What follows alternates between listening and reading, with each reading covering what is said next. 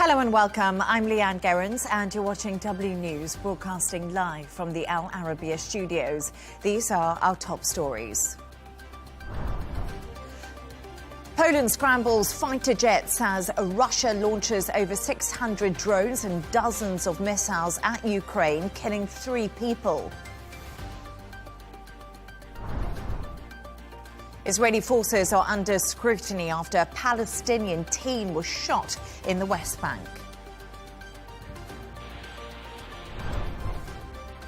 And President Trump defends Bill Clinton as Epstein photos spark criticism from prominent figures.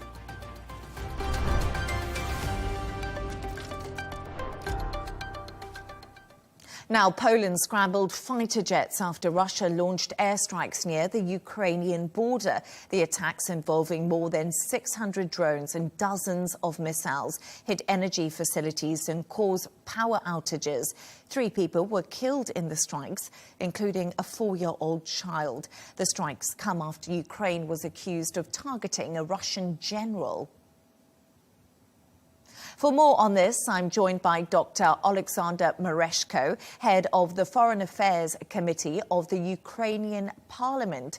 Doctor, it's always a pleasure to have you on the show. Thank you so much for joining me. So Russia launched another major deadly missile and drone attack on Ukraine after US-led peace talks ended in Miami. What is the feeling on the ground right now? Thank you for having me. The thing is that we are being bombarded by Russia almost each night and even during the day. We had this day, not only early in the morning, we were woken up by the explosions and sounds of air raid sirens going off, but also during the day. And it's no coincidence. First of all, Russia is trying to destroy our power grid and to bomb us into submission.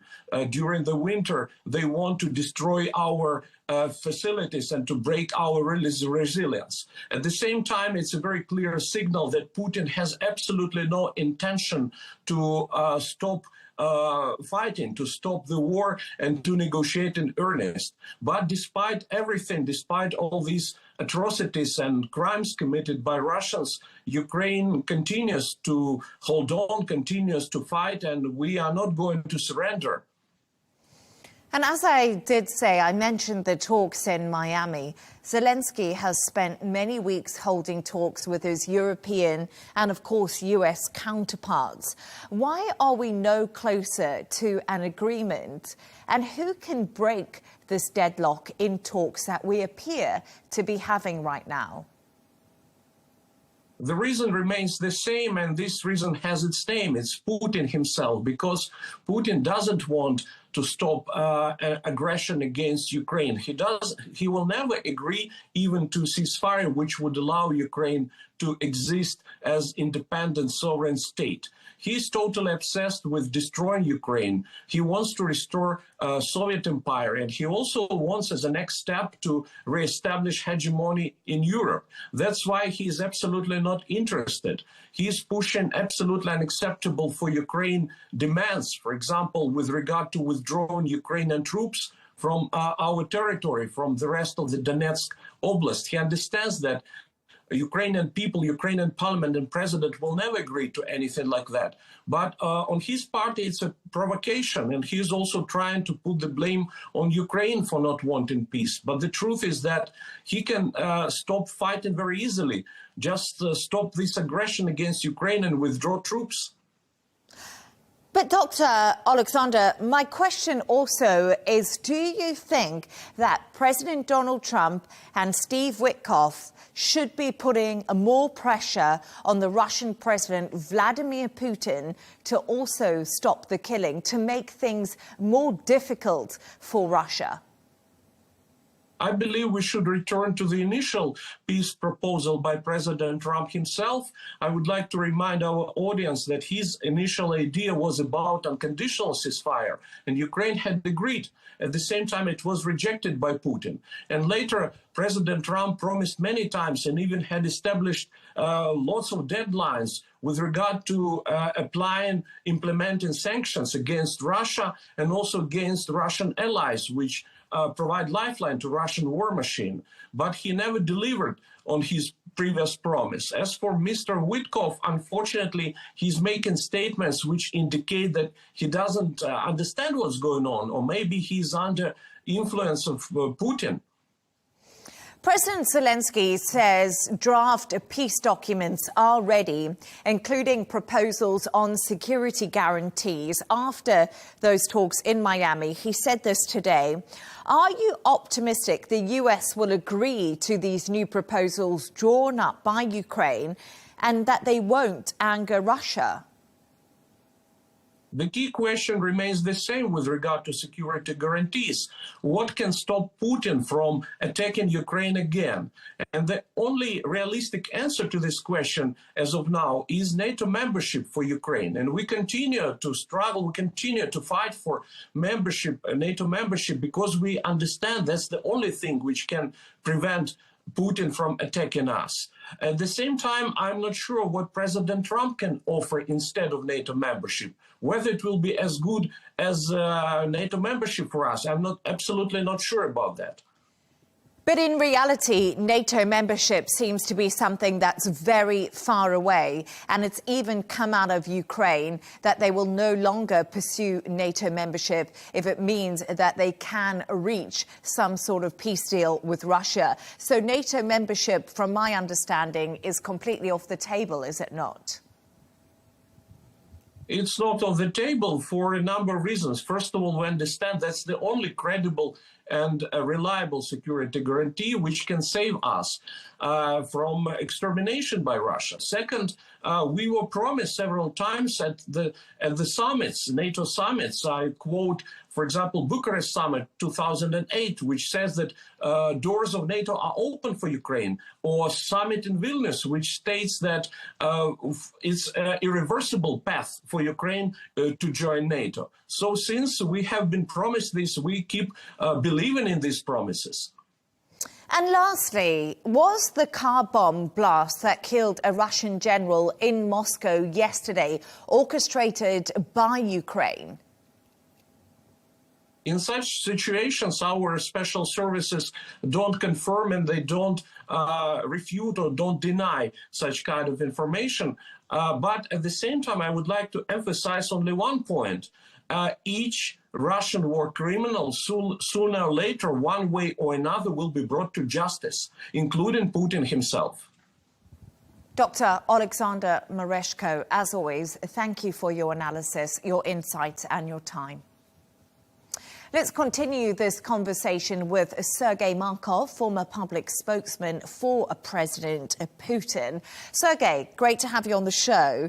Has Vladimir Putin suffered a huge loss after the death of a general yesterday who was killed in a Moscow car bomb attack? We just heard there from the Ukrainian side.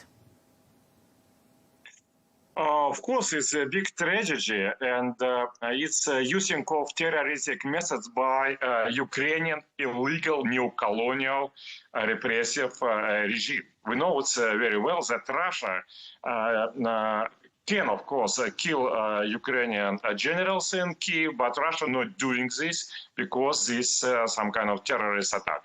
And Ukrainian regime used terrorist attack already few years. We try to protect us. It's the simple difference between Russia and Ukraine. Russia is normal, normal country with civilian government, and Ukraine is neo-colonial repressive regime which use terrorism as normal political forms of activity. Same, I would say, about pirate attack against in neutral waters against Russian oil shadow fleet. Russia also never used pirate methods against Ukraine.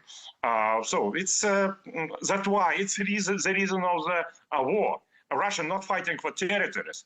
Russia are fighting for stopping illegal, repressive, terroristic regime in Ukraine, which is clear threat to Russia, clear threat to the Ukrainian people. And by the way, about security guarantee of Ukraine, of course, it should be, but it's very simple. Political system of Ukraine should come back to the situation before 2014, when Ukraine was democratic, independent, neutral country. You may know that from 1991 until 2014, Ukraine has absolutely zero security problems with Russia. Why? Because Ukraine was democratic, neutral, independent country.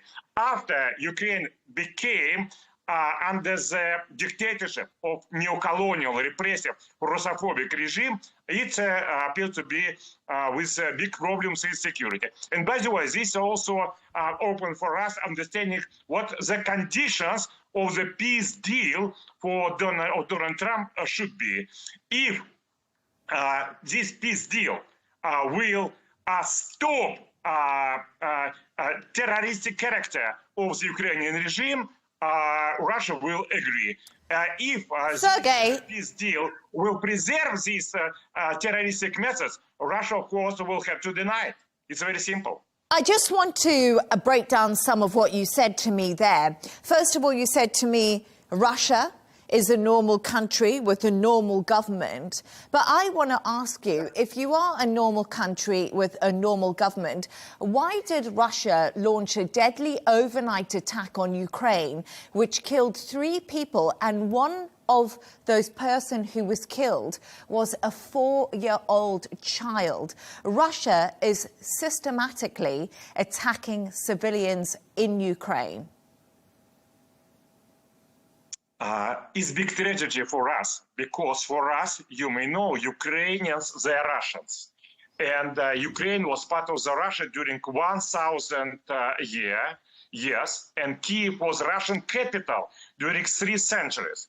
And Leonid Brezhnev and Khrushchev and another leader of the big Soviet Union, all of them have been Ukrainians. So for us, it's civil war, and for us, it's a big tragedy. Russian army not killing civilians. Russians very much targeting only military and infrastructure targets. It's, by the way, big difference with Ukrainian army, who has the goal and target to kill civilians. You maybe didn't know, didn't visit it. I visited Donetsk few times. And I personally, different conferences, round tables, so on. And I wake up every night in the Donetsk because of shelling by Ukrainian artillery. It continued 10 years from 2014, when neo-Nazi took power in Ukraine with American and British help. So it's terrorist attack every night, continue on against Donetsk by Ukrainian illegal regime all this year. This is big difference. I would say again, Russia government is normal government who try to save lives of the civilians. Ukrainian government is terroristic government who has a goal to threaten, who has a goal to have fear in the souls of the civilians. It's really interesting that you do say that, because when we look at this war, Russia was the aggressor. Russia started the attack on Ukraine, and you can try to frame it whichever way you want to, Sergei, but the reality is that Russia was the aggressor from the beginning. And you can say that you feel bad that people have died inside of Ukraine, but if you feel that bad, Russia can just stop bombing. Russia will stop bombing immediately when Ukrainian regime and its Western masters would agree with Russian very simple condition. Stop political repression against Russian people in Ukraine, stop political repression against Russian language and Russian culture, stop political repression against Orthodox Church, and stop terroristic neo-Nazi practices of Ukrainian government. After this Russian military operation in Ukraine should be, it's something like a military operation of American, British, and Soviet troops on the German territory. As Vladimir Putin told many times, this war started not 2014, it started 2000. It didn't start 2022. It started 2014. act, and it was a war against Donbass. Russia sent a troop to send people in Donbass from the terroristic military pressure of Ukrainian regime. It's very simple. Sergei Markov, always great to have you on the show. Thank you for your time.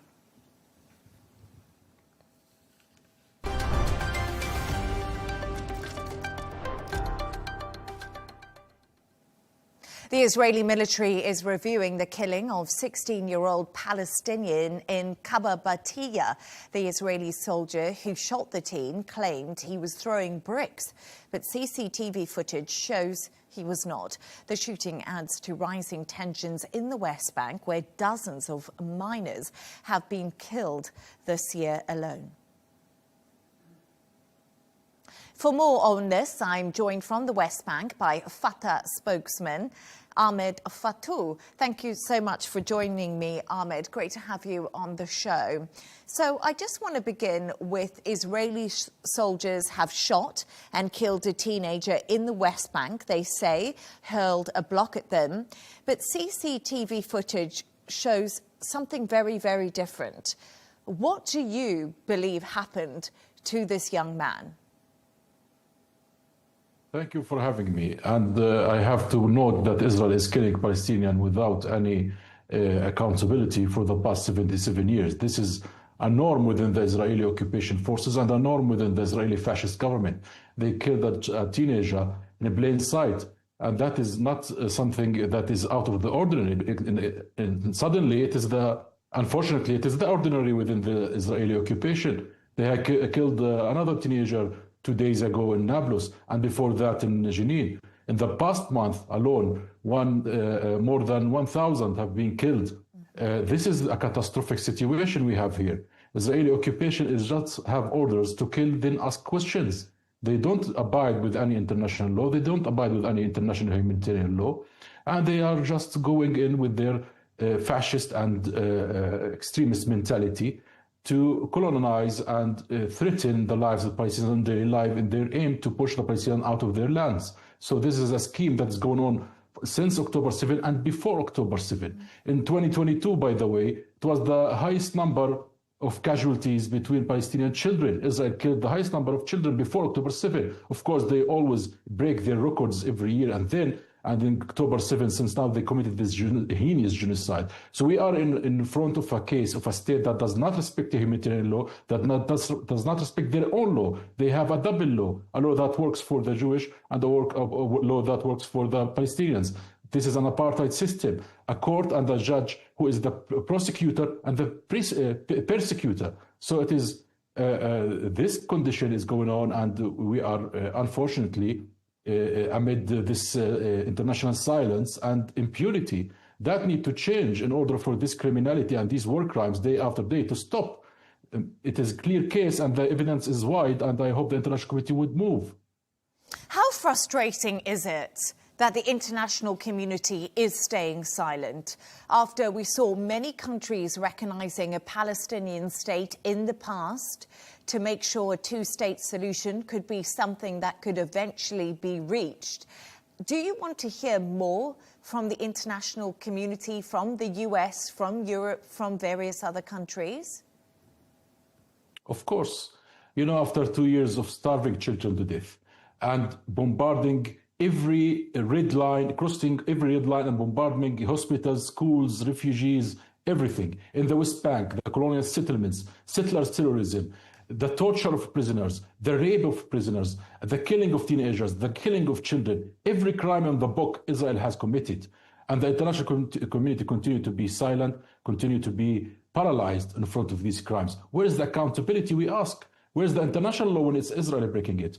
When any other state is breaking the law, suddenly there is the force of democracy and there is the International Criminal Court, International Court of Justice to work against it. But here we have an Israeli government.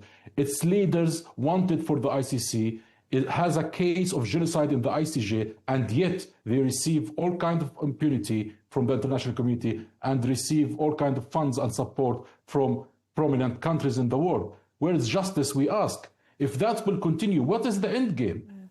Do they think what is the end game of this? What is the mentality of the Zionist fascist religious extremist ideology think that will be the end game. The end game will be explosion in the whole region. If they think that terrorizing and killing the Palestinian people will make them just leave their lands and flee, that is false. In 1948, 70% of the Palestinians were ethnic cleansed from their lands. That did not stop the Palestinian cause. That started the Palestinian cause and started the longest modern revolution in history. And today Israel is committing these heinous crimes while the Palestinian Authority is still extending its hand for peace. And the Arabs are extending their hand for peace. And Trump has signed the Gaza peace plan, but Israel continues to violate it. We have a clear image who is the violator, who is the occupation, who is the colonizer, who is the war criminal. But where is the war to act? Without the intervention of the global community, I'm afraid this will lead us to explosion that will affect the whole region and would retaliate to the entire world. This is a serious condition, and the world need to bring attention and to stop this double standards policy against the Palestinians and the Arabs. Ahmed, I guess Israel's argument in this would be the fact that Hamas continues to violate the ceasefire agreement. It continues to do that. We are still seeing violence in Gaza. Hamas is still present. They haven't disarmed in Gaza at the moment. It's still in a difficult place. Have you been speaking to Hamas and putting pressure on them to lay down their weapons, to abide by the ceasefire agreement? I believe these are false pretexts that Netanyahu and the Israeli government are using to continue and postpone phase one. With every differences we have with Hamas, they have no serious threat against Israel. The weapon is not a serious threat. Let's be honest with ourselves. A bunch of AK-47s and small weapons is not a threat to a nuclear power state. And we have said that we want the Hamas to step down from power. The Arabs, and through the Arab League, has accepted the Arab Islamic Agreement, which later was adopted in the New York, which is known as New York Declaration by the majority of the world, which says that Hamas would step down from power and submit their weapons to a Palestinian Authority, and then for the Palestinian Authority to return through a technocratic apolitical committee to administer Gaza, and for Hamas to leave the governing scene. Hamas also has signaled that they will do that. But Israel is giving every pretext to stay in Gaza, and they are saying it out loudly. Just today, Katz, the Minister of Defense of Israel, said that we will not withdraw from Gaza, not ever. That's their plan. Smotrich says that we want to Judaize Gaza. They wanted to make it a Jewish land. They want to remove the Palestinians. He said before, we want the maximum land and the minimum population, meaning the Palestinian population. Netanyahu said in every setting that he's against the Palestinian state. They are saying it into the parliament. They are voting for bills that call for annexation, for bills that calling for the settlements. 19 new settlements now has been declared. This brings the total of 166 colonial settlements and 255 outpost settlements. This has nothing to do with Hamas weapons. This has nothing to do with one dead body left that Hamas cannot find. This is only a scheme for occupation and colonization that is not actually secret to anyone. We can see it in daylight. So it needs serious intervention from the international community. And by the way, it's Israel that's violating 5 terms within the Gaza peace plan agreement. They violate point 3 because they still bombard Gaza and still shooting at civilians and killing civilians, which says clearly in point 3 of that term that they should stop all military operation. They are violating term 7 and 8 about the humanitarian aid. They're still crippling the humanitarian aid and not allowing shelters and medicine to go to Gaza. We have people and children, infants are dying from cold. Where is the humanity from that? And they are violating point 19 of the agreement, which says about the Palestinian self-determination ambitions and to go for a peaceful solution. They refuse to sit with the PLO, the legitimate representative and authority of the Palestinian people, and they refuse to abide with the two-state solution, and they refuse the Palestinian state. They even refuse to recognize there's a Palestinian people. This is how delusional the extremist fascist Zionism is. And the world is watching and silent and blaming the Palestinian. That would be a charade. Just quickly, before I let you go, Israel's finance minister says Netanyahu must convince Trump to back the West Bank annexation during his upcoming US trip? Because we know Benjamin Netanyahu will be going to visit Donald Trump. Do you think Donald Trump is going to change his mind on the West Bank? Because he says the annexation of that is completely off the cards. President Trump was pretty clear before. He said there is no annexation and there will never be. They tried to pressure through their lobby, through their influence, through their partners, through their bribed politicians in the Congress to push the idea of the annexation of the West Bank since not for the last 2 months, since years, since decades, but it was refused. Because this is not just only a catastrophic crime against the humanity, this is also an explosion to the whole region. If they annex the West Bank, occupy Gaza, where we will go? That will return us to point zero, to go before the two-state solution peace process, which began in 1994. We will go to square zero, where there is a liberation struggle against occupation. Nobody wants that, and especially the region. And the Americans are very clear. The United States have said we want to go with a political framework to go for a two-state solution and to fulfill the Palestinian ambitions of self-determination. That was clearly mentioned in point 19 of the agreement, and is clearly this is the clear position of the Arab world and the Europeans. It is only Israel that wants this expansion into colonialism, and they extended their colonialist arms to Lebanon, Syria, and they wish to go to Iran to an indefinite war. This cycle of war and expansion of Israel is there since 1948. It's time for it to stop, and for the reasonable people to put their, their hand on the table and say enough is enough. Ahmed Fatou, it was brilliant to speak to you. Thank you for your time with me this evening. It's a pleasure.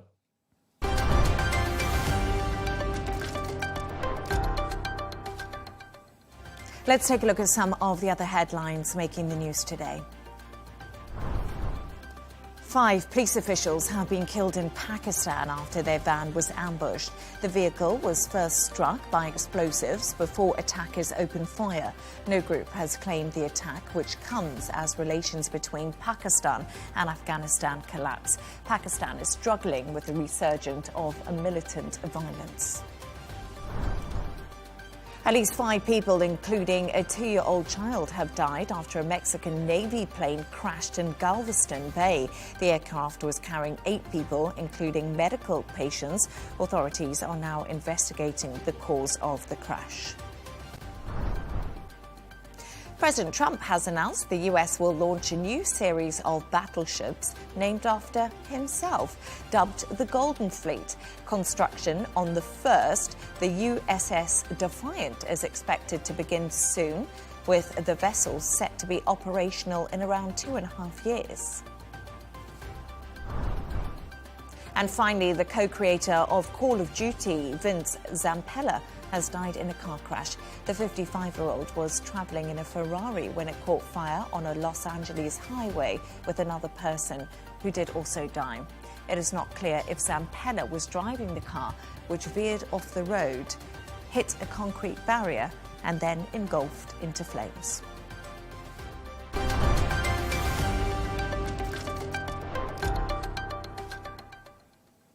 Now, Japan is preparing to restart the world's largest nuclear power plant. It's part of the government's plan to reduce its dependence in imported energy after it shut down all nuclear reactors in the country following the 2011 Fukushima tsunami and also meltdown. The decision is highly controversial, with hundreds protesting the restart of the reactor in the country's neighbouring Nagita region. Chris Gilbert reports. Outside Niigata's prefectural assembly, anger and fear. Around 300 protesters gathered in the cold, holding banners reading "No nukes" and chanting "Never forget Fukushima's lessons." Among them, 52-year-old Ayako Oga, who remains a Fukushima evacuee. I honestly feel terrified by the fact that people who have already suffered mental, physical, and economic damage due to the Fukushima nuclear disaster may face the risk of experiencing another nuclear accident. Inside, lawmakers were passing a vote of confidence in Niigata's governor, who approved the restart of the Kashiwazaki Kariwa nuclear plant scheduled for January, while opponents yelled from the public gallery, ignoring the signs calling for silence. The plant, located on the Sea of Japan, about 200 kilometers northwest of Tokyo, is the world's largest, with a capacity of 8.2 gigawatts. It will be the first Tokyo Electric Power Company nuclear plant to go back online since the company admitted mishandling the 2011 Fukushima disaster. Our company has maintained a strong determination to never allow an accident like Fukushima to happen again. We also firmly believe that the people of Niigata should never have to experience anything like that. The company, TEPCO, has pledged about $641 million of investment in the prefecture over the next decade, but the company's reputation remains tarnished. Surveys show 60% of residents do not believe the company has met the conditions for restart. Nearly 70% are worried about TEPCO operating the plant. Japan spent $68 billion on imported gas and coal last year. Prime Minister Sanae Takaichi is pushing nuclear power to strengthen energy security and reduce reliance on imported fossil fuels, which account for up to 70% of the country's electricity. Regardless of the public reservations, the government wants to double nuclear's output by 2040. Chris Gilbert, Arabiya English.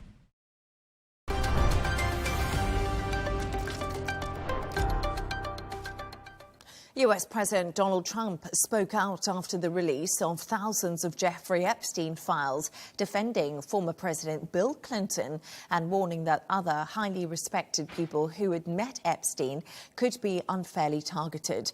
Trump called the photos terrible and said many people crossed paths with Epstein innocently. He also criticized Democrats for focusing on the files, calling it a distraction. For more on this, I'm joined by Scott Lucas, Professor of International Politics at the Clinton Institute at the University of Dublin. Scott, as always, thank you so much for joining me. I just want to start. So we got this tranche of Epstein files today, 11,000 pages. And it was interesting. The DOJ says that some of the latest documents released from the Epstein files contained untrue and sensationalist claims made about President Trump. Why was this statement released? Because it's political spin for damage control. I mean, it's always best to go to the facts as we know them that come out. So out of the latest tranche of files, when it comes to Trump, first of all, it is established factually that Trump was on Jeffrey Epstein's airplane 8 times in the 1990s. On one occasion, he and Epstein were on there, and the only other passenger was a 20-year-old woman. And prosecutors said that at least 2 potential witnesses in a future case against Jeffrey Epstein, against Ghislaine Maxwell, Jeffrey Epstein's associate, were also present. So that doesn't establish that Trump was involved in any criminal activity, but it does establish he had proximity to either victims or to witnesses to what Epstein was doing. Secondly, there is an exchange between Epstein and the disgraced U.S. Gymnastics team Dr. Larry Nassar, who was convicted of sexual abuse, talking about, like us, Donald Trump likes young, nubile girls. Their quote, young, nubile girls, and also making a reference to Trump's very lewd practice of accosting women, something we knew about from the Access Hollywood tape. So again, it doesn't prove criminal activity, but that reference to young, nubile girls is troubling. And then what may be most important is the files that disappeared. Last night, the Justice Department initially released the files and then they withdrew them after only a few hours. But a couple of news organizations downloaded them in that time. And there were documents that referred to memoranda after Epstein's death in 2019 by prosecutors. These documents, 7-page document, considered charges against co-conspirators who may have been involved in Epstein's crimes. That was updated in December of 2019 with an 85-page document. There was a 13-page document about possible corporate charges, and there was a 26-page document about a particular target who might be charged. Now, we don't have the actual memoranda themselves, but the references to these memoranda establishes they do exist, and they back up the claims, for example, the Republican Representative Thomas Massey, that there may be 20 men who are named in these files who have so far escaped prosecution. So, Scott, this is a very complicated argument at the moment when it comes to the Epstein files. Donald Trump has always said that he is innocent. And we've, of course, seen many men, high-profile ones, Bill Clinton himself. We've seen countless figures. No. So what I think is the big question here is how much would this damage Donald Trump's reputation and those men featured in those files, like Bill Gates, like Bill Clinton, like Trump himself, because it's very difficult to know if they knew anything. I think you're absolutely right to establish that the files do not establish, from what we've seen so far, the connection of any of these high-profile men to Jeffrey Epstein's activities. The issue at the moment is whether, in fact, we are getting the transparency and the accountability that the victims deserve. The Justice Department was required by law to release these documents last Friday. It did not do so. It is required within 15 days to give an explanation of the redactions, the blackouts in the documents. It has not provided any explanation for any of the redactions or any context for what they've released. In some cases, documents have been entirely redacted, such as an important grand jury document in 2019 from the New York prosecution of Jeffrey Epstein. There is a 60-count felony document which has not been released, and an 85-page document of evidence behind that indictment, which has not been released. We're getting a drip feed of documents, but we have suspicions. Are we being given everything? And those suspicions are coming from the victims themselves. And this has been compounded by the initial release, the initial handling of this, as you show some of these photos. The White House is keen to get the media to focus on the celebrity photographs, which you are seeing here. Look at Bill Gates, look at Mick Jagger, look at Michael Jackson, look especially at Bill Clinton. 2 Justice Department officials lied on social media that the photographs of Clinton showed that he might be involved in criminal activity. That photo you're showing right now, they said it was of Michael Jackson and Bill Clinton with children. It was not. It was Bill Clinton and Michael Jackson with Michael Jackson's children, a completely innocent photograph. So it's the spin and the potential cover-up that is troubling at this point. Again, not primarily for Donald Trump's reputation, but for the question of whether victims will ever get the transparency and accountability they deserve from whomever was involved in the crimes against them. And it's really interesting that we're talking right now because all day on Twitter, I'm sure you've seen it, the hashtag Trump Epstein cover-up has been trending. And people are saying exactly what you are saying right now to me. So I'm guessing you believe this is a cover-up. And does the redaction that we are seeing, like you say, all of a sudden things have been redacted, they've gone missing, does this create more conspiracy theories out there? And also, you know, when Donald Trump ran for his presidency the second time round, he did say we were going to be a different government. We were going to be transparent. We were going to tell you the truth. Sure. So I guess what does this do for all his supporters? I think that's the important political question in that he promised during 2024 that all the files would be released.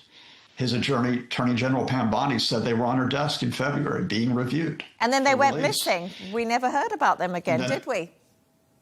Exactly. And now what you have is the fact is this isn't a question of left versus right or Democrats versus Republicans. There are some Republicans who joined Democrats to force this last month with the bill that demands the release of the documents. So what you have are a lot of people who have supported Donald Trump, but at the same time, they believe these files were going to come out, especially that they might find that they were Democrats in the files. And when they don't come out, they have a choice. Do they continue to support their man, Donald Trump, or do they support transparency? Do they support the need to get some type of justice in this case? And I think that's going to be the political question, which is going to affect Trump's base going into 2026. Yeah, Scott Lucas, I think we're going to be talking about this story for a lot longer because it's extremely interesting. Thank you so much for your thoughts on that. Appreciate it. Thank you, Leigh Ann.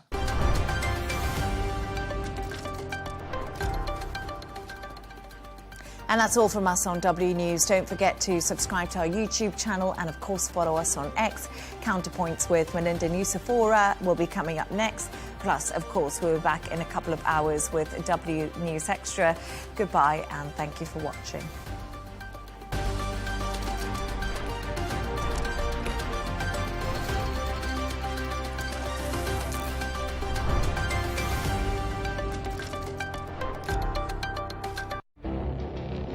It feels like decades are passing by in a matter of weeks. Seismic shifts in the world order. Never, ever will be part of America. With so much happening and then so much noise. Whether it's political upheaval, Canada has been ripping us off for years. Economic shifts or social movements. And no one wins from tariffs. I think America can be more friendly to the rest of the world.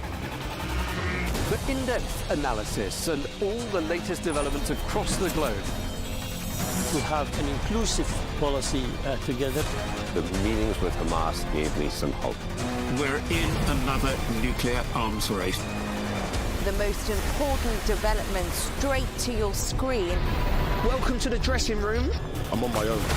I need backup. And an insightful look at the issues shaping our world today. It was not going to happen, that war, and it happened. Join us on Arabiya News, where the world talks.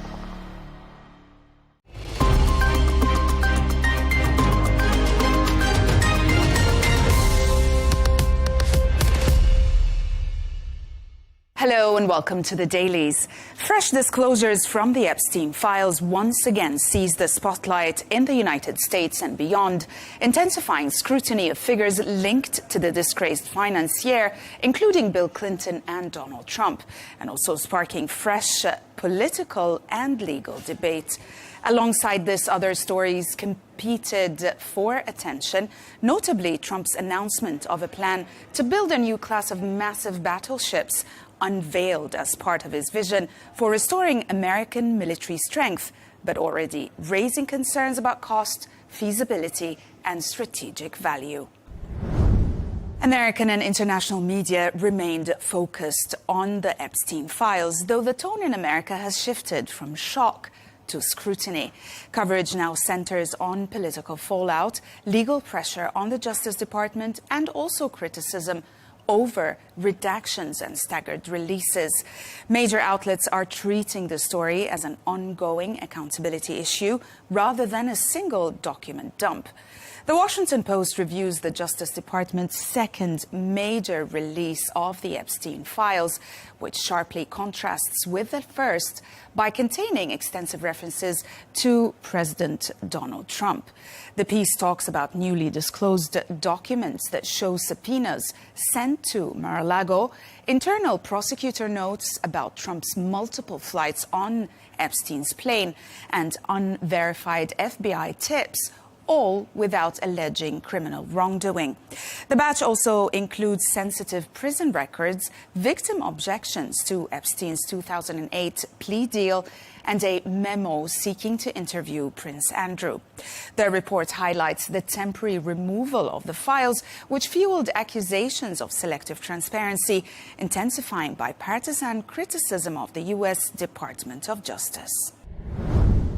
Politico reported that Chuck Schumer is moving to force a Senate vote that would authorize legal action against the U.S. Department of Justice over its handling of the Epstein files. The report quotes Schumer saying that the Department of Justice broke the law by missing the December 19 deadline and releasing heavily redacted documents. The piece notes the move aims to pressure Republicans in January as bipartisan frustration grows and House lawmakers threaten contempt proceedings. Newsweek reported President Trump's reaction to the latest release as he publicly criticized the publication of photos showing former President Bill Clinton with Jeffrey Epstein. It highlights Trump's public defense of Clinton, calling the circulation of photos showing Clinton with Ghislaine Maxwell terrible and warning against guilt by association. At the same time, the piece underscores Clinton's sharp also counterattack as he demands the full release of all the Epstein records and accuses the Trump administration of overseeing a limited protective disclosure. The report underscores how the Epstein files have become a flashpoint for political blame, transparency claims, and renewed pressure on the Justice Department's handling of the release. British media's coverage has focused on Prince Andrew and Bill Clinton, stressing how the Epstein files revive scrutiny of elite figures. The reporting highlighted Andrew's ties to Epstein and their role in their royal downfall, while noting Clinton's appearance in released images. Overall, the tone was cautious, treating the files as reinforcing long-standing concerns about accountability rather than revealing major new facts. The Times revealed that the Epstein files show that Jeffrey Epstein sought to use Andrew Mountbatten Windsor for business contacts in China after the prince left his UK trade envoy role. The report highlights emails that reveal Epstein telling Jess Staley that Andrew was now allowed to make money and willing to help with JP Morgan-linked deals.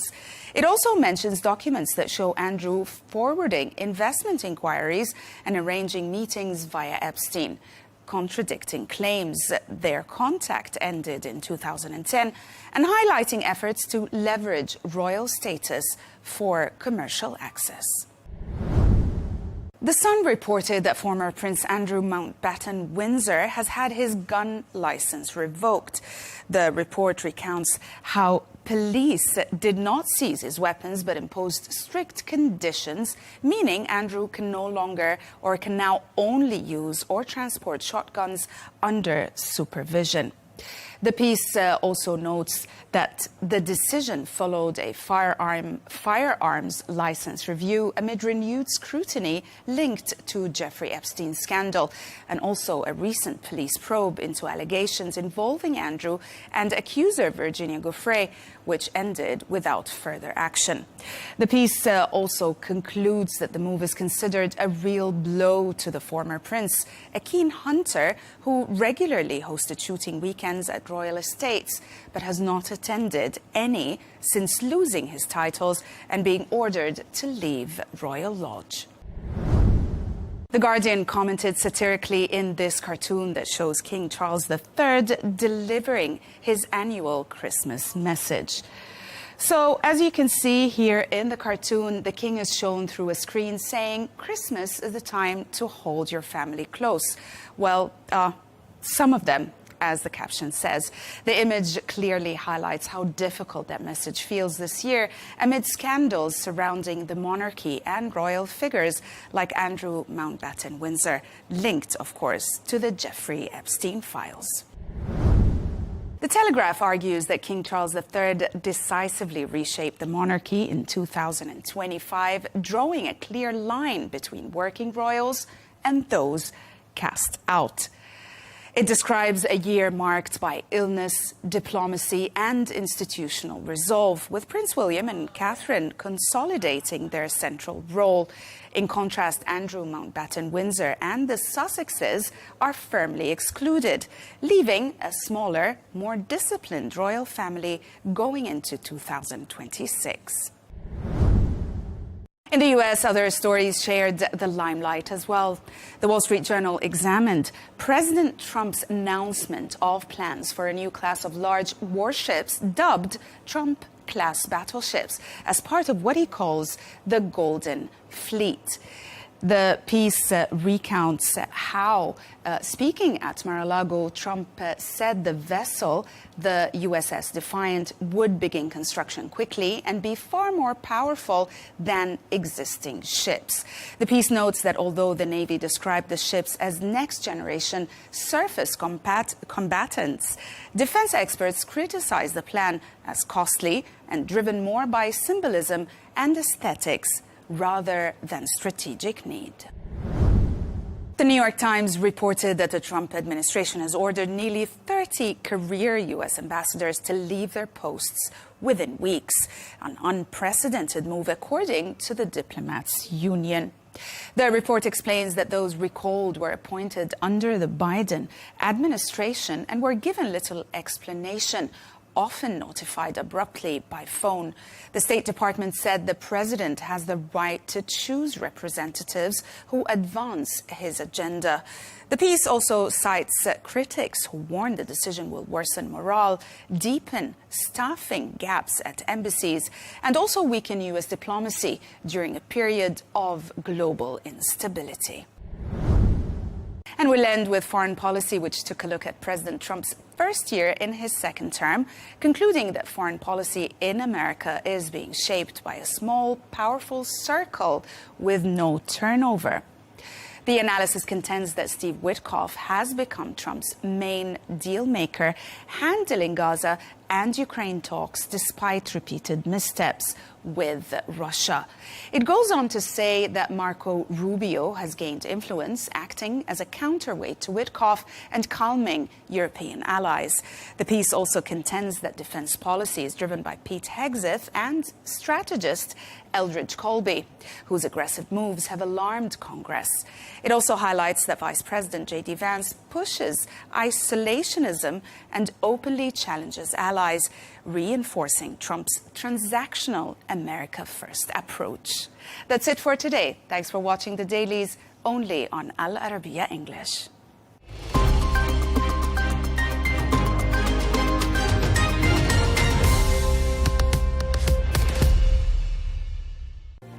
Civilizational collapse, identity erasure, and democratic erosion. Is Europe really as bad as Donald Trump says?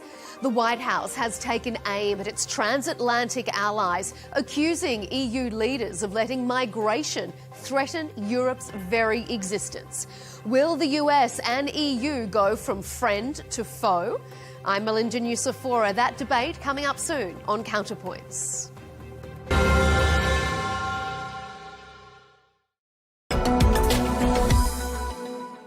Now, Vision 2030 puts people firmly at the centre of change, with a strong focus on developing local talent for a more diversified and innovative economy. Well, driving that innovation means building a highly skilled workforce equipped with the latest knowledge and expertise. Well, the online learning platform Coursera is now zeroing in on the Saudi market. With more than 350 university and industry partners worldwide, it's well placed to help learners strengthen their skill set. Well, we're joined now by Coursera's CEO, Greg Hart. Greg, thank you very much indeed for joining us. Thank you very much, Tom. It's a pleasure to be here. First of all, just tell us, what courses do you offer at Coursera, and which ones are proving to be the biggest hits in Saudi Arabia? Well, I'll start with a broad statement about Saudi Arabia. So we have 1.7 million learners in Saudi Arabia, which is up 26% year over year. And those learners, like learners across the globe, are very much focused on building job-ready skills. So that aligns very well with Vision 2030. And one of the biggest areas that we're seeing interest in across all of Coursera, and certainly true here in Saudi Arabia, is interest in Gen AI. So we now have more than 1,100 Gen AI courses on the Coursera catalog. That's up from only about 500 odd in 2024. And we're seeing an unbelievable pace of interest in those courses from our learners here in Saudi Arabia and around the world. We now have an average of more than 14 enrollments per minute happening in Gen AI related content on Coursera in 2025. That number's up from only 8 enrollments per minute in 2024 and only 1 enrollment per minute in 2023. So we're seeing this incredible skyrocketing interest in Gen AI content. Obviously, that's because of the impact that Gen AI is having in every different sector and every role. That obviously is a big part of what the Vision 2030 is all about. here in Saudi Arabia, upskilling the workforce, ensuring that people have the skills that they need to succeed for the jobs of tomorrow, and not just the jobs of today.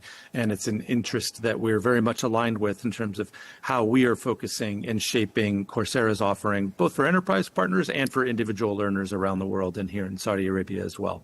Oh, okay, so Greg, you're saying you basically fit in very neatly to Vision 2030, which is obviously seeking to develop local knowledge and local talent. What does the demand for your courses reflect as far as Saudi Arabia's priorities are concerned? How do you see them reflected in the demand? Well, a few things. Number one, Gen AI has the potential to contribute up to $42 billion to Saudi Arabia's GDP, according to Accenture and STAIA. And so that's a massive number. But to realize that potential, it's going to require large-scale upskilling and reskilling initiatives. And so Vision 2030 is all about that, of course. And online learning is one of the most scalable enablers of that. So by 2030, 50% of Saudi Arabia's workforce is going to need retraining to enable that. That's from Coursera's Future of Jobs report from this year, earlier this year in 2025. And so that's a huge number to reskill 50% of the workforce. Obviously that requires, not just the willingness on the part of the workforce, but also a scalable way to do that. And that's where online learning and Coursera can really play a key role. And we see that reflected in the fact that Saudi Arabia is really responding decisively to that opportunity through a number of strategic initiatives and investments.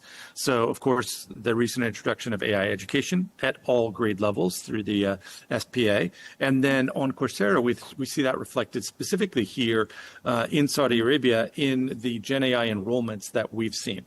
So we have more than 129,000 Gen AI enrollments coming from Saudi Arabia, 57,000 in 2025 alone. Saudi Arabia ranks number 2 regionally on Coursera's AI Maturity Index. And Coursera's second largest market in the Middle East and North Africa is Saudi Arabia. And so we see the fact that the vision of Saudi Vision 2030 is being reflected in the interest in Coursera and in the enrollments that we're seeing on the platform. Okay, and what about the split between men and women enrolling on your courses? How's that evolving? Well, I do think that, obviously online learning can be a massive leveler of the playing field. We see that reflected on a global basis. We see that also here in Saudi Arabia. And so we can, I don't have the stats on the gender mix off the top of my head for Saudi Arabia. But we do see that there is, and obviously the kingdom has invested substantially in education for men and for women. On the drive-in from the airport, we passed by Princess Noura, the massive, women university here in Riyadh. And so there's been a phenomenal amount of investment here. And Coursera sees that reflected generally on the platform, where we have a very even mix across men and women. And we also see that women and first-time learners tend to be the ones who actually engage more with some of our features like Coursera Coach, which is an AI-driven tutor that rides alongside the learner in every single course. It's available in 97% of the courses on Coursera. And learners who engage with Coach have higher quiz pass rates, higher completion rates, and higher satisfaction. So 94% of learners who've engaged with Coach say that it improved their experience. 60% of those learners also say that it drove better career outcomes for them. So there's a phenomenal opportunity for tools like Coach and other capabilities that we have on Coursera to really level the playing field. Now, partnerships are really important to Coursera at many different levels. Tell us about the sorts of partnerships that you've been striking in Saudi Arabia. Sure. So it depends on the institution, but we've, as an example, I started the day with a meeting with Prince Sultan University, which we've partnered with since 2022. We enable departments across the university, across PSU, to offer courses on Coursera to their students as a way to enable part of their grading requirement. And so they can use courses on Coursera to augment the learning that they're doing in the classroom. And there's an opportunity through Course Builder, which is an AI-driven capability that we offer to educators to enable them to easily create courses through existing material and also blending the material that they have with courses from Coursera. And so that's one of the ways that we enable universities to accelerate learning and to augment their curriculum as well. We also have a partnership with the National E-Learning Center, NELC, here. And so that was another meeting that we had today. And then the Human Capabilities Development Program, so HCDP, which is the meeting that I came from most recently here. And so we have partnerships with a broad range of both government institutions and universities, as well as, companies here in Saudi Arabia, Aramco being a prime example of that. And so we really have examples of partnerships and customers across both government, higher education, and business as well.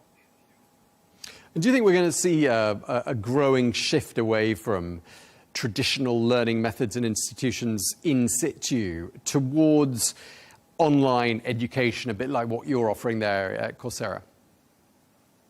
I do think I would say it's not so much a shift away from higher education as much as a recognition that the traditional skills that higher education has offered really need to evolve to meet the rapidly changing needs of the workforce and employers. And so one of the things that we've been developing to help address that is skills tracks. And so because of the recognition that increasingly, given the pace of technological change, what people might have learned in university may no longer be as relevant, or that the degree that they had, the demand for that degree might be decreasing. And so there's a real imperative for both institutions and companies and individuals to really upskill and reskill to remain relevant. Okay, Greg, just lastly, we've talked about AI a couple of times already in this conversation. It seems to be a major buzzword in quite a lot of the courses that Coursera seems to be offering. Could we be looking at a bubble here, or do you think this is something that's here to stay and that everyone needs to be prepared for? Well, I won't pretend to be a perfect forecaster of whether AI is a bubble in the short term from a market perspective. I believe in the long run, AI will have a larger impact than the mobile phone or than the internet in terms of the way that it transforms the nature of work and the nature of learning.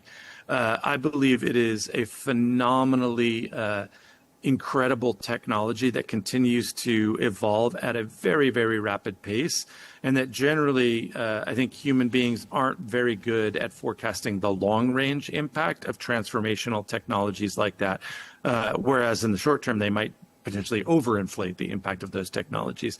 But I think it will have a fundamental impact. And so it's imperative that people, regardless of their profession, regardless of their age, regardless of their job, that they focus on making sure that they stay conversant and learn the skills that they need for a world that is changing more rapidly than ever before. Okay, we're going to have to leave it there. Thank you very much indeed for your time. Greg Hart, the CEO of Coursera. Thank you very much indeed. Thank you so much, Tom.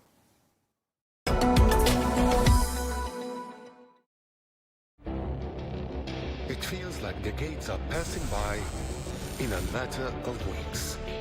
Seismic shifts in the world order.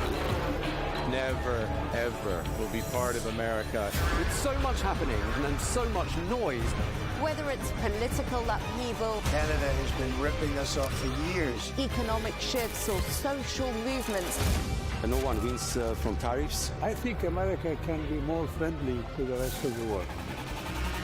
For in-depth analysis and all the latest developments across the globe.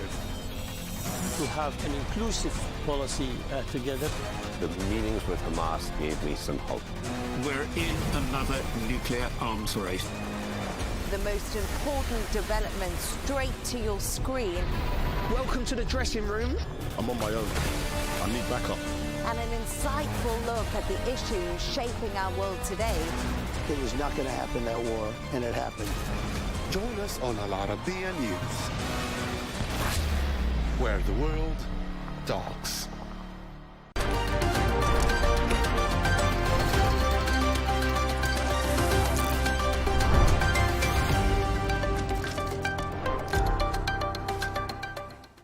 Carlos Ghosn, thank you so much for joining us today. I just want to start with the fact that Nissan is currently facing significant financial challenges and appears to almost be going from bad to worse. What is your advice to the struggling car company you actually saved from bankruptcy?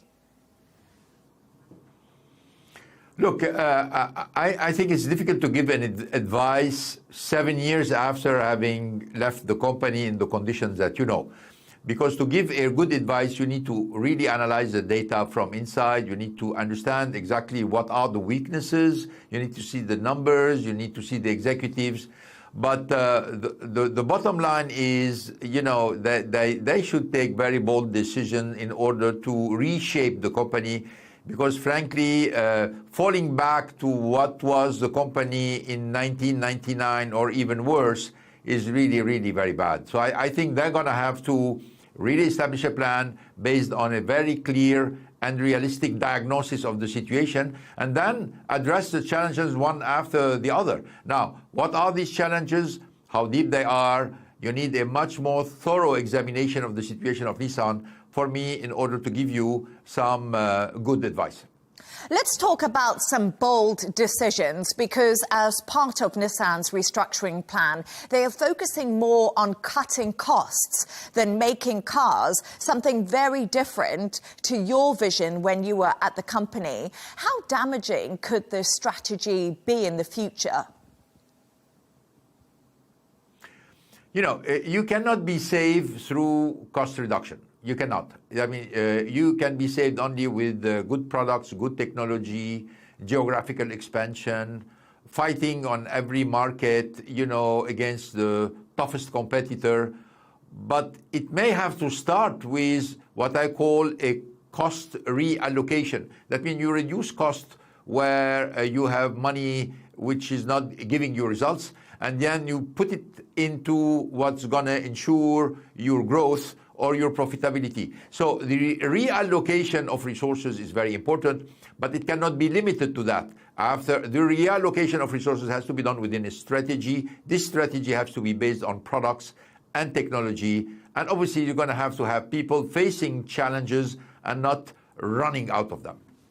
Now, many automotive companies are facing huge uncertainty since President Donald Trump announced 25% tariffs on car imports to the US. What do you make of the US president's taxes, and how damaging could they be? Look, this was not a surprise. The tariff was not a surprise. We know that you know, the U.S. market, which is one of the largest market, probably the second largest market in the world, was importing much more car than exporting. And this has to be balanced. The President of the United States decided to balance it by imposing tariff, which mean making importing cars a little bit less competitive in the United States.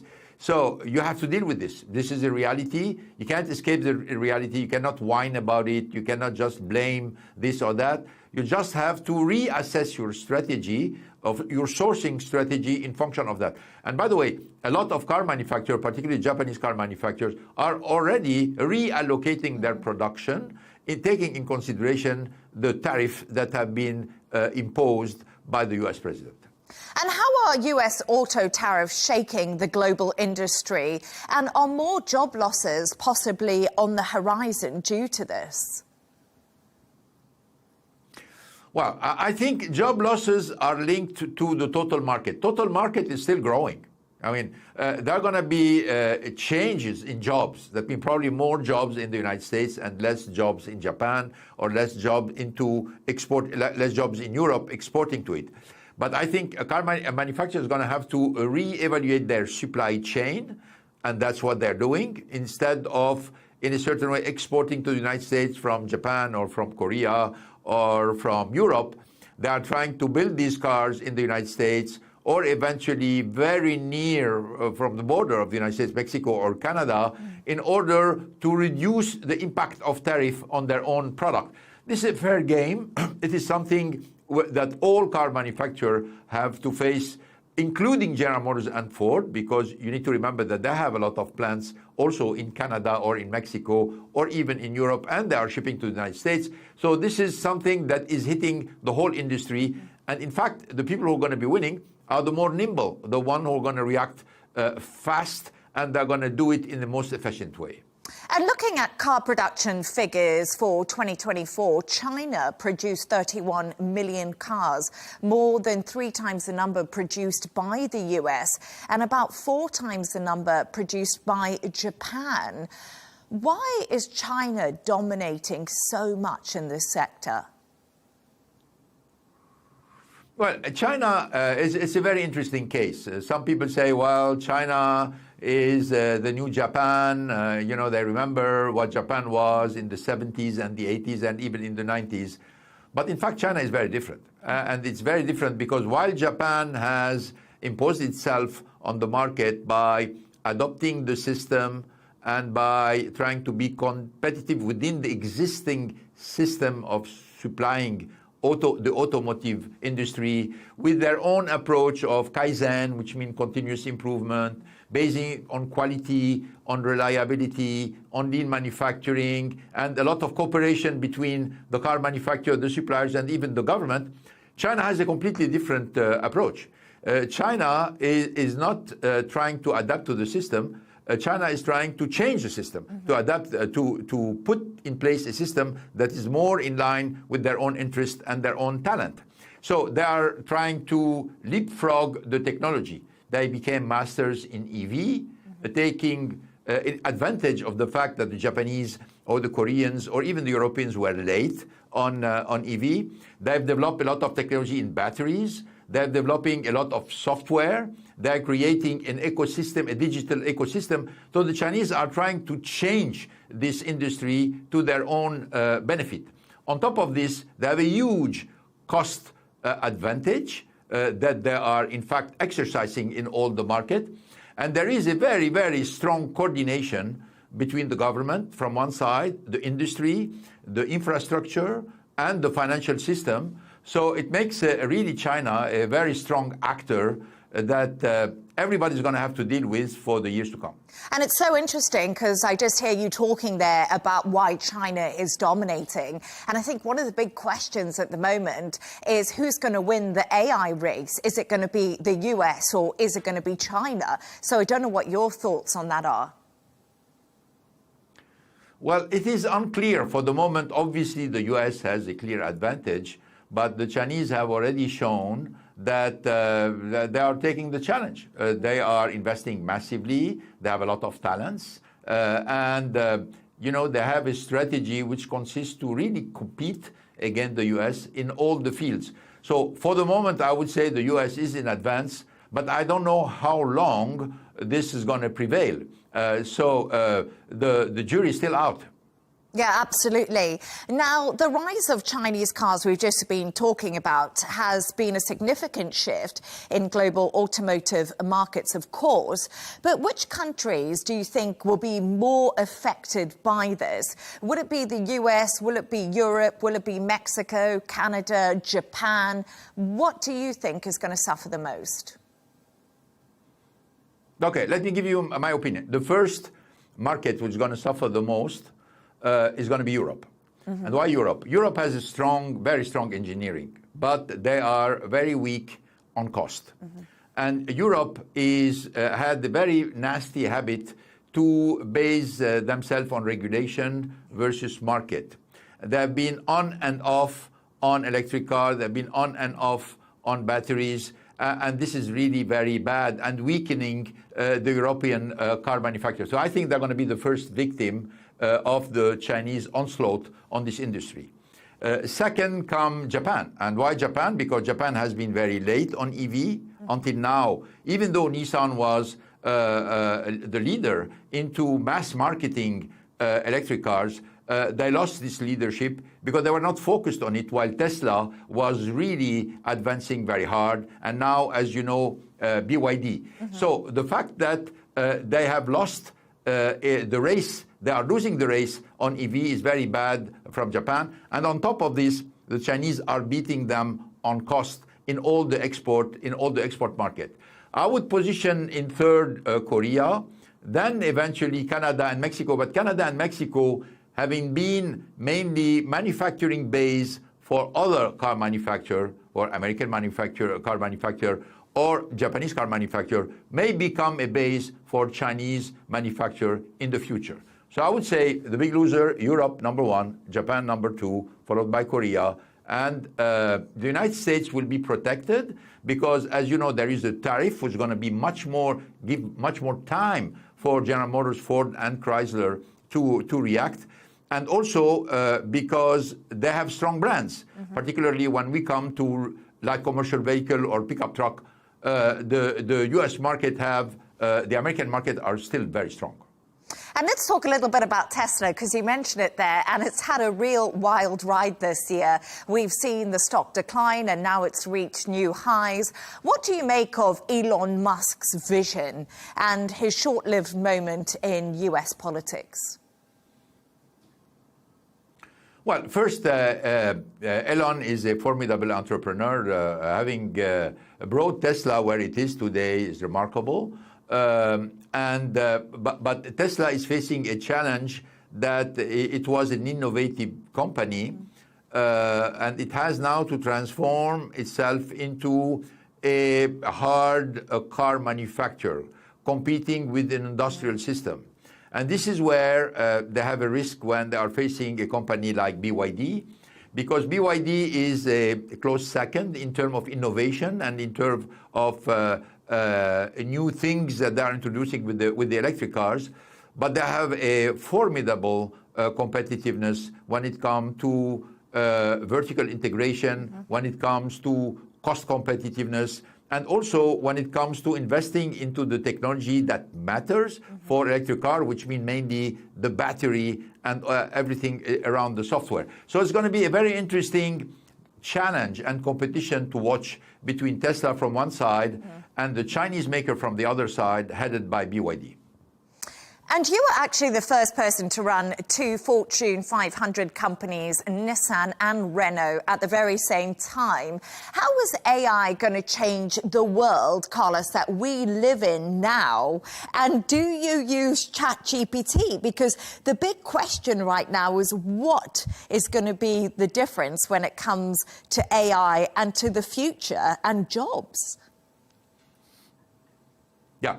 Well, first, I think, yes, obviously AI is going to take a lot of jobs away, but at the same time, it's going to create a lot of jobs on the side. This is a story that we have seen many times. This time it's much more radical, but I'm not very pessimistic about the jobs evolution. I think the job evolution is going to find its way through new technology, new discovery, new needs that AI is going to facilitate. What AI is going to change in terms of management is it's going to empower managers. That means today, the AI tool is going to allow people which are in management jobs to really have a much better decision-making, much better data in order to make these decisions, and frankly, a kind of sparring partner with which they can discuss. Obviously, the manager is going to always have to ask a question. He has to, at the end of the day, shape the strategy. So in my opinion, it's all positive in terms of management company and in terms of executive suites. But there's going to be some kind of job destruction from one side and a lot of job creation from the other side. And you know something? I was just going to ask you a question. Do you think that there will be a driver's license in the future when we look to somewhere like 2050, let's say? Because driverless cars are really becoming a thing, but they're not widely used at the moment. So do you think someone like me eventually won't need to have a driver's license? Yeah, you know, we have already a hard time making a provision for 2030, so you can imagine 2050, we are here in speculation. But let me give you my opinion. I think, yes, you will continue to need the driver license. Now, the driver license is not going to test what it used to test you in the past. It's going to be something very, very new, because even if you are into a robot taxi or in a completely autonomous car, you're going to have to be inside, or you're going to have somebody's going to have to own this product on the market. You have a problem of liability. So driving license or owning a car like this is going to require some tests to make sure that you're going to act safely and within the normal responsibility that everybody who owns a car needs to demonstrate. I actually went to see one of those autonomous vehicles here in Dubai. They're absolutely fascinating, I must say that. But I still think, like you say, a driver's license is needed. And just another question looking to the future. And I want to talk a little bit about traditional fiat currencies. Do you think they'll still dominate?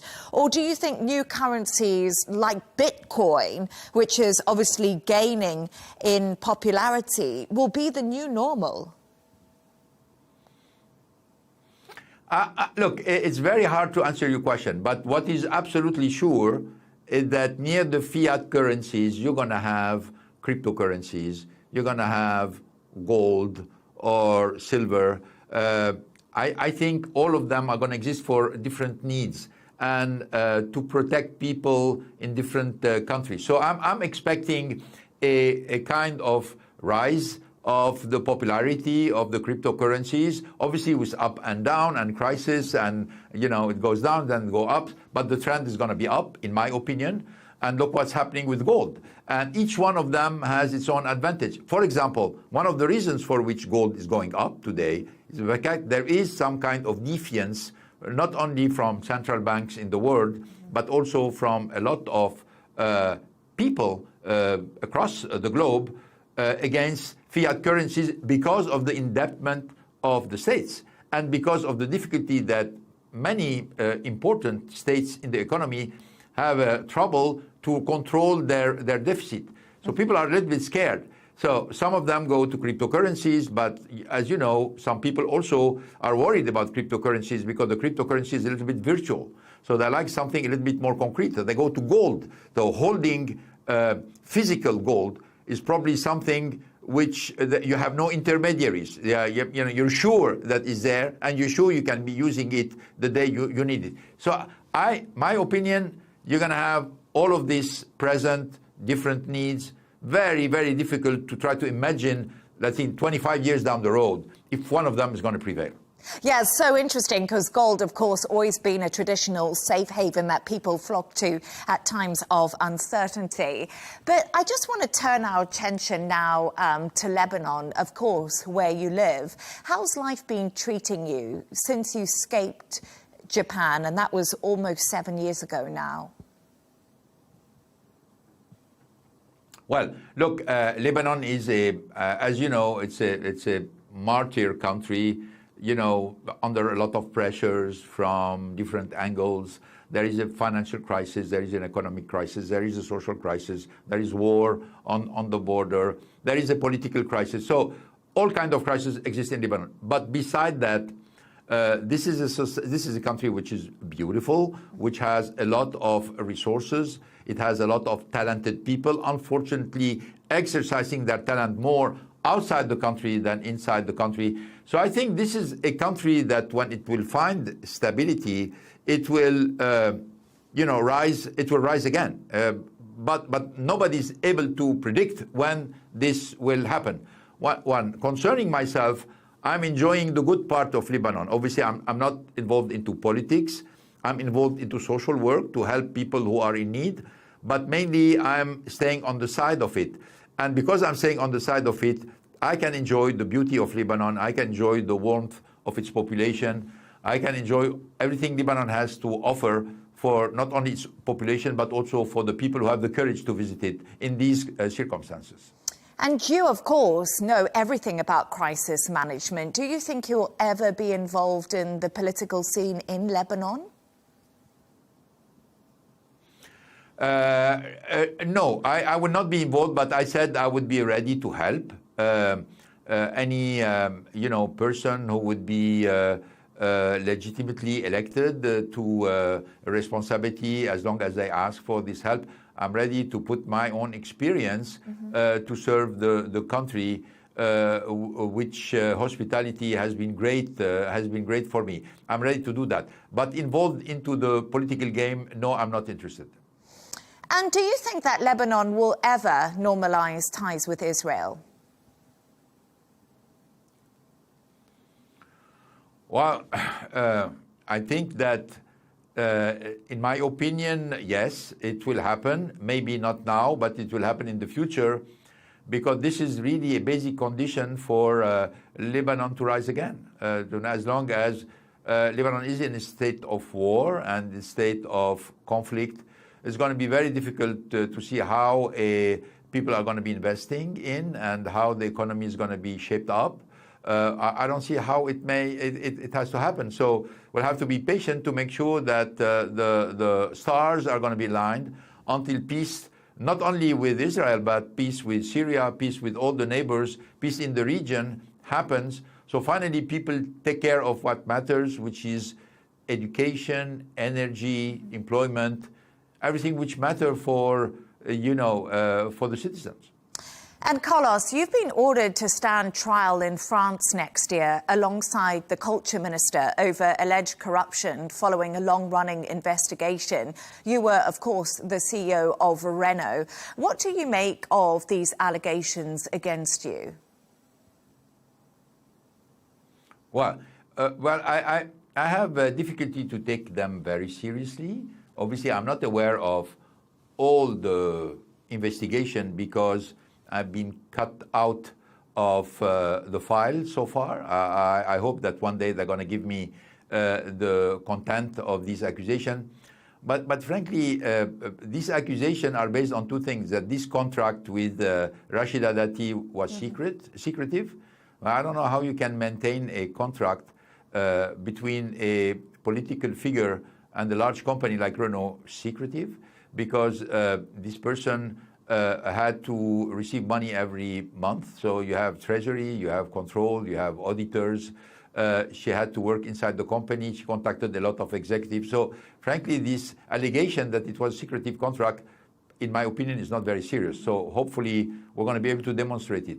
The second one is they said that she was lobbying on behalf of Renault for the European in the European Commission. She was a House representative of Europe, and there are 500 of them. And frankly, we didn't need one member between 500 to lobby for Renault. I was, I remind you, the head of the ACEA, which is the association of all the car manufacturers in Europe. So I had the European Commissioner directly online whenever I needed something. So it doesn't stand too much. And then the last thing is, whenever there is a crime, there is a benefit. So I was asking a very simple question. What was my benefit? If somebody benefited from these so-called crimes or alleged crimes, it's Renault. So how come that Renault is not in the box of the suspects or the accused, and I am dragged into this? The whole thing is very difficult to understand, but let's wait for the trial to see how this is going to be ending up. I think common sense will prevail, and I'm not very worried. So you're denying the allegations against you, and you won't be going back for the trial, I'm guessing? Well, I analyze the allegation. Usually when you're being accused of something, you have to analyze them to see if there is anything substantial or anything that makes sense. And frankly, from what I know, everything I analyze, in my opinion, doesn't stand a real analysis that hopefully will be made by the judge. But let's wait and see. So, Carlos, you are now effectively exiled to Lebanon thanks to an Interpol red notice seeking your arrest. And I always wonder, and a question I would like to ask you, do you feel like you are the victim, or do you feel like you're a villain? What do you think? But this is an easy question to answer. I'm a victim. I've said it from the beginning for 7 years. I'm not saying I'm a victim, but I'm illustrating it with facts and illustrating it with data. I'm illustrating it with witnesses. I'm talking a lot about this case. Obviously, not a lot of people are interested today. They are more interested into what I can give in terms of management and in terms of experience. But this case is going to have to be dealt with the legal system in France. Without any doubt, I was victim of a plot. I can demonstrate it, and hopefully somebody not only will listen to it, but also will be able to make a decision on it. And your future, you know, tell me a little bit of where you see yourself in the next 5 years. Do you think you'll still be in Lebanon? You're talking about people interested in your management skills. What are the future plans for you, Carlos Ghosn? Look, that means my life in Lebanon, I'm happy with my life in Lebanon today. Obviously, I have a lot of opportunities to help and support a lot of people. Unfortunately, these opportunities are being handicapped by the fact that I cannot leave the country. And I cannot leave the country essentially because the Interpol red notice that you mentioned has been asked by Japan, and Japan is not going to release it because Japan usually after a red notice, because you are in a country which do not extradite their citizen, which by the way is not only the case of Lebanon, it's also the case of France or the case of Brazil, and I'm citizen of the 3 countries. Usually if you're really looking for justice, you transfer your file to the country where you are based in order to justice to be rendered. Well, a Japanese legal system dubbed by the United Nations hostage justice system is not going to do that, because if they do that and we really defend it in front of an objective justice system, they may lose face. So I have to look for other means to get rid of this red notice, because I don't think a Japanese authority is going to be releasing it soon. Carlos Ghosn, it was a pleasure to speak to you. Thank you so much for your time with me today. Thank you.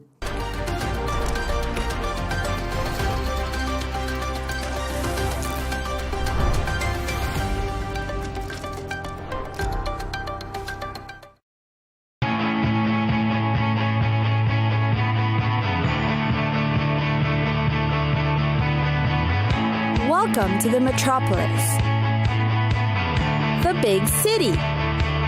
This is where tech, trends, and culture meet. Meet the people. See the sights. Walk the city streets. And experience the lifestyle.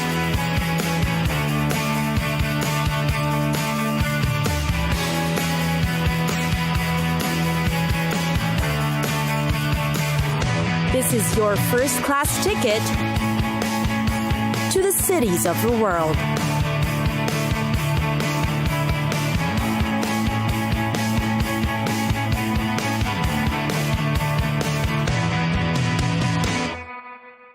Istanbul, definitely a glory of the world. Istanbul bridges 2 continents, marries civilizations that highlights the best of the Roman, Byzantine, and Ottoman empires. Take a look and see. Perhaps the most popular among tourists is taking the Bosphorus cruise in Istanbul. They say a trip to the city won't be complete without taking this route. It provides a majestic overview of the city, taking both European and Asian shores. You'll see century-old places and mansions to marvel at. There are also several options of cruises to take for your convenience. The Hagia Sophia is definitely a sight to see too. It's a splendid church-turned-mosque-turned-museum that's considered one of the world's greatest architectural treasures. Also head over to the Archaeology Museum in Istanbul. It is considered one of the city's hidden gems, displaying one of the world's richest collections of classical antiquities. Here, you'll find the marvelous sarcophagus of Alexander the Great, depicting important phases of his life, the blue-tiled Karaman Marab, the beautiful tiled pavilion, and the Treaty of Kadesh, which is known as the world's earliest surviving peace treaty. When it comes to shopping, Istanbul has its Grand Bazaar. You can go bargain hunting to your heart's delight. It is over 500 years old, but still one of the largest covered bazaars in the world. Locals visit the place every day to shop and bargain like pros. The Grand Bazaar is also known for its carpets, leather, ceramic, jewelry, plus souvenirs you can bring home. Not to be missed are the local markets that will allow you a taste of different cultures of continents. Turkey's kitchen is in fact known to be the richest of all. Their dishes are known to be made with only fresh produce. Plus, you can buy the ingredients firsthand at the local markets. Then, of course, you can't miss the Galata Tower. It is one other way to see the best of the city.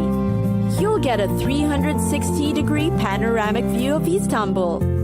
Its very high tower also has a restaurant and cafe for you to dine in at the 9th floor. Feel free to enjoy the view and the food too. Definitely a great way to see, experience, and absorb the beauty that is Istanbul.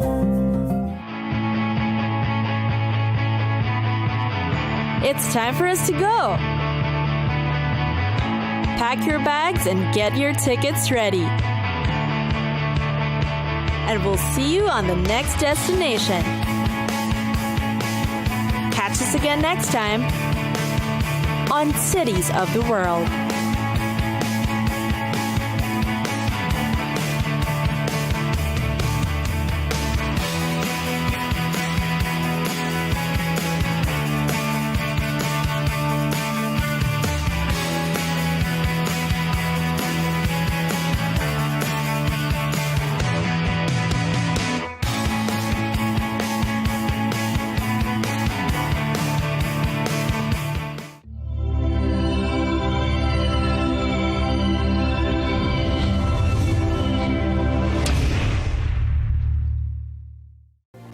Civilizational collapse, identity erasure, and democratic erosion. Is Europe really as bad as Donald Trump says? The White House has taken aim at its transatlantic allies, accusing EU leaders of letting migration threaten Europe's very existence. Will the US and EU go from friend to foe? I'm Melinda Nucifora. That debate coming up soon on Counterpoints.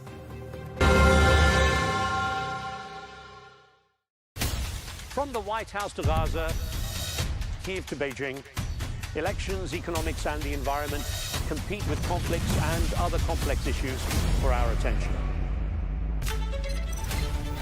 In an age of fake news, deepfake and artificial intelligence, they've got to have a vote and a say. It's important to look beyond the loudest voice to understand the truth. From newsmakers to groundbreakers, my campaign is going very well. Presidents, prime ministers, princes and peacemakers, and cultural tastemakers. As Arabs, as Middle Eastern, we're too emotional. Join me on The Riz Khan Show for empowering conversation.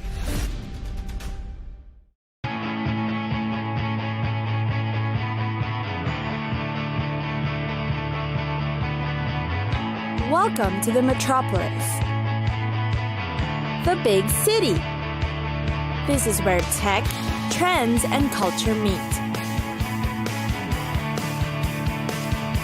Meet the people. See the sights. Walk the city streets. And experience the lifestyle.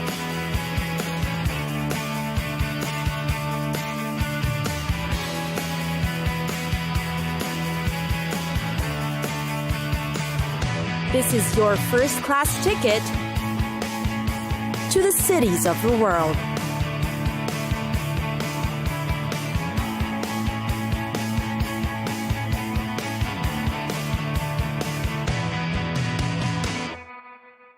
Luxor, the famous city of Luxor, Egypt. On the outside, the city is admittedly not all that charming. So what is it that will make you visit the city, with its scorching hot weather and dust-choking streets? Dare to explore deeper into the sun and sand to find its hidden gems. Egyptian sites, monuments, tombs, and temples. Amid the ancient sites are modern attractions as well. First is the Temple of Karnak. It's a massive ancient site that has several different temples that are dedicated to specific gods. The hypostyle hall is a pinnacle part of this temple. The pillars, so grand, will make you feel like you're in the middle of a canyon with cliffs surrounding you.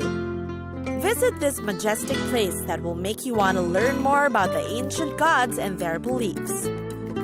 Next is the Temple of Luxor, a rather easily accessible place right at the center of town.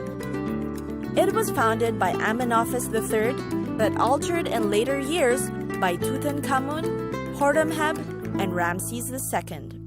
The secret is to pay a visit at night, as you will see the illuminated yellow lights that paint nicely on the ruins and statues. It's a calm and curious place to sit by and hang out, or watch the people or little children playing. There's also the Luxor Museum, another breathtaking tourist spot. It houses some of the most important relics collected from temples and tombs around Luxor. The Valley of the Kings is also worth the trip. You can access it from across the Nile from Luxor. It's tucked beneath a barren mountain, and you will see its top like a triangular pyramid. The valley is hollowed out like an anthill. Buried beneath it are some of the most legendary pharaohs of ancient Egypt. It is considered a sacred place that secures and ensures eternal life. You will surely be amazed at the relics, reliefs, hieroglyphics, and spells plastered on the walls and carved into the stones. Nearby is the Valley of the Queens. The place has been hailed as the resting place of royal family members and relatives. It is where princes, royal children, and of course, queens are represented. And then there's Deir al-Bahri. It is the mortuary temple of Queen Hatshepsut, the only female pharaoh to rule Egypt. Its interiors are quite deteriorated, but the view of its facade, with its multiple terraces and colonnades, is impressive. Indeed, a visit to Luxor gives you a dose of heavy history and a culture you won't have in any other city.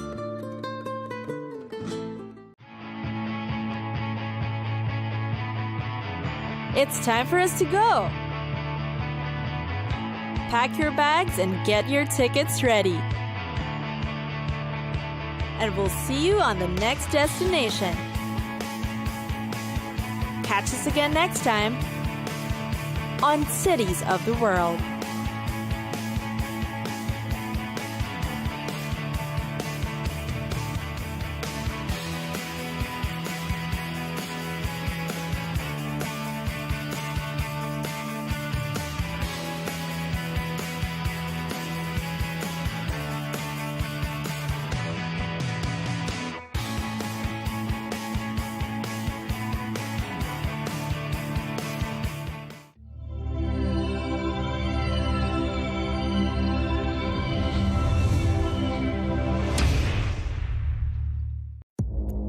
Our allies, in many cases, are worse than our enemies. Stay informed and connected with the latest international headlines. There obviously is a risk. From breaking news to in-depth analysis, it would appear that this war is coming to an end. Who buys this stuff? Investors, pension funds. we deliver the most important developments straight to your screen. Iran always wanted to deal with militia. Join us for compelling, expert-driven conversations. A curfew order has been established. And an insightful look at the issues shaping our world today. There are a lot of proposals about European architecture for security. I'm Leigh Ann Gerrans, and this is W News. We dealt with this when I was Chief of Staff in the first term. Where you don't just hear the headlines, you get the full story. Civilizational collapse, identity erasure, and democratic erosion. Is Europe really as bad as Donald Trump says? The White House has taken aim at its transatlantic allies, accusing EU leaders of letting migration threaten Europe's very existence. Will the US and the EU go from friend to foe? I'm Melinda Nucifora. You're watching Counterpoints.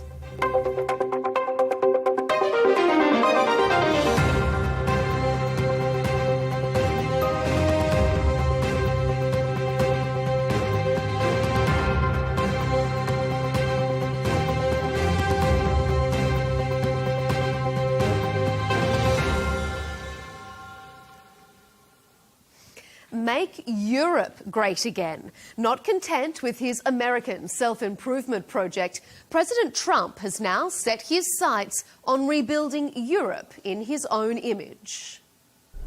I run the United States. I don't want to run Europe. I'm involved in Europe very much. Like you endorse NATO candidates? calls me daddy. I mean, I have a lot to say about it. NATO calls me daddy. He may not want to run Europe, but it certainly sounds like he wants to parent them. A new White House national security document codifies the criticism levelled by Vice President J.D. Vance back in February. It reprimands EU leaders, calling the bloc a decaying group of nations led by weak people. Keeps going the way it's going. Europe will not be, in my opinion, many of those countries will not be viable countries any longer. The president even suggested the US should cultivate resistance to the EU in upcoming elections.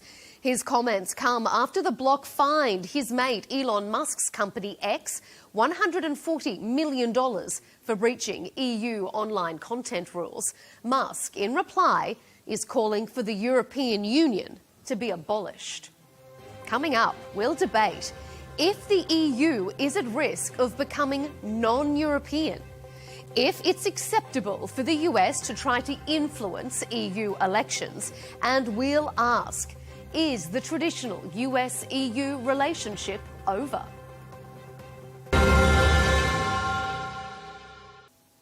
Joining us for the debate, Christian Tybring-Gjedde, a Norwegian MP with a 20-year political career in Parliament. For the last 12 of those, he's been a member of its Foreign Affairs and Defence Committee.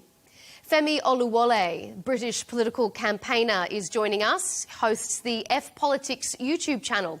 And coming to us from the United States is Will Chamberlain, Senior Counsel at the Article 3 Project. Gentlemen, thanks for being here on Counterpoints. The Trump administration's national security strategy, published back in early December, suggests that Europe is heading for, and I quote, civilizational erasure. This isn't the first time the White House has lashed out at Europe, but it is the first time it's been codified in such an explicit way. A lot of its criticism reflects Trump's domestic agenda. He highlights what he sees as the negative impact of immigration on Europe and the erosion of national security. Christian, let's start with you first. Is migration resulting in a cultural erasure in Europe, as President Trump has called it? Partially, yes. I think there's been a very large immigration to Europe the last 20, 30 years. And we see now the cultural challenges. Many people thought that with different cultures there will be a melting pot in each nation, that we all change and we have one happy family living together. What we see now is that the different cultures are going to different places. They're separating and not being a part of the big community in each nation. And I think that's a big challenge because now there are so many immigrants that the different national cultures are difficult to continue like it did a few years back. Femi, is that melting pot failing? I'll just be curious about to ask Alex, what elements of Norwegian culture have been erased by immigrants? What cultural touchstones would you say have now gone because of immigrants? The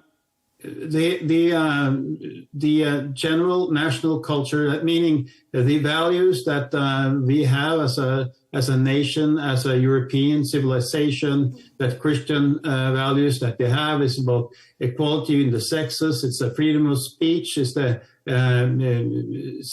how we treat women, how we treat our children. There are different aspects here that is difficult for us to accept.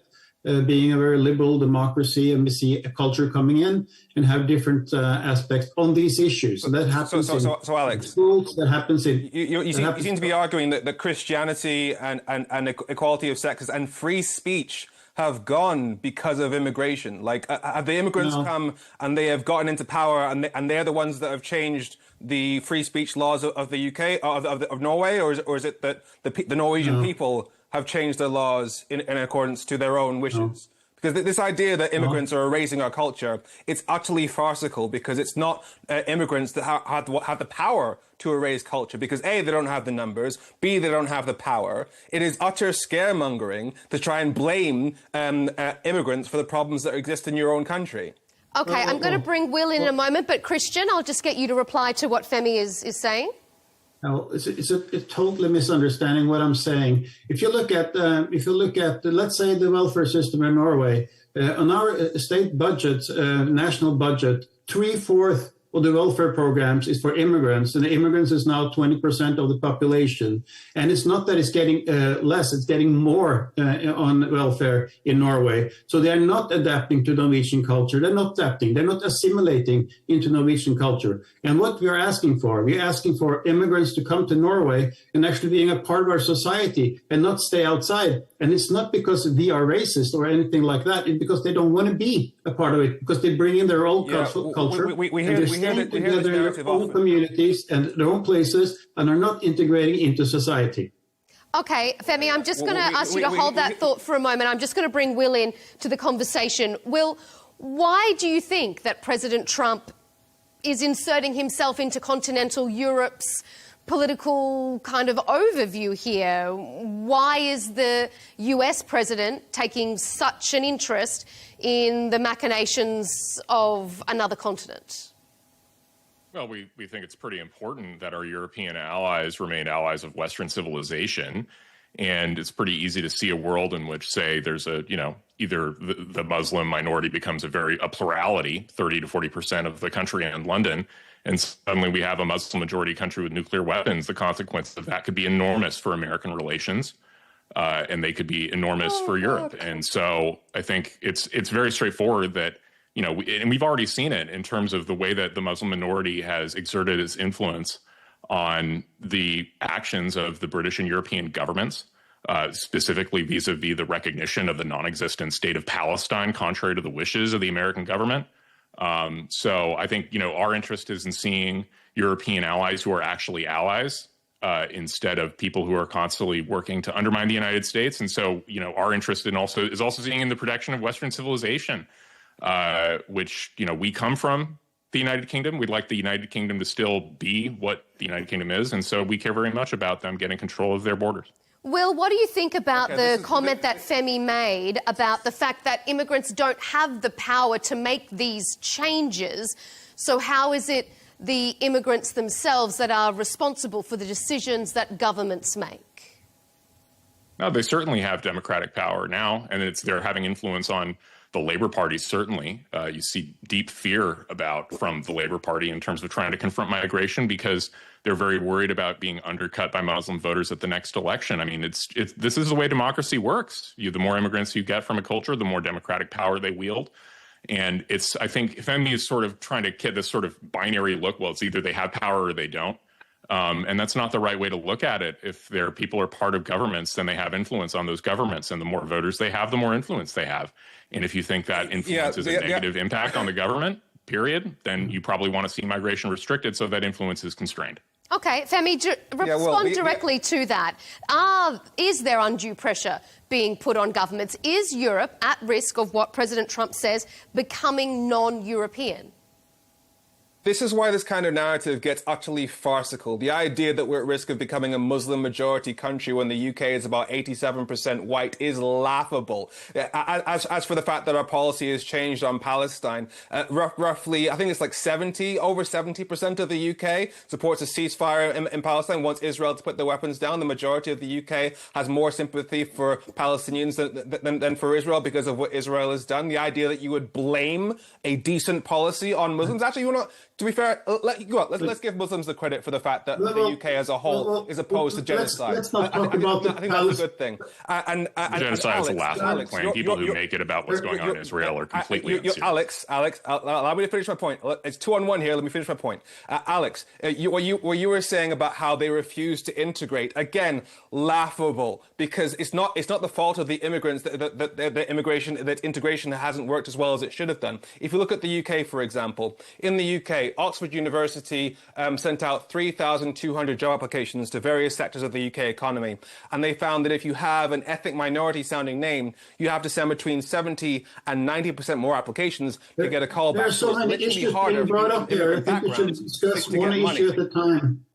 So it's hard. So it's harder for minorities to get jobs, to get money, in order to afford to live in the richer, whiter areas. Also, directly when it comes to accommodation, Generation Rent, a housing charity, they found that if you have a black-sounding name, you're 37% less likely to receive a positive response when you're applying for landlords to find a place to live. So it's not the choice of the immigrants where they get to live; it's the choice of the people that actually have the power, namely the white majority country they've moved to.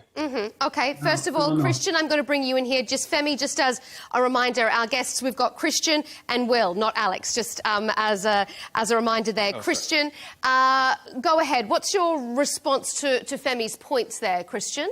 Well, you take note of the statistics. You have to look at what's going down, what's the starting point. The education in Norway, the education system in Norway is very inclusive. It's all adapted to immigrants coming to Norway. Still, we see that the community of immigrants are not doing well in school. They're not doing the schoolwork. They don't have the parents that tell them to do the schoolwork. This is how it started. When the parents are not trying to be a part of their young children, doing homework, for example, joining in different school activities, they're not following up their children at schooling and at different sports arrangements. It starts there. That's where the problem with the disintegration starts. It's not about percentages that lives in a nice area or not. Because if you're a private business and you're saying that you're not going to be accepted if you have a name that is different than from the majority, that makes no sense, because a business would like to make money. So they will hire the person that can create most money for the company. They don't care if you're from China or Africa or wherever you're from. If you make money for the company, they're going to hire you. True. And the Norwegian government, you even have people being, if you have to speak one at a time, it's easier. You even have programs that let immigrants in, even though they're not qualified to be there. And also, if you look at another part of Norway, the crime rate is incredibly high. And why is it that the immigrants come to Norway for free with two empty hands, and they're still becoming many of them becomes criminals in Norway? And there's no reason for that. They have all the opportunities. They have the money. They have the welfare, free schooling, free healthcare, and they have all the benefits, but still they're not adapting to Norwegian culture and get integrated in Norway. Christian, this is where you lose. The moment you start to say things like ignore the statistics, you lose the argument. That's why when you start having to argue against what I've said, saying that, employers aren't discriminating against people based on their ethnic background, when I've just shown you the facts show that is true. Oxford University they did an experiment. They sent out 3,200 job applications to various sectors of the UK economy. It is a proven fact in the UK that your ability to get money, get a job, passes through a filter of racism. You saying things like ignore the statistics just shows that your ideology is divorced from reality. Femi, what do you make, though, of Christian's point, his assertion, that there's a lack of integration? In terms of a lack of integration, again, who has the power to control how much integration there is? It's not the immigrants who come to the country, because they don't have the power.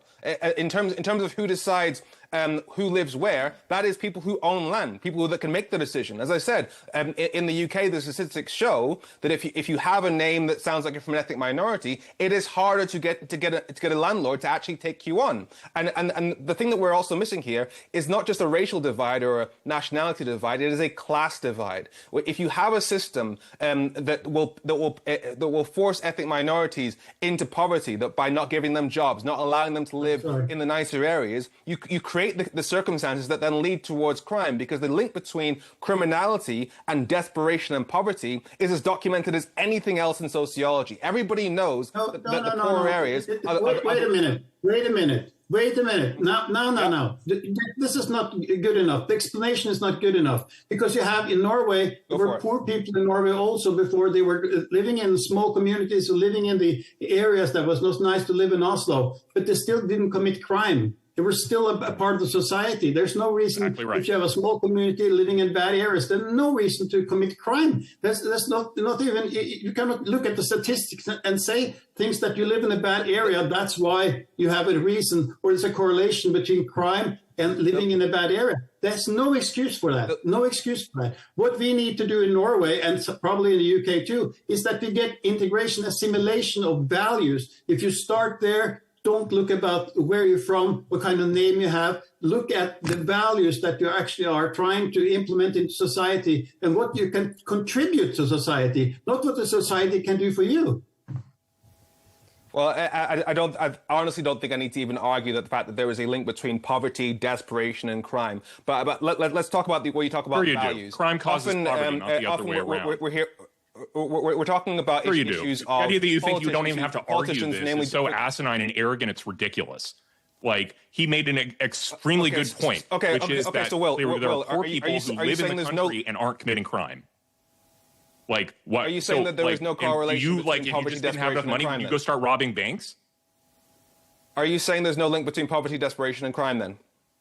I'm saying you have to establish it. I think that the actually no. Are you saying there's no link living in a high crime area causes poverty because you can't focus on it, but rather that, like, the idea that, again, would you personally go rob banks if you suddenly had no money in your bank account, or would you get a job? I asserted that there is a link between poverty, desperation, and crime. You are saying that I'm ridiculous for saying that I don't need to prove that. You can't answer the argument. You can't answer at all. You're saying he doesn't have an argument, but you can't answer anything, which is the most basic point about human psychology, that if it's rather than assuming it's poverty that causes crime, maybe it's bad morals that cause crime. So I suggested that between poverty, desperation, and crime. Are you maintaining, in order for us to move past this point, are you maintaining that there isn't a link? There might be a slight one. I'm not sure exactly what it is. Okay, so you admit that there's a link. So what are we? Okay, all right. Let's let Femi respond to that response that you've given. That you say that there is no link. Femi, you respond. Christian and Will. Then I have individual questions for you. Femi, just briefly, what's your response if Will's saying that, and Christian, that there is no link? Anybody that. Femi, go ahead. Yeah, that's not my argument. Sorry, if your argument isn't that there isn't a link between poverty, desperation, and crime, then what are we even talking about here? I said that, and then you. The argument is that the link is trivial in comparison to individual morals. Yeah, it's very easy if you're rich to say, well, you morally disgusting people who choose to commit crimes even though you're in poverty. Well, then again, I ask you the exact same question: if you were poor, would you rob a bank? Yes or no? I couldn't tell you if I was in absolute poverty. Know? If I was in absolute poverty, you should be deported. If I was in absolute poverty, you don't know. And I had children that you shouldn't rob a bank. It's immoral. Why would you rob a bank? Okay. The idea. Have you ever been in poverty, my friend? Personally, no. But I'm pretty confident under any circumstances that I would never rob a bank because it's wrong. Bank's money is not mine. It is very easy for somebody who has never experienced poverty to say that they would act in complete morality when put in a situation of desperation. It's very easy for you to do that. I think it's pretty easy to say I wouldn't steal from other people. Okay, I'm just going to turn us back to the point at hand, just because I need to make sure we cover our topics before we run out of time. Will, I want to ask you, is European civilization so fragile that it is under threat from a minority? Is the minority more powerful than continental Europe and its long history and its long civilizations? Isn't that Europe's problem then? It's getting more and more powerful every day. I mean, look at what happened in England and Birmingham, where you have a massive Muslim minority concentrated in that area, and they managed to convince the government to completely bar the attendance of Israeli fans from a stadium. I remember the United Kingdom taking the right side in World War II and being philo-Semitic, not anti-Semitic, but all of a sudden we have a concentrated minority of Muslims in a city, and they're able to bar the attendance of, essentially the fans of the Jewish state from coming into their city. I mean, that's wild. And that's just one. There's a bazillion examples. I mean, I'm sure Christian has plenty of more from what integration looks like in Norway. Again, if you increase the proportion of immigrants, you get increasing political power. That's the way it works, especially in parliamentary democracies. Where, just to point out, in that example you gave there, Will, that wasn't Muslims forcing the government to do it. It was an independent police decision due to a public law and order threat. So I don't agree with that. The idea that there was independent and uninfluenced by the local MP making a big stink about it is... Okay, all right. Femi lives in Birmingham. So, Femi, give us your point of view.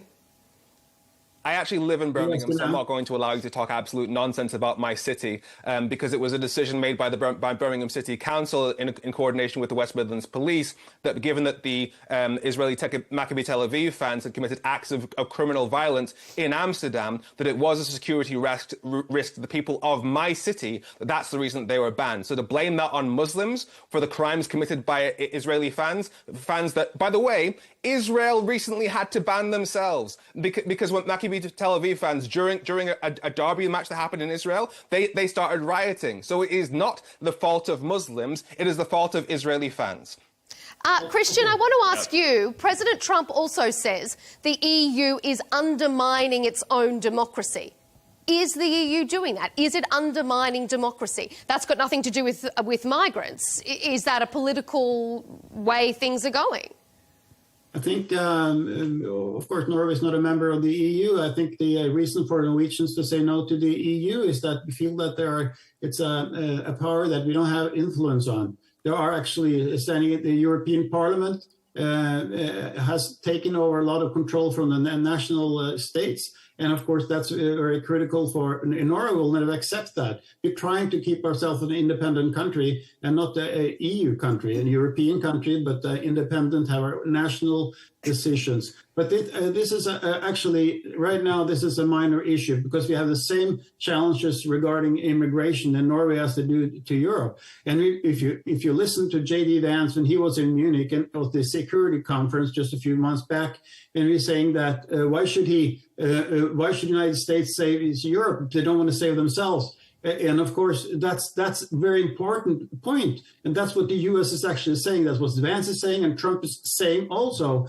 that if he is not willing to save our own country, our own nationality, our own borders, spend enough on the defense, and actually looking at immigration in critical terms, U.S. not coming to Norway and save us through NATO. And that's a big concern for us. And we need to have an immigration policy that actually is able to care of our own culture, our own national culture. Norway for 2,000 years, you have Norwegian culture. It has developed, but it has developed on Christian values. And the Christian values are different than the Muslim values. And in Oslo now, 25% of the population are Muslims, meaning that happened only in 30, 40 years. And if you look at the statistics, of course, in due time, 10, 15, 20 years from now, there will be 50% Muslim population in Oslo. So this is going to happen unless you change it. And of course, in talking about Israel and the Jews, there are 15 million Jews in the world, and they are surrounded by 1 billion Muslims, and seems to be the big problem for many people, that the Jews are 15 million people. And remember, there are very few. In Norway, there are 1,500 Jews. They still have a problem actually going out in the street and showing the signs of their faith. So this is. But, I mean, Muslims only make up less than 5% of the global population, where they're geographically spread out. I mean, why is that? That's not true. There are 1.6 billion Muslims in Sorry, in Norway. My apologies. I misspoke. I meant in Norway's population. So they're not overrunning.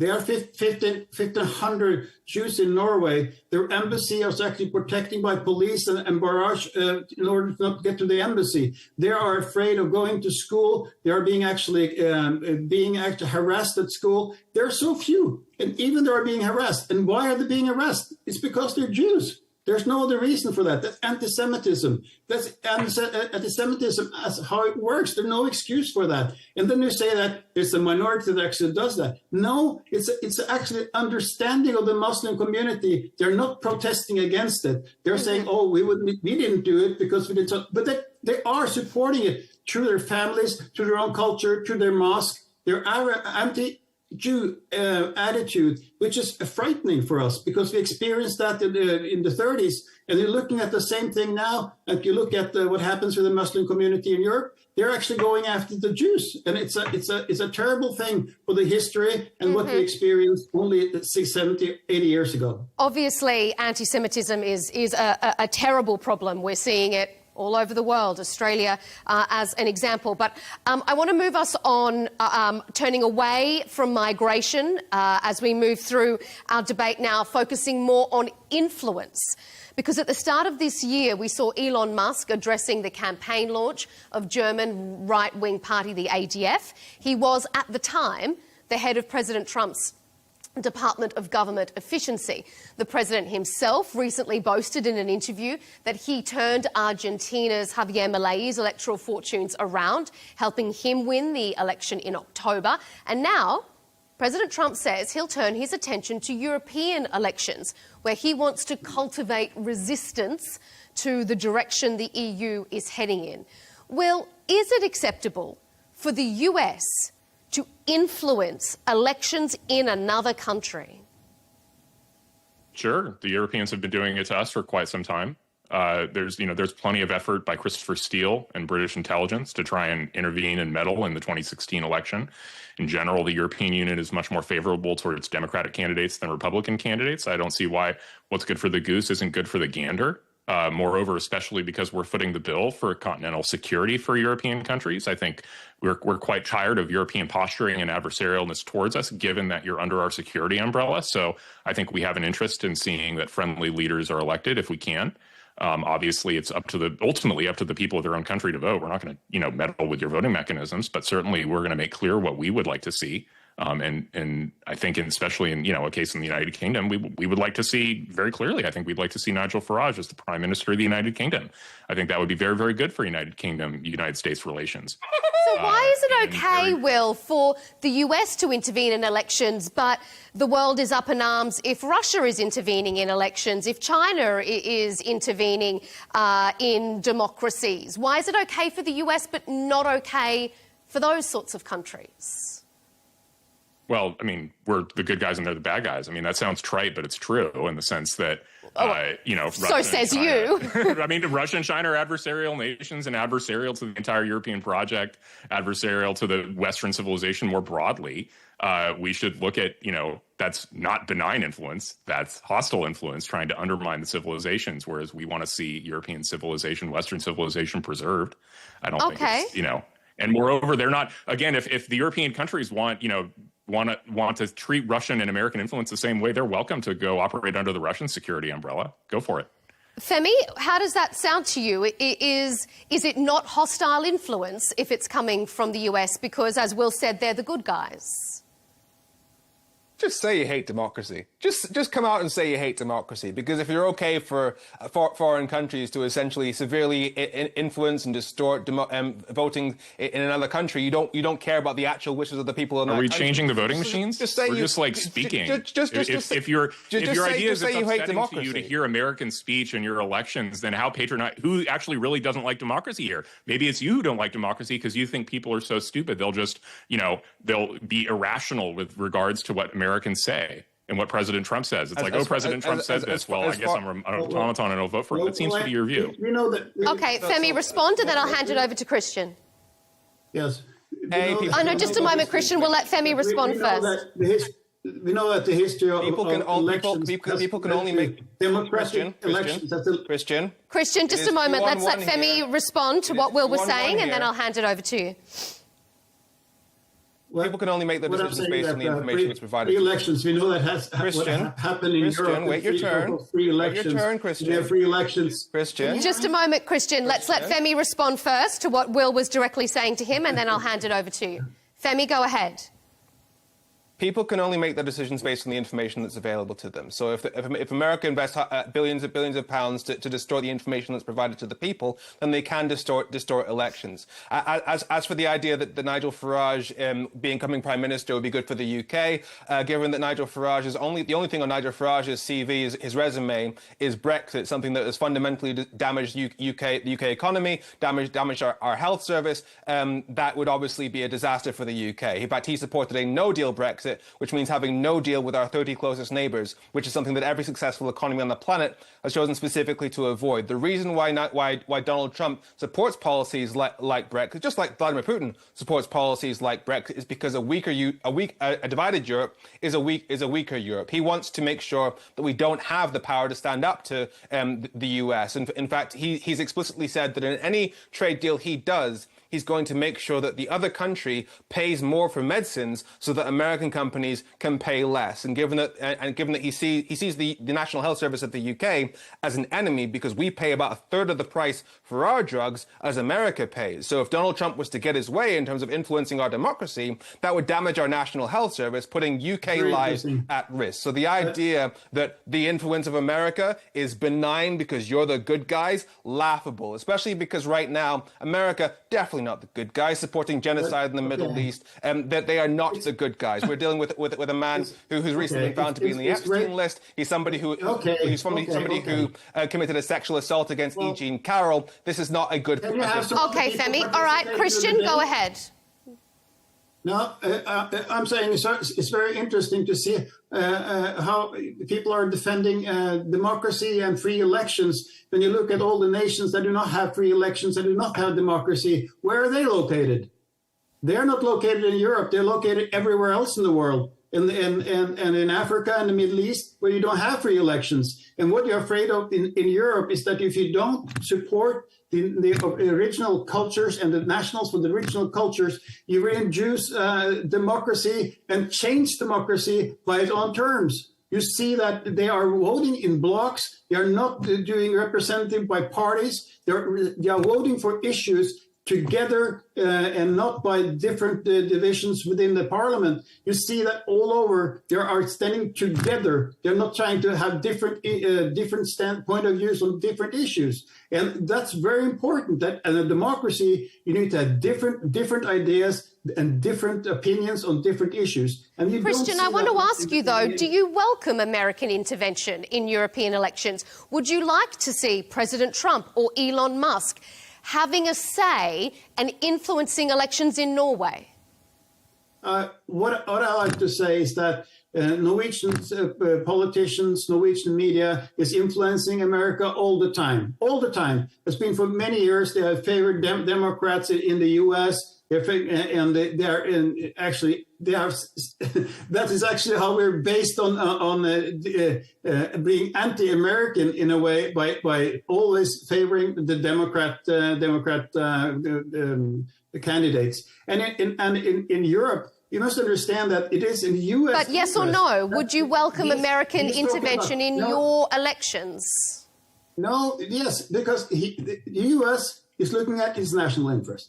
They're not looking at Europe's interest. And it is in U.S. national interest that nations are standing on their own cultures and national culture, as it was before. The experience that the U.S. has, the more diverse the European countries become, the less supportive of the U.S. they get. And that's a fact. That's just how it is. Wait. Look at one of the opponents. Look at one of the people you welcome Donald Trump's we are discussing right now. Okay, Femi? But you welcome Donald Trump's influence in Norwegian elections because Donald Trump has America's interests at heart and not Europe's interests. So you welcome the influence of somebody who doesn't have your interests at heart, and will put his own interests above those of your continent. What? I look at America's interest as Norway's interest. I look at Norway and America as two partners. I support the Republicans in the U.S., and I think it's a good thing that the Republicans in the U.S. are trying to influence the European elections. I have nothing against that. I understand that because that happens all over the world. The Russians are trying to influence our elections. They are doing that. All other tyrants is also trying to influence elections in Europe. I guess as a idea of balance, I should ask you, Christian, the question I asked Will, and because you brought up Russia, if you appreciate and you welcome US intervention or influence in Norwegian elections, do you welcome Russian influence and intervention in Norwegian elections? Or Chinese or Iranian? Of course not. Of course not. I am totally against the ideology of Putin. Against the violence that he's actually doing against Ukraine. I'm totally against Russia, but I support the U.S. because I support the values of the U.S., which is similar to European values. The Europeans came to the United States as immigrants only 200 years ago, and actually European immigrants is United States, a large part of the United States today. So it's, I mean, of course, I support that they support or understand that the Trump is trying to influence European politics. I don't like Putin to influence European politics, but I totally disagree with his ideology. Femi, is America really concerned about Europe's current trajectory out of principle, out of wanting to support these shared values, or is this a destabilizing ploy from the US? Yeah, I mean, Donald Trump wants to be able to get whatever he wants from Europe in terms of trade, in terms of access to cheaper medicines, which will ultimately undermine the European economy and European healthcare. What you were saying earlier, Christian, about values, etc. We're dealing with a man who is fundamentally anti-women. Like so many of these right-wing people, whether it's Nigel Farage, who's from a party where one of their MPs was convicted of beating his girlfriend, and two of them defended him on that point.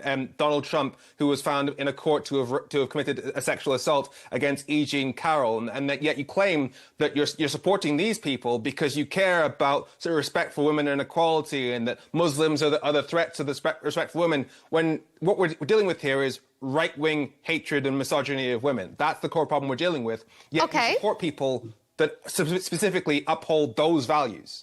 Will? Oh, I think that's just utter nonsense. Well, I mean, you can find Democrat examples, plethora of examples of Democrats being abusive of women all the time. Go to Bill Clinton going to Epstein's Island. And unlike Donald Trump, Bill Clinton actually had a very close relationship with Jeffrey Epstein.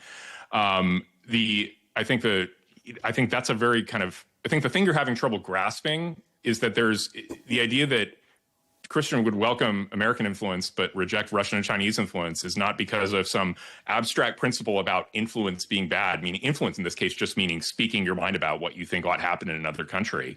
It's a pro-civilizational alliance between the Republican Party in America and patriotic parties throughout Europe that are trying to reclaim their sovereignty and reassert control over their borders. We think that's normatively good. And so if America is exerting its influence to achieve these normatively good outcomes, then all the better. And Russia and China are not trying to achieve those outcomes. They're trying to achieve outcomes that are bad for European countries and bad for the United States because they're our adversaries. So we would reject their influence and want to see it minimized. Will, let me put this question to you that I asked to Femi. Is America really concerned about Europe's current trajectory out of principle, or is a weaker Europe better for the US because maybe that makes trade more favourable for the president? He's a deal maker. Is it easier to make deals with a weaker continent? I mean, I think we want our individual partners to be strong, and I think this is why we've encouraged. I mean, if we were trying to weaken European countries and European strength, we wouldn't be asking NATO and NATO countries to spend more of their money on their military budget. We'd prefer, we could have you all be vassals and not have a military at all, but that's not what we want. We'd like you to be partners in that respect. We also want the individual European countries to maintain their cultural identities, maintain their civilizations. We think that's good.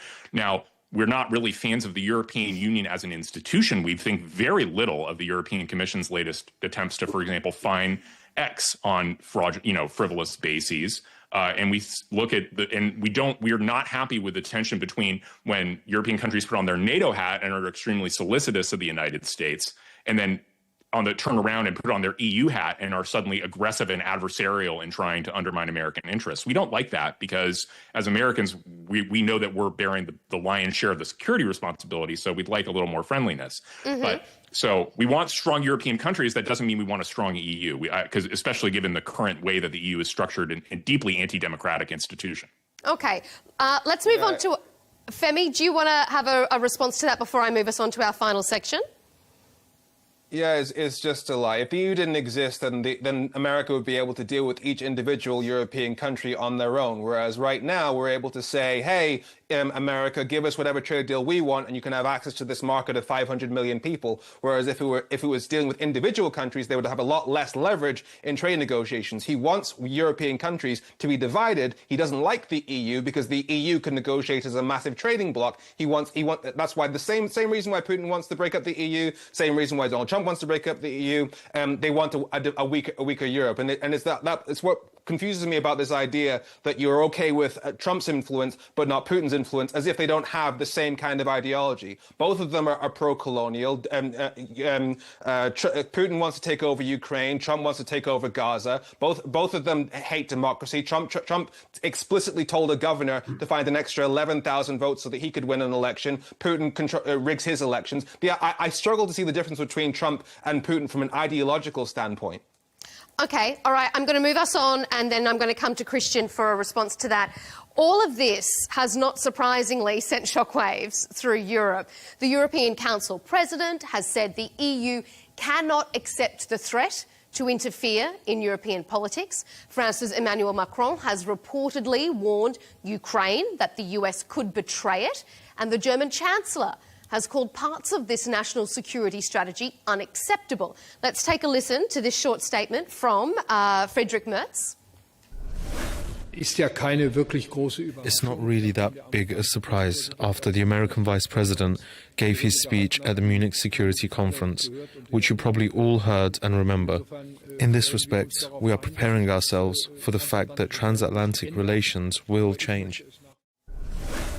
Christian, even though you may welcome US influence in Europe at the moment, by and large, it's not being welcomed. Is the traditional US-EU relationship over? Well, I hope not, but I understand Trump's point of view here.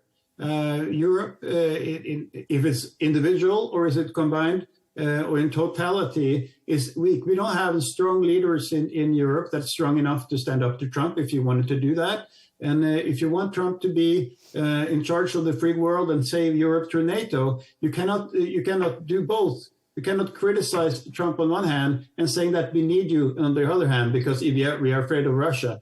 If Trump has that leverage to actually tell Europeans what to do, in some cases, we either say, yes, we will do it, or we say that we will save our own nations through our own defense. Our own security could be our own matters. We are not able to do it. We need United States. In order to do that, you have some trade issues. I would like to have favorable trade policies towards the U.S. It's a trade-off. And if you say that, okay, we don't accept that, then the Trump is saying, well, then we will not protect you or protect NATO. And it makes total sense. And of course, he's trying to be a businessman. He's trying to make the best for America. He's trying to make America great again. And of course, that's why he wants to have tariffs. He wants to have good trade terms. He wants to buy U.S. weapons. That's his job. And if he has the leverage, is he strong enough to tell Europeans to do that? Of course he will do that. And if he deals with the weak leaders, he will say, well, stand up to me and spend money on your own defense, your own security, or don't change your demographics in your country day by day, making it weaker and telling the United States to defend you. I totally understand what Trump is saying and the United States is saying. And I think Europe is weak and we're not able to act either together or individually. And then again, we have a demographics working against us. It's going to be very difficult for Europe to stay together and very difficult for each individual nations to stay together, how this develops. If you look 10 years from now, 20 years from now, it's going to be very difficult. It's difficult now. It's going to be worse. Femi, is the US and EU relationship over? Are they now adversaries, not allies? Well, I think while Trump is in the White House, I don't think things are going to ever be okay because his intentions are clearly not to look to support the actual the well-being of any European country. He doesn't care. He's just doing whatever he can for his own interests. And I think one point that's missing from this, especially given the direction that's been pushed, and when you talk about why is so much immigration happening, you talk about demographics and us being weak, skill issue. Like these people like Donald Trump, these people like and Nigel Farage, these hardcore right-wingers, they keep pushing policies that make working class people poorer. For example, Brexit made working class people significantly poorer in the UK, and it's one of the reasons that we're not having enough kids. Like often these right-wing people, they talk about how we're being replaced and blah blah blah. But you create the situation where European countries simply young generations like young Gen Zs, millennials can't afford to have kids. And therefore, we end up relying on more immigration. But that issue is being created by your right-wing policies, whether it's Nigel Farage or the extreme capitalism in America. Nonsense. But what you're arguing there is actually wrong. In Norway, you have welfare up our ears. And you can have as many children as you want, and you get welfare from the government. But still, they're not giving birth to enough children in Norway. So it's not about money. You're talking about money and you're talking about statistics. We're talking about facts here. If you look out of the window, you see changes in Oslo all the time. And you see that the different communities are sticking together. They're not trying to melt the melting pot. That was the idea about immigration. They came with two empty hands from all over the world. They came to Norway, in my case, and there was supposed to be a melting pot that we all stick together with our values. They adapt to the Norwegian culture. They came to Norway, but now they are actually sticking to their own culture, also in Norway. Again, Muslims make up 5% of your country, and you're blaming them for all your problems. Skill issue. 25%. 25%. Will, I want in Oslo, yes, but in your country, no. Will, you jumped in there and said nonsense before. I want to bring you back in. You also said you're not a big fan of the European Union. Do you consider the EU as a bloc to be an adversary of the United States? I don't consider the countries of the EU to be an adversary. I think that the EU as an institution is becoming increasingly adversarial to the United States. I think that's what's demonstrated by the European Commission's fine against American companies. I mean, I think they were having some talk about becoming a regulatory superpower, which is really embarrassing when you think about it. I mean, the idea that your superpower would not be your economic might or your ability to produce or innovate new things, but rather to regulate American companies and extract fines from them is not impressive as a bloc, and I don't think they should do it. To answer Femi's broader point about this sort of like the idea that it's a skill issue, that right-wing parties' policies are responsible for immiserating right-wing people. In the United Kingdom specifically, Nigel Farage put in place Brexit, but it's Boris Johnson that implemented the Boris wave and massively increased immigration into the United Kingdom of people who are not economically net productive and who are extracting more in benefits from the state than they were producing. That's why things are worse in Britain. The social strain on social services is enormous. And we've already seen things in the United States, things are actually dramatically improving in a lot of places. The fisc is improving because of President Trump's immigration policies, and we're seeing massive amounts of self-deportation, finally a decrease in net migration in the United States, the first time that's happened in 50 years or something like that, and things are improving dramatically here.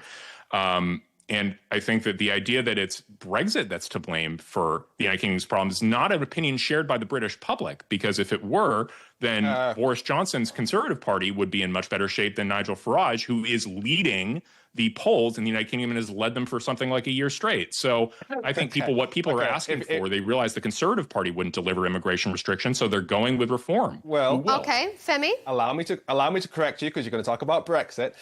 So according to the Bank of England, Brexit has cost the average household about £1,000 a year. The Small Business Federation says that Brexit is, although British Chamber of Commerce says that Brexit has made it harder for 60% of businesses to trade. The National Health Service has said that Brexit has been has damaged them. As far as immigration goes, the Office of Budget Responsibility says that because under EU rules, people would come here to work as part of free movement of labour. Post-Brexit immigration has been less economically beneficial because we've lost that free movement of labour system, and so it's a lot less controlled because we've left the EU. And Nigel Farage explicitly backed Boris Johnson's Brexit deal in the election, so all the problems that Brexit has created are on Nigel Farage. He made that happen. So any issues with immigration, he is responsible for that. Any issues with the economy, he's wasn't even in the responsible for government. that. Any issues with our national health service, I think you're trying to blame so Nigel Farage for something that's Boris Johnson's fault. OK, but we're not going to go back and re-debate Brexit because that is come and gone. Christian, let me ask you,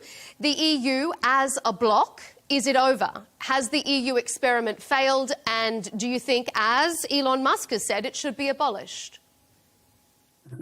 Well, it's not up to Elon Musk to say what the EU is going to do. I mean, I know that there are maybe forces in different countries that are very much against the EU, but it means that you need to have strong nationalities, strong nations. If you don't have strong nations, what are you going to go back to?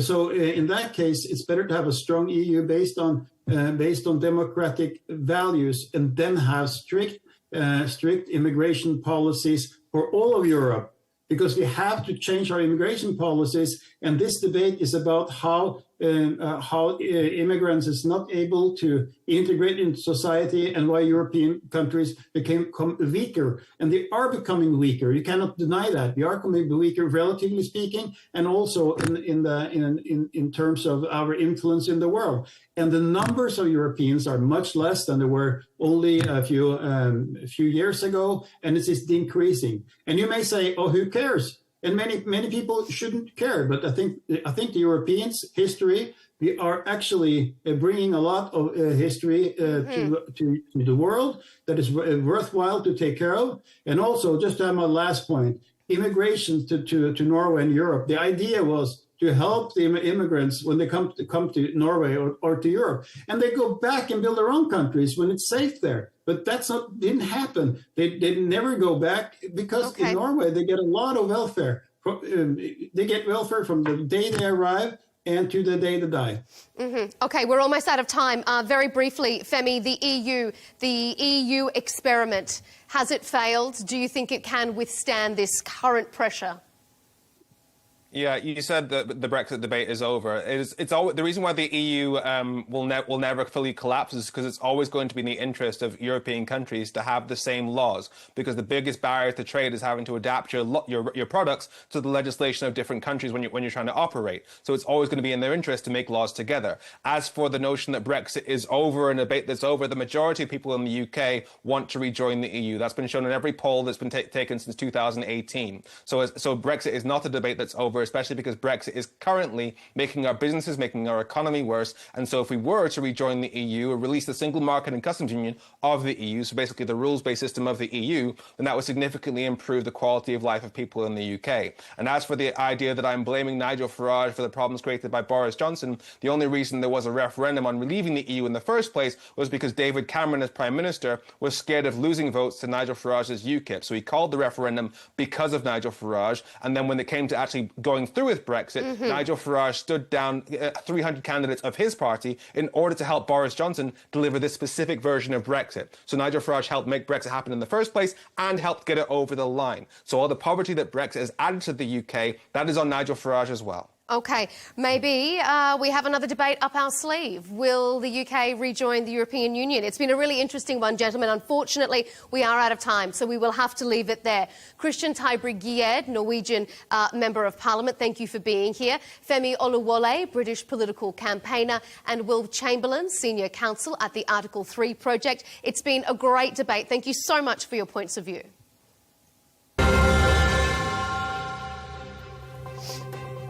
And as always, thank you to you for tuning in to this episode of Counterpoints. Be sure to keep up to date with our latest debates and interviews. You can subscribe to Al Arabiya English on YouTube and catch us on X and TikTok. We'll see you for the next episode.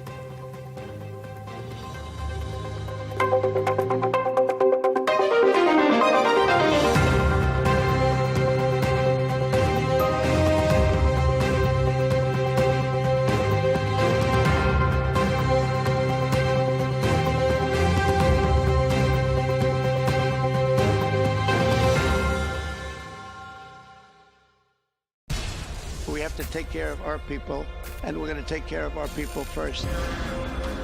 For in-depth analysis and all the latest developments across the globe, make sure you join us every weekday. President Trump is trying to negotiate a ceasefire. With so much happening, so much information, and so much noise, international law will have no part in his administration. It can be hard to keep track. Tariffs will just fuel inflation. We're going to fight these tariffs. But you can count on us to tell you what you need to know. We stand by your side. Join me, Tom Burges Watson, for Global News Today, right here on Al Arabiya News.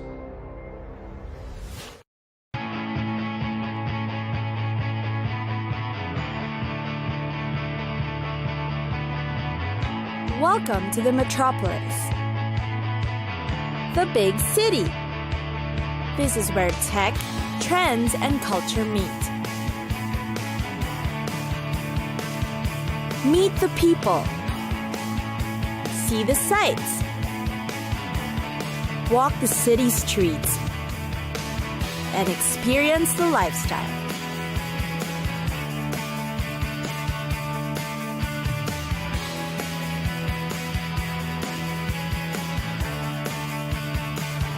This is your first-class ticket to the cities of the world.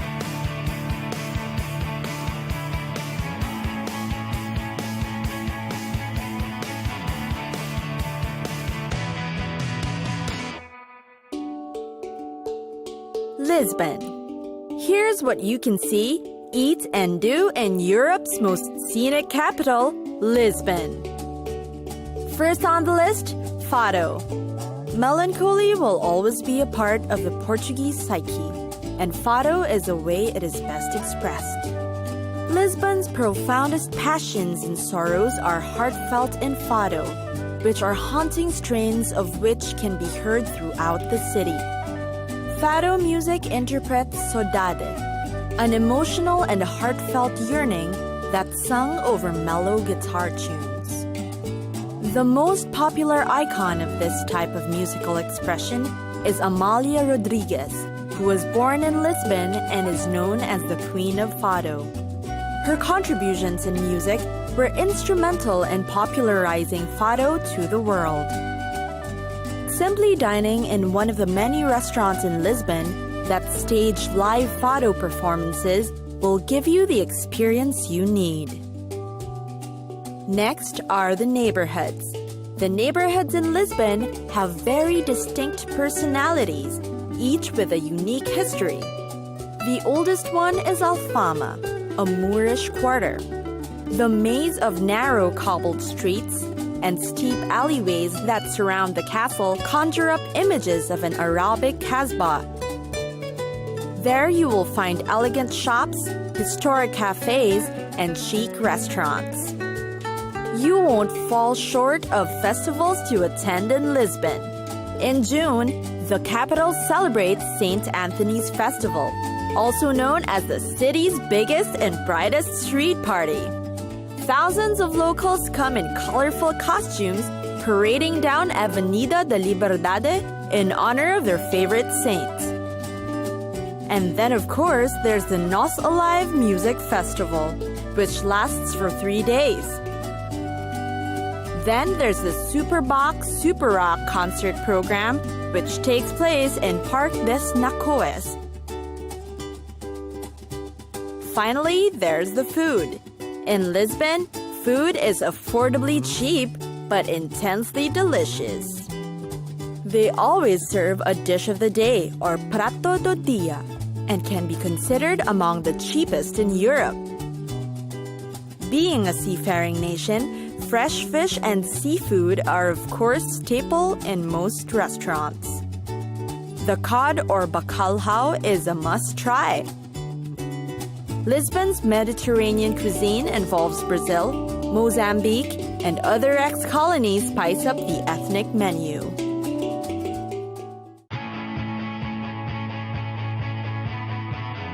It's time for us to go. Pack your bags and get your tickets ready. and we'll see you on the next destination. Catch us again next time on Cities of the World.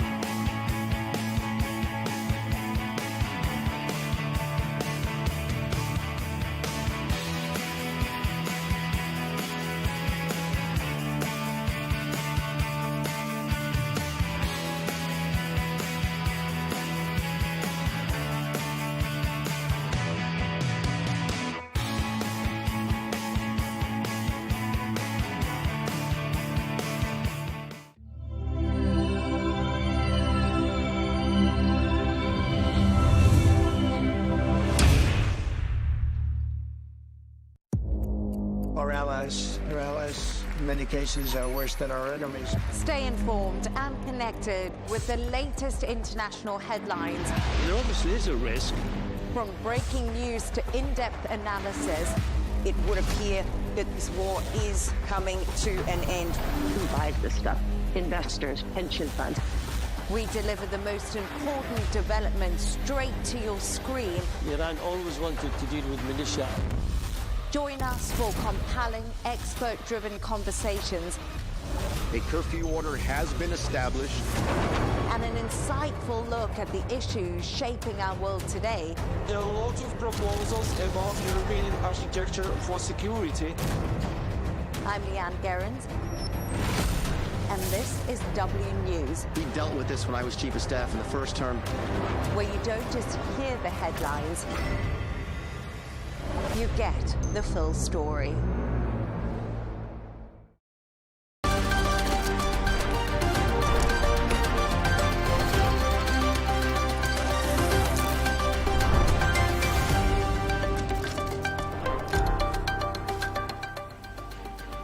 Hello and welcome. I'm Leigh Ann Gerrans and you're watching W News Extra, broadcasting live from the Al Arabiya studios. These are our top stories. Border clashes between Thailand and Cambodia intensify as the death toll rises and thousands flee. President Trump attacks Europe and says Russia has the upper hand in the war with Ukraine. And the world's first ban on social media for under-16s comes into effect in Australia.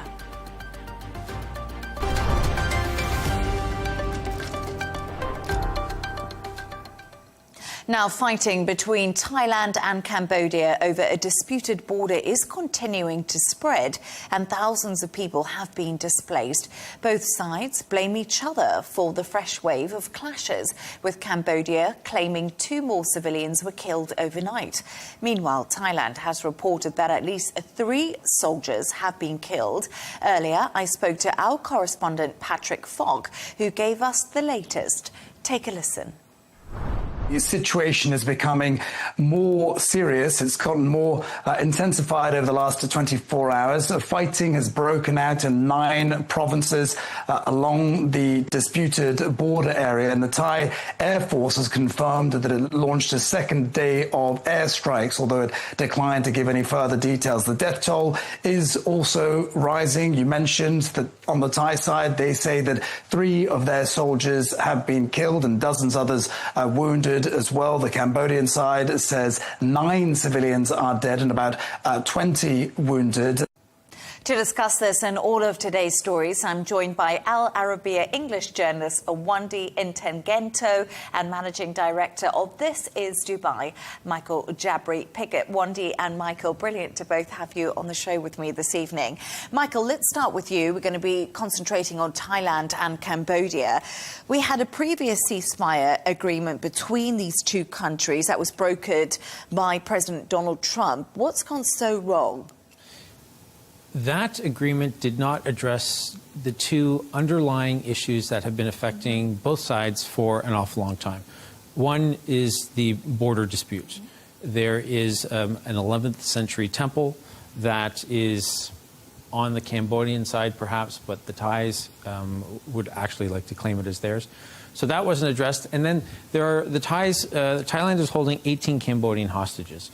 So when the underlying issues remain unresolved, even a ceasefire cannot be extended that long because both sides will end up becoming antagonistic towards the other, because the problems that started it are still there on the table. And what's really interesting is many analysts who have been talking about the recent clashes that have now escalated again between Thailand and Cambodia have been talking about the ceasefire deal that was brokered with President Trump and also with the Prime Minister of Malaysia. And they say that the big problem is the ceasefire deal came to be under tariff pressure. And like you said, enough of those core issues weren't addressed at the time. So it's really interesting to hear that the US tariff pressure got the ceasefire deal over the line, but it's been difficult to hold because the basic issues are still there, really. And Wandi, you know, we talk about this, and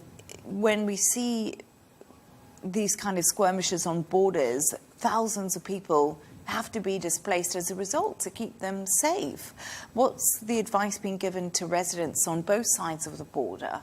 I mean, talking about displacement, already 125,000 people from just Thailand have been displaced. Both Thailand and Cambodia have put in measures, safety measures, and of course, the key message here that they've sent out to the residents, both Cambodia and Thailand, is that the residents need to move away from the border.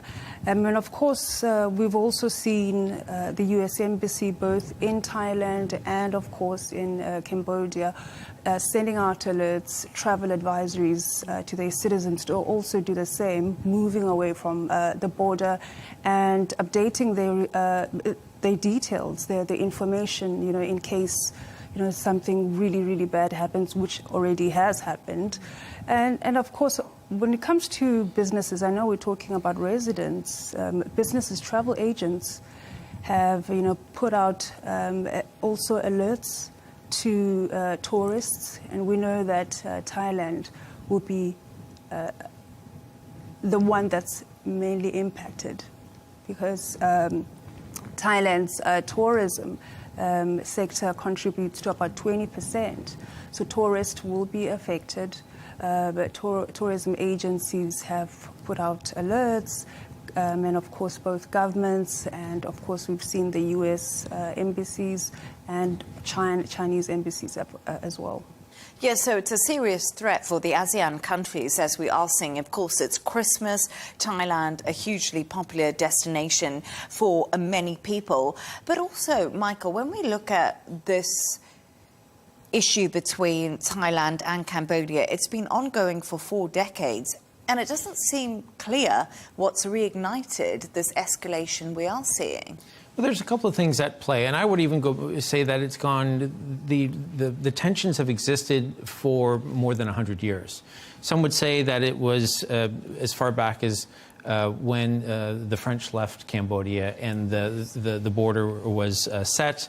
The Thais were not necessarily happy with that, but there are issues that remain between these two countries.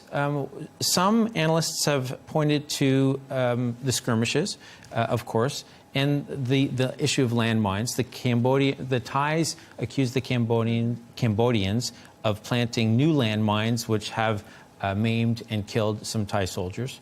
But the other big issue that really has come into play, and it's no surprise, 2025, but there's been an awful lot of nationalistic propaganda on both sides of the border from all sorts of different people, sort of on social media, trumpeting the necessity for the Thais to stand up for their border and for the Cambodians not to back down. And that has created a little bit more tension, and it's also, analysts, again, would say that that's one of the reasons why there's nobody that is backing down at this point, because they feel they have to stand their ground. And Wandi, we spoke about people being evacuated from where they live currently. What's the plan for them? Where are they taking these people to? Where are they finding safety within the country? Are they being looked after? Of course, I mean, they have allocated areas, both in Thailand and Cambodia, to build makeshift shelters for residents. For an example, I saw a photograph of children in a market a market where you buy your vegetables. So they've they've allocated certain areas to make these makeshift evacuation centers. Yeah. And that's the interesting part, right? Because when we think about it, it's a lot of people that are affected by this. Like you said, 125,000 people in Thailand alone have moved, 20,000 in Cambodia. But I wonder, Michael, if other things are on our mind now, and should tariffs be kept separate from peace deals that have made? Because this is something analysts are saying here. Donald Trump, and they got this ceasefire over the line because of tariff pressure, but now many people saying, not quite sure that works. When history books are written a few years from now, and we look back on the summer of 2025, it'll be very easy to talk about that as the summer of tariffs, where everybody was obsessed with it. Yeah, governments around myself included. Governments around the world were absolutely concerned that they had to do everything possible to make sure they stayed on the right side of Donald Trump, or else they were going to be irreparably damaged because of the size of the tariffs. So yes, I think pre-Donald Trump's second term, I believe that most people would have said this is how diplomacy works, is that, military is one issue, nationalistic issues are another, tariffs, economic issues, military ones. These are all the different pieces. And sometimes you might pull one lever hoping that something else will happen. But Donald Trump was very blatant throughout the summer about how if he didn't like something, he was going to impose tariffs. I'm Canadian. He has done that where he didn't like a TV commercial that the province of Ontario put out during the World Series, and so he imposed tariffs and he cut off talks.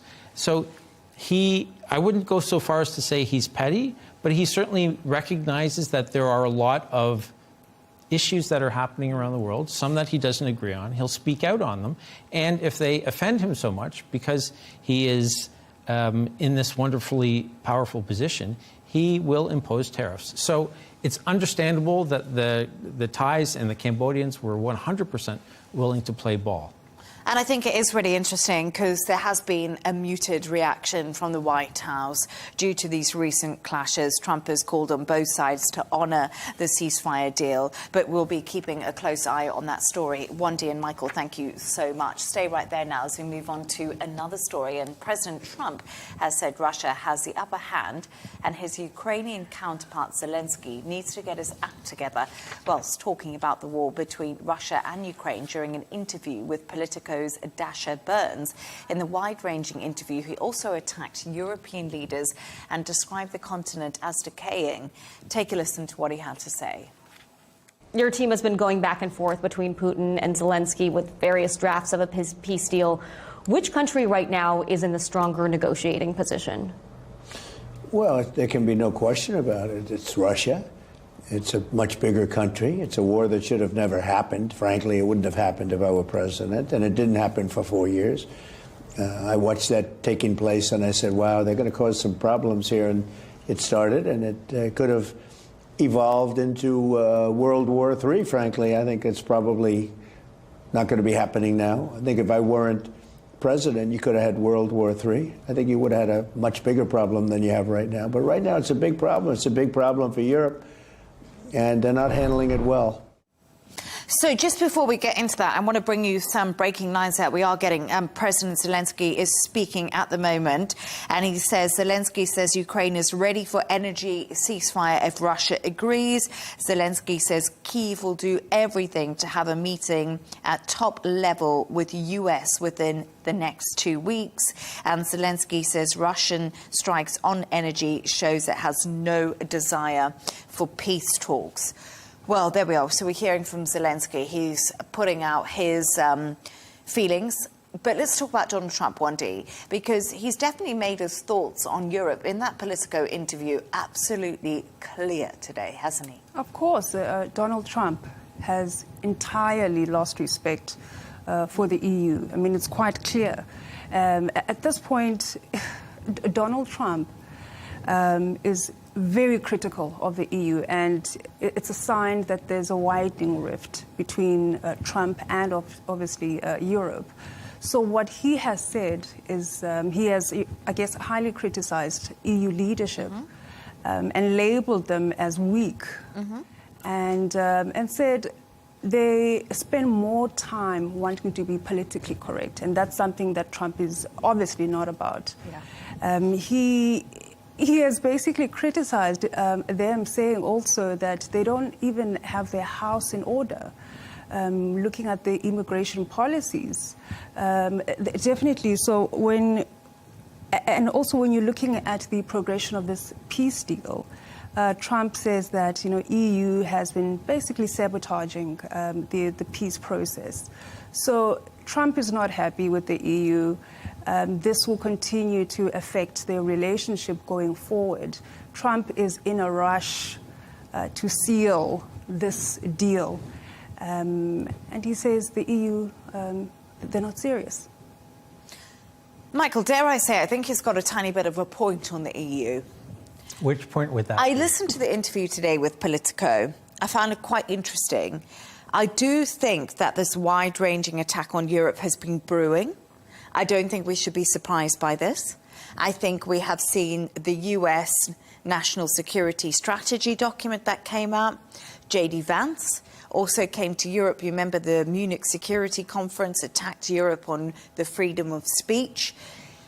And I think when it comes to dithering and being slow, Europe undoubtedly has been. And I think that Europe would accept that criticism to some degree, because when it comes to Ukraine, they've had talks about talks.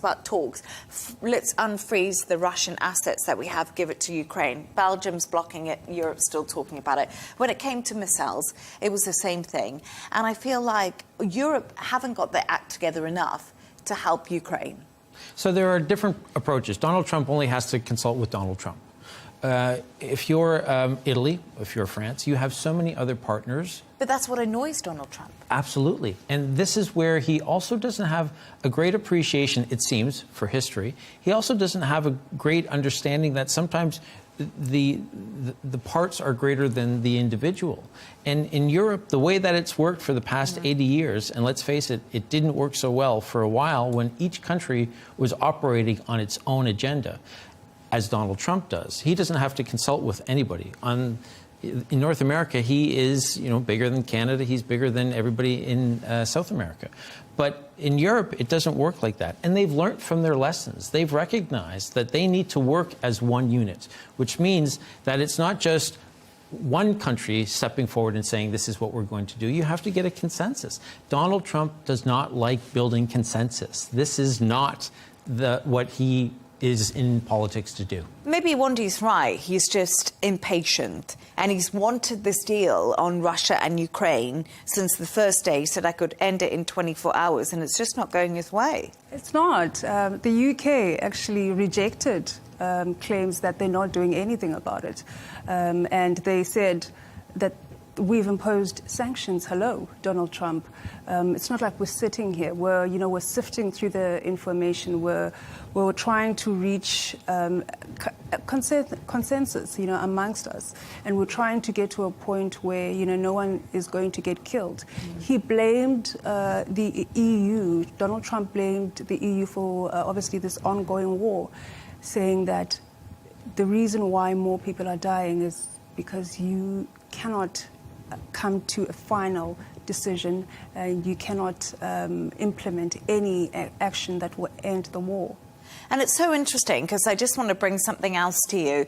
Earlier on in that Politico interview, I'm just going to have a look at some of the wires that are crossing, because apparently Zelensky is now saying that he would hold elections, which is really interesting. And he's talking to the Ukrainian parliament about getting a framework up to do that. And I found that really interesting because in that Politico interview, Donald Trump was asked, should Zelensky hold elections? And he said he should. It's time for him to hold elections. He's been putting elections off because, Russia always we don't want to deal with Zelensky because he is not elected.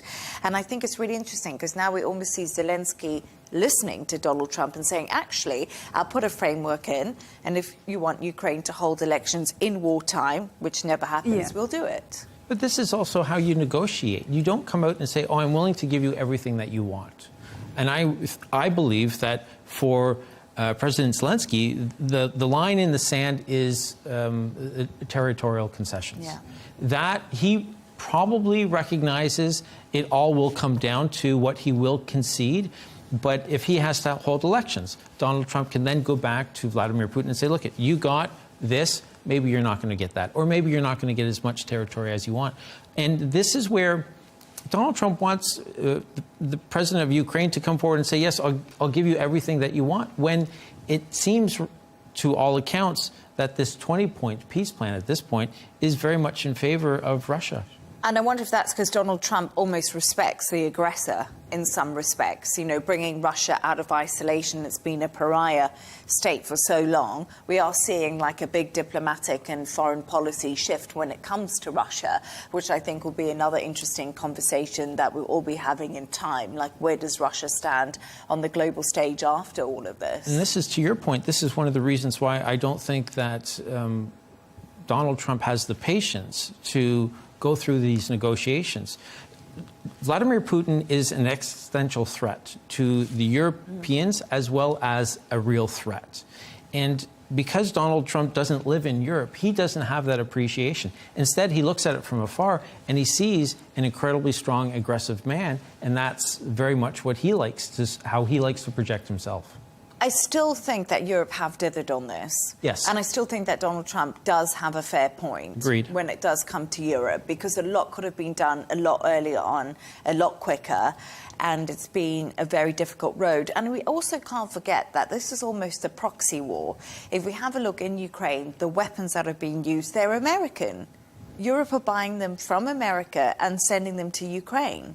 So it is, in many respects, we do forget that, but it is American weapons. And I would agree that there is, to get to your earlier point about the Europeans dithering, I think that instead of Belgium and France being concerned about the legal issues, if they were to take the frozen Russian assets and give them to Ukraine, they should say, you lost all legal right when you invaded another country. Yeah. Instead, they're having far too many conversations. I agree with that. And that's what annoys Donald Trump. Sorry, well, I mean, I think what's quite clear is that Donald Trump believes that there isn't enough political will to make this peace deal come to light.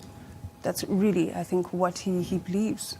Doesn't think Europe have been strong enough or want it enough. Yeah. But he also doesn't seem to have an appreciation that there has to be a back and forth. There has to be a negotiation. You're asking a country that was invaded to give up territory. And that's not an easy ask for anybody.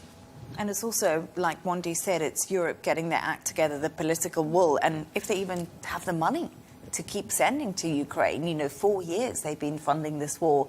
Thank you so much for your thoughts on that story. We're going to move on now.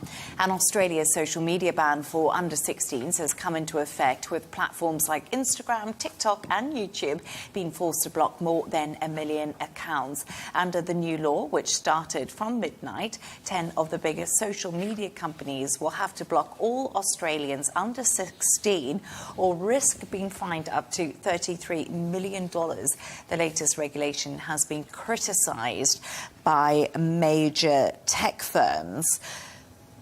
Michael, what do you make of this? And do young people need this protection from social media? I think adults need the protection from social media. And the doom scroller. We all, I think, get into that far too often during the course of a week, where we're finding ourselves doom scrolling, as the kids would say. I do think that children need to be protected. You know, the issues and why this started was because of the cyberbullying, because of the online grooming, and because of the harmful content that's available. And I think that affects all of us. And when you're anywhere from the ages of, well, anyone who's younger than 16, those can have an incredible impact on your psyche and your mental health. And we're so much more aware of through social media, of the need to be aware of our mental health. I do think that this is the right move as a starting point. I do think that because this legislation was rushed through, I do think that this will be fine-tuned over the course of time. I've seen Australian reports where they've recognized that they're the guinea pig. Yeah. They are the test case, and that there are many countries around the world that are watching to see the good and the bad and what they will do if, in fact, they introduce something similar. But for me, the biggest point, and the one that I'm most excited about, is that tech companies are going to now be held accountable for the content, and they're going to have to do a much better job of moderating the content and maybe have less of a hand in the way that an algorithm is so personalized. I find it interesting, this whole debate, but Wandi, you know, we talk about the algorithm and we talk about this under 16s ban coming in Australia, social media. It seems quite radical, and I think a lot of people would probably be watching this and think, wow, that's a big task. And I mean, that's why countries like France have kind of played around with alternatives. A France parliamentary inquiry was looking into maybe introducing something more lenient towards teenagers by introducing a curfew, a digital curfew between 10 p.m. and 8 a.m. That makes sense. You know, that's a compromise. It is a compromise, but once again, difficult to implement. And I also think the UK brought out this online safety bill, which was quite interesting. And a lot about that was age verification for certain websites, you know, really harmful content that teenagers and children can have access to. And that's been another thing that they've tried to implement. But Wandi, do you think this concept could be rolled out in other countries, and are other countries watching what Oz is doing right now? I don't know if I should say this, but I feel like it's Say it. I'll say it. Say it. It's a dictator's dream to roll out something like this. The ban. The ban, yes. I mean, obviously a dictator would want an entire, you know, social media ban for everybody. But of course, I mean, there are countries that are also looking to follow in the same footsteps. We've got Malaysia, who will be introducing the same model next year. You have Denmark, Singapore, New Zealand. So there's definitely a lot of interest globally regarding this. But as I mentioned before, I mean, France also have the same type of model structure that they've implemented in 2023 when it comes to the social media ban for under 16. They are looking into introducing this digital curfew for 15 to 18-year-olds between 10 p.m. and obviously 8 a.m., as I said. But then I just want to go back in time, and I just think to myself, when I was 15, at 10 p.m., I was already asleep. So I wouldn't necessarily have my phone in hand. My concern is, what about the other time frames? What happens then? I do think, in answer to that, you know, there are some schools around the world that old school phones are allowed on school campuses, but no smartphones are allowed.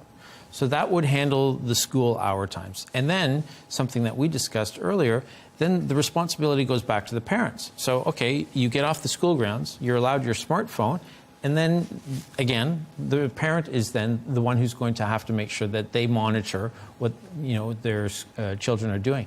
I also think another way to tackle this issue is for educational institutions, schools, from a very young age, to introduce curriculum where children are taught how to use it. They're doing that in the UK. That's part of this Online Safety Act. And I find that what Wandi said about it being a dictatorship, I'm not a fan of bans or of the social media ban, and I have said that before. Because my concern, and a lot of it, is the fact that it's it could isolate people from certain things that they like to do, you know, like forums or games that people are interested in that are quite niche. And also, in Australia's a big country. People live far apart. You know, a lot of social media is to connect with family. And another thing, I think AI now, our generation, we didn't have it at schools, but most of the kids coming through school now will need AI for the future, for their career. And that's all sort of been guardrailed and monitored, and that makes me a little bit concerned. I understand that point, but I think that you can live your entire life up to 16 years of age without something and still have a career in whatever field that is. Let's see how this all plays out. It's fun. Wandy and I have kind of a similar stance in this. Michael, you are slightly the outlier, so we'll check back in a few surprise years. there. Hey. And now we're going to move on to another story. What do you buy the person who has everything at Christmas? Well, now you can ask an AI chatbot for gift advice. From ChatGPT to Gemini, you can now search ideas and bargains for your friends and family, seemingly taking the stress out of shopping. Well, there we are.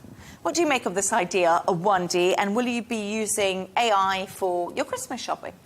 I love bargains, of course. I mean, I love a good sale, and I also love shopping. You know, I love walking into a store, smelling the product. That's just me. I'm a traditional shopper. When it comes to, obviously, using AI, I mean, it's great because it will make my shopping faster. And I'll be able, obviously, to compare prices and, you know, all of that. And I'll save a lot more. But then, if we're talking about Xmas shopping, I'm going back to South Africa. I don't see how AI would be able to find the right retailer for chicken feet. Well, we call it in Zimbabwe walkie-talkie because it's There's no only way. the feet with the head. And I'm sure that if we went on AI, they wouldn't be able to find walkie-talkie, would they, Wandy? No, I mean, there are certain African delicacies. I mean, I don't know if you've been to Africa. Have you? I have not. Oh, okay.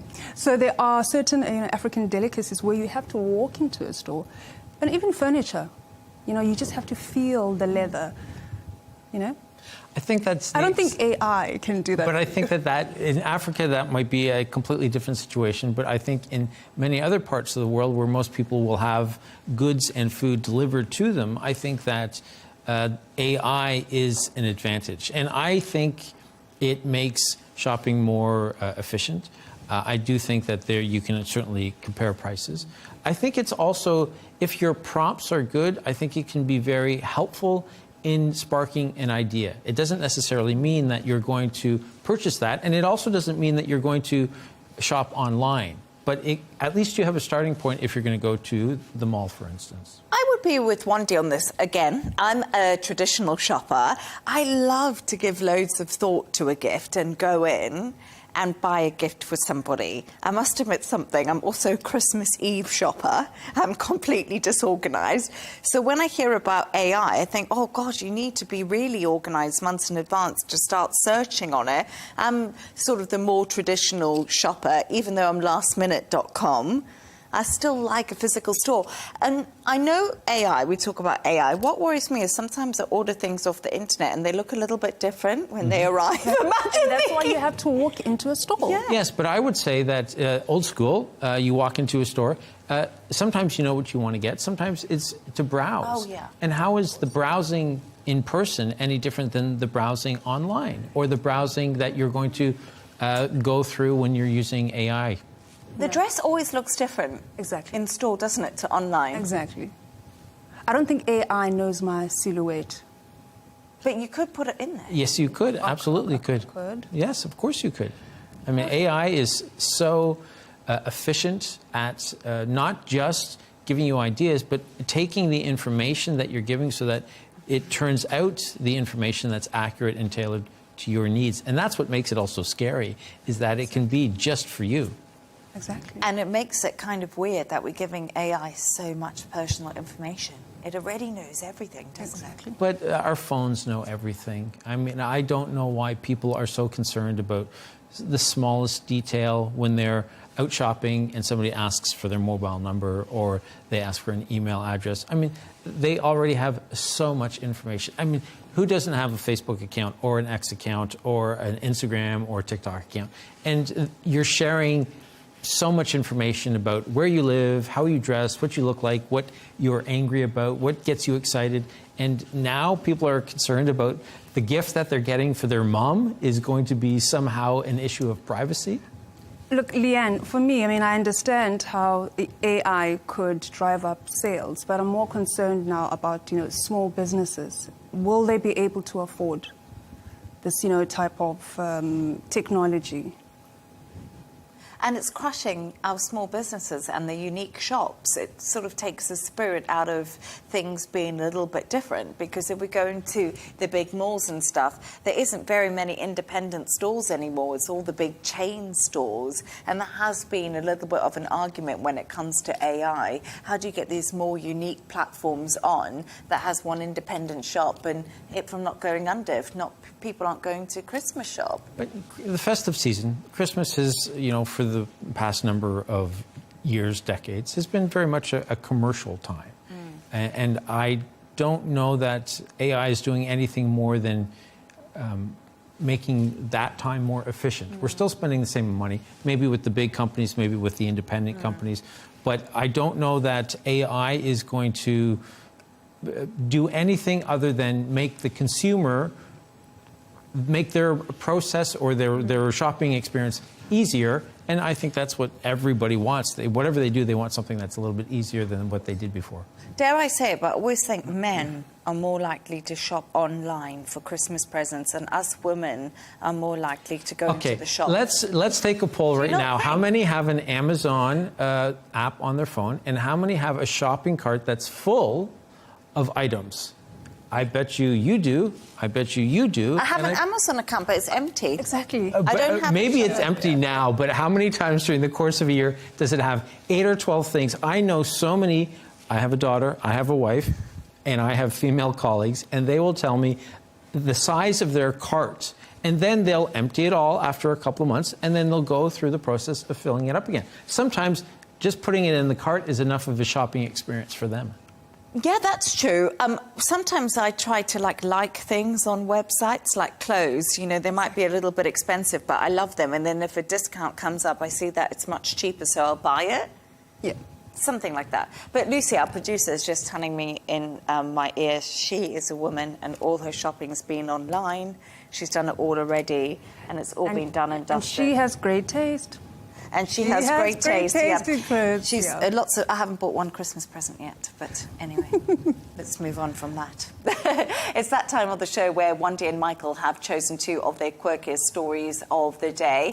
And Michael, tell us about the Symphony of Wolves. So this was an AP story that was picked specifically for you because I know you love your dogs and I know you love your animals. And I've come in here too often with horrific animal stories that I know have not excited you. So this one is an AP story from Argentina, and they set what they think is the unofficial world record for the largest gathering of golden retrievers. And you can see them right there on the screen. Almost 2,400 gathered in a park in the capital of Argentina, and they believe they beat the record, again, an unofficial record from last year in Vancouver, where they had almost 1,700 that came together.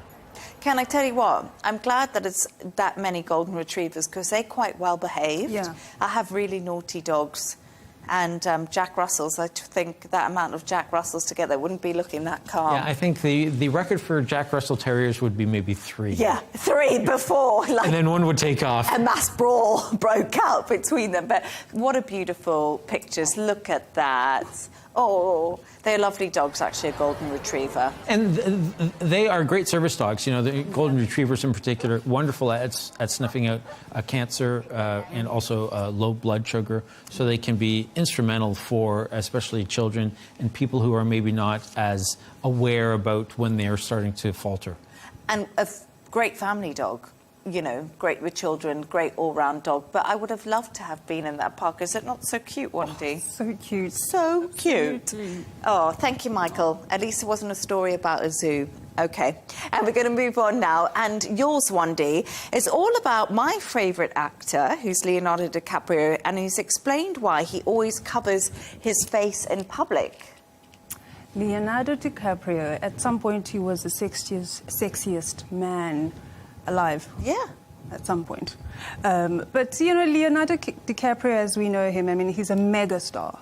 He has been featured in these iconic movies, Titanic, Wolf of Wall Street. Leonardo DiCaprio is suffering from a disease called fame. So he's came out in an article by the Daily Mail, basically highlighting why he feels like fame has ruined his life. But I'm saying it's the trade that he had to make. So he goes out in public wearing caps, Batman, masks, COVID masks as well.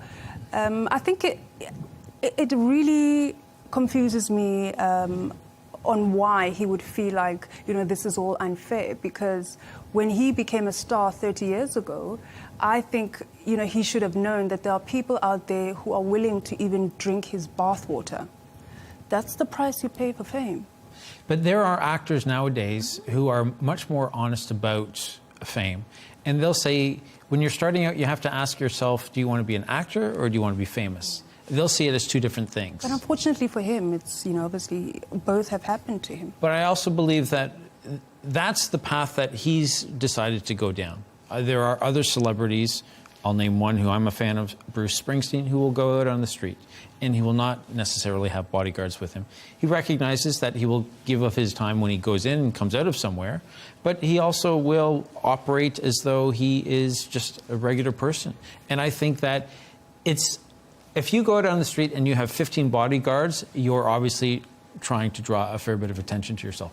If you go out on the street, maybe with a friend who acts as a bodyguard but is also a friend, I think that could be fine. And also, if you go out on the street with an umbrella over your head like that, a COVID mask, a Batman mask, and a few caps, people are also going to be like... I'm calling the paparazzi. What's happening? Yeah, yeah. I do think one thing in Leonardo DiCaprio's defence, in a way, I do think that he's a little bit got the fame disease, but he's also an actor I love. I think he's very talented, but he's also not one of the flashy guys who goes out and does all these big interviews. He's a humanitarian, he's into climate change, but you never really see him on the cover of magazines. He doesn't advertise his life. He's not selling, we don't know much about him. What is he doing?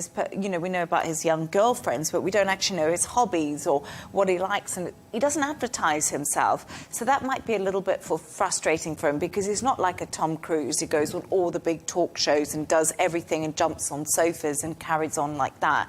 So maybe he feels like, oh, well, maybe I do feel for him. I mean, last year he came out really? to say... He's got... Yes, I do. I do have feelings, He did last year come out saying that he was diagnosed with OCD, and this has to do with, obviously, we the all work have that he OCD, does. for heaven's sakes. So fame has really impacted his mental health. I don't know about that, and I wouldn't necessarily criticize his mental health, because I can't say. But I just think that there are choices that we all have to make. And I think that he's chosen... I mean, he's been acting since he was 14. Oh, yeah. Basketball Diaries. Absolutely. And before that, he was on Growing Pains, yes, a TV show. Yeah. So he hasn't really known any other life except this. So he's created, his own world. And there's absolutely nothing wrong with that. But I don't think you can create your own world, benefit from it in all the wonderful ways that you have, and then complain about it because you don't necessarily like now, at almost 50 years of age, how you have, I guess, been treated by the public, or what it is that you have to do so that you can go about your daily. And unfortunately, I wear a baseball cap an awful lot as well. And it is part of life sometimes. I just don't think that it's that big a deal. Oh, are you famous? No, but the process that we're talking about is somebody wearing a hoodie and a baseball cap, that's a problem for him. I think that you're maybe being a little bit too sensitive if that is something that you have to deal with. He is famous, Wanty, like you. Oh. Yeah. We've all got the fame. I should wear a mask. Yes. There you go. But it is interesting, this big old age debate when it comes to Hollywood. You seek the fame, you hate the fame, you seek the press, you slag off the press. It's the ongoing cycle, isn't it? You want them when you want them. You want them when you want them, and you don't cry at the bank machine. Let's be honest, they're not Paul. So, not. Thank you so much for your thoughts on that, and of course to our guest today, Al Arabiya English journalist Wandi Inten Gento, and managing director of This Is Dubai, Michael Jabri Pickett. And that's all from us on W News Extra. Don't forget to subscribe to our YouTube channel. Of course, follow us on X. GNT will be coming up next. Goodbye, thank you, and have a nice evening.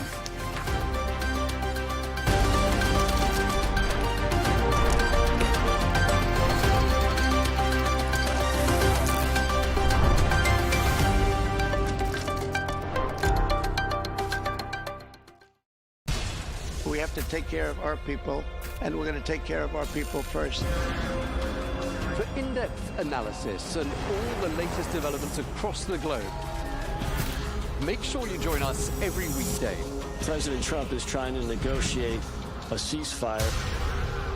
With so much happening, so much information, and so much noise, International law will have no part in his administration. it can be hard to keep track. Tariffs will just fuel inflation. We're going to fight these tariffs. But you can count on us to tell you what you need to know. We stand by your side. Join me, Tom Burges Watson, for Global News Today, right here on Al Arabiya News.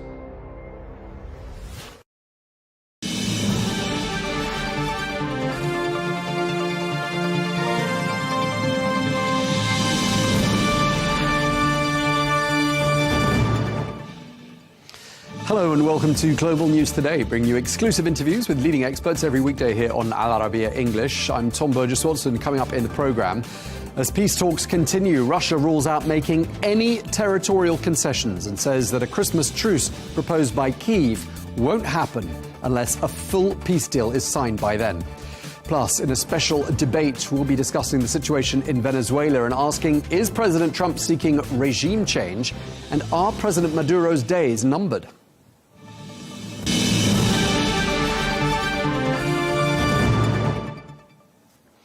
Hello and welcome to the programme. We begin with the latest on Ukraine. And as peace talks continue, the Kremlin has said today that the Christmas truce proposed by Kyiv is going to depend on whether or not a full peace deal is reached by then. Well, the Ukrainian President Volodymyr Zelensky said on Monday that he supported the idea of a ceasefire during the holiday period. But Moscow says no deal would mean no truce.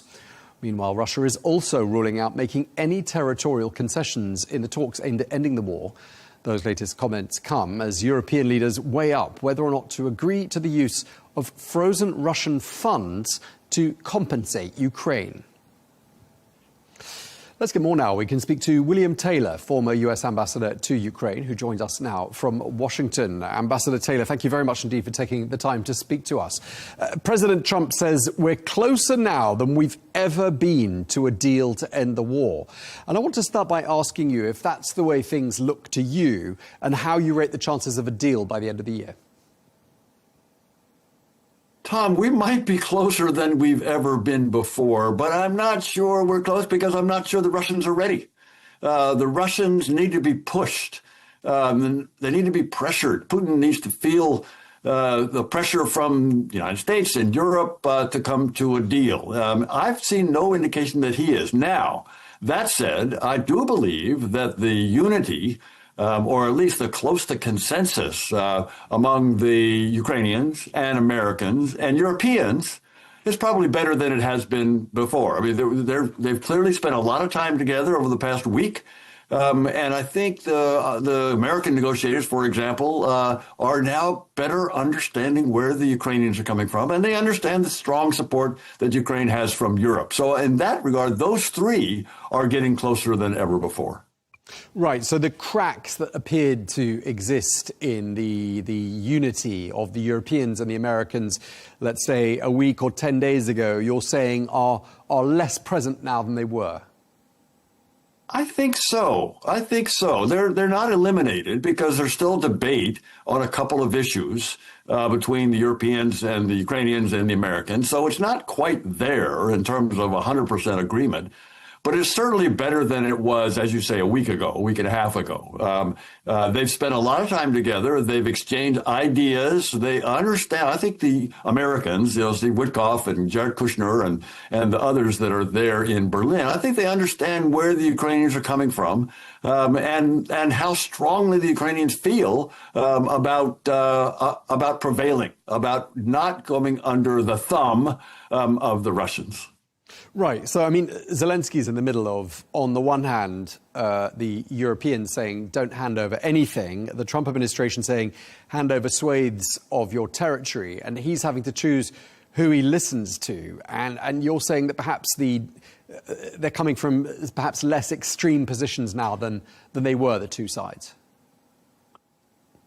Zelensky has been very clear. Neither he nor, more importantly, the Ukrainian people are at all interested in handing over territory to the Russians. Now, that said, President Zelensky and probably many, not all, Ukrainians are willing to acknowledge the fact that the Russians illegally occupy 19% of Ukrainian territory. That is, Ukrainians understand that the Russians are there. They're in Crimea. They're in Donbass. They're in 19% of Ukrainian territory.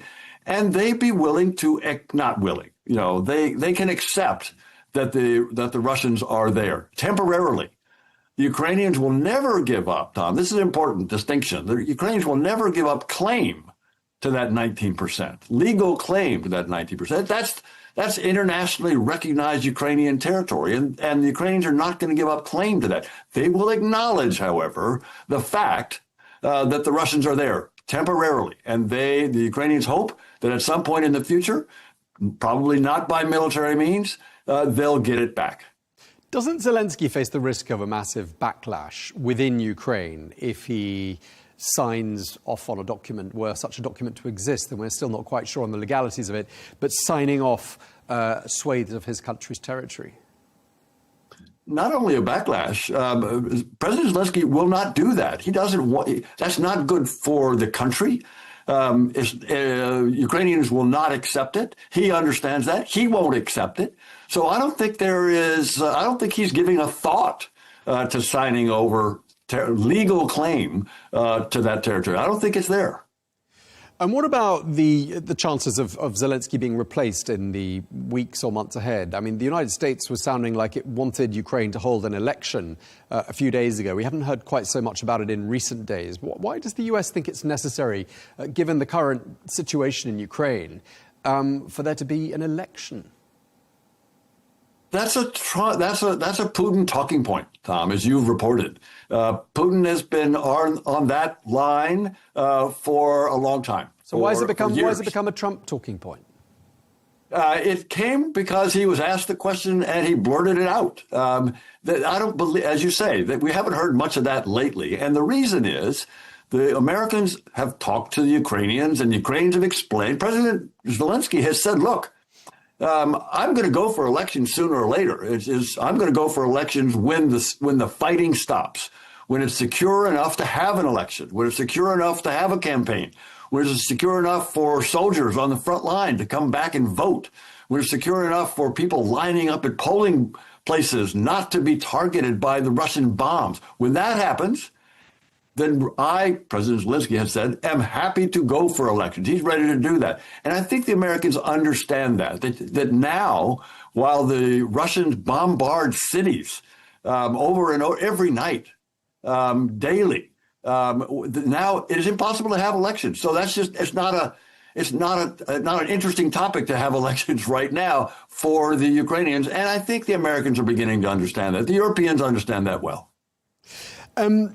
The Russians have made another pronouncement today. They've said they won't make any territorial concessions, whether it's Donbass, Crimea, or Novorossiya. They're not going to give up any territory at all, they've said. I'm not sure how much territory they've been asked to give up. But while we're on the subject of concessions, I mean, up until this point, can you identify a single concession that's been extracted by the Witkoff-Kushner team from the Russian side? None. I can't identify anything that the Russians have been asked to give up. The Russians invaded nearly 4 years ago. I keep track. It's like 1,392 days, Tom. 1,392 days ago, the Russians invaded. And they've been invading and bombarding and killing Ukrainians, civilians as well as military, for nearly 4 years. And so they've been asked to give up nothing. And as you just said, the Ukrainians are being asked to give up territory, to give up claim to their legally blessed, internationally recognized territory. So no, I don't see anything that the Russians are giving up. They just need to stop this war. And in order to get them to get there, we need to put pressure on them. Right, pressure on them. And yet a lot of the pressure seems to be on President Zelensky. For example, President Trump said a couple of days ago, aiming his comments at President Zelensky, when you start a war, you better make sure you've got enough missiles and you can win it. But President Zelensky, by most people's account, didn't start the war. Why do you think there's a misunderstanding at such a high level in the United States about the very basics of who started this war and why? That was a while ago, Tom. Let's be clear. President Trump may have said that a while ago. No one believes that. As you say, no one believes it. The Russians understand who started this war. They admit it. No, there's no confusion by anyone, on anyone's part, about who started this war. It's clearly the Russians who began it, unprovoked. They can stop it, but they need to feel the pressure. They need to feel the pressure. And President Trump has leverage. He can bring that pressure economically, financially, militarily, politically. He can put pressure on Putin to stop this war. He just needs to decide to do that. OK, well, one thing that's changed in the last few days appears to be the US position on security guarantees for Ukraine. There seems to be a bit of a breakthrough here and a sort of what's been described as an Article 5-like guarantee. How would that work? Why is that significant? It's very significant. It's very significant. What that would say is the United States, presumably supported by the Europeans, would recognize an attack on Ukraine by the Russians as an attack on the United States. That's the Article 5 commitment that underlies the NATO treaty and other treaties that the Americans have with other nations. So that would be very important. That's a strong signal to the Russians not to attack again. If there is a ceasefire or if the fighting stops and the security guarantee goes into effect, passed by the Congress, by the way, supported and legalized and ratified by the U.S. Senate and the U.S. Congress, that is a legally binding commitment by the Americans to come to the defense of Ukraine, just as if the United States were attacked by the Russians. So that's very significant. And the Europeans are eager to join that commitment. OK. I mean, let's start looking at what happens next. I mean, the revised version of the peace plan is now going to be presented to the Russians again with this security guarantee contained therein. What happens if the Russians just say, no, there's no way we're going to sign a deal that looks like that? Where does that leave President Trump's negotiating team? That leaves President Trump with the decision to put pressure on Putin to change his mind. The Americans and the Ukrainians and the Europeans will be united, as we've talked about. They will present that unified front proposal offer to the Russians. And if the Russians turn it down, then President Trump and the Europeans will have to put pressure on Putin to come around. And as I say, military pressure, long-range weapons, these Tomahawk missiles that the Americans can provide to the Ukrainians can go deep into Russia and disrupt their attacks on Ukraine. There are more sanctions to cut off the funds going into the Russian economy and the Russian treasury and that fund the war machine. The Europeans are about to make a decision on this $300 billion worth of Russian central bank reserves, make that available to the Ukrainians to keep them going for 3 years. All of that will demonstrate to Putin that he can't wait us out. He can't wait the Americans out, the Europeans out, certainly can't wait the Ukrainians out. Once he understands that, he's going to have to come to the table and make a deal. Yeah, I mean, not all of the European countries are in favor of those billions of Russian euros being confiscated, so to speak, and given to Ukraine. What does the United States think about that issue? Does the US encourage the Europeans to go ahead and basically seize those assets? Some of the early proposals drafted by the Russians, by the way, had other uses in mind for that $300 billion. So in this early so-called 28-point plan that was drafted by the Russians, given to Steve Witkoff, in that 28-point plan, there showed up some ideas about how to use that $300 billion for joint projects with Americans and Russians. That's now been scrapped. The Americans have not come out strongly in favor of using that $300 billion, and they don't have to. The Americans don't really have a claim. They have maybe $5 billion in American banks that they can do something with. But the bulk of those, about $300 billion, is in Europe, and the bulk of that is in Belgium, and the bulk of that is in Euroclear. And so that is where the decision is made on the use of this $300 billion. Right. I mean, the Belgians and the Italians seem to be amongst those expressing most concern and most unease about seizing that money. Just to sort of bring this conversation to a conclusion, Ambassador, I mean, does it sound to you, does it look to you like the Russians want peace, or do you think they would rather fight on, at least in the medium term, and take more territory? Oh, absolutely. I think you're exactly right, Tom. That's what they want to drag it out. They want to take more territory. They want to continue to kill Ukrainians. Putin has said he doesn't think Ukraine's a real country, and he's happy to overtake it, to absorb it into Russia. That's what he's been doing. He's given no, as we talked about earlier, there's no indication he's ready to sit down and make a deal until and unless President Trump puts real pressure, tough pressure on Putin to come to the table. That's what it's going to take. Otherwise, Putin is not interested in negotiating, compromising, or ending this war. And just lastly, Ambassador, I mean, I know you've visited Ukraine recently and you've served there as ambassador and you know the country well. And I'm just wondering, on your latest visits, whether you've detected any dip in morale, if you've noticed any change in the resolve of the Ukrainian people and their government. Tom, the Ukrainian people have been battered for 4.5 years and 3.5 years, coming up on 4 years. And the attacks on the energy system, on the electricity and gas and even the nuclear distribution, they are going without electricity and heat and light for many hours a day, even in Kyiv, around the country. So they are tired and they are angry. So in answer to your question about morale, they're determined that they won't give in to the barbarians, the Russians. They will not give in to the Russians. They will continue to fight. They are tired. They want this to end. And they want the Americans to put pressure on Putin to make it end. OK, well, we're going to leave it there. Thank you very much indeed. Really appreciate you taking the time to speak to us. William Taylor, former US ambassador to Ukraine. Thank you very much for your time, sir.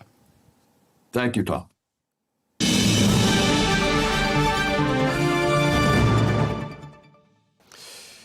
Now, the US Secretary of State Marco Rubio and the US Secretary of Defense Pete Hegseth are holding closed-door classified briefings today for all 100 US senators on the situation in Venezuela. It's expected this will be followed by a briefing to the House of Representatives. Well, during the last 3.5 months, Washington has ordered more than 20 deadly strikes on boats off the coast of Venezuela, and there's been a significant build-up of US military force in the Caribbean.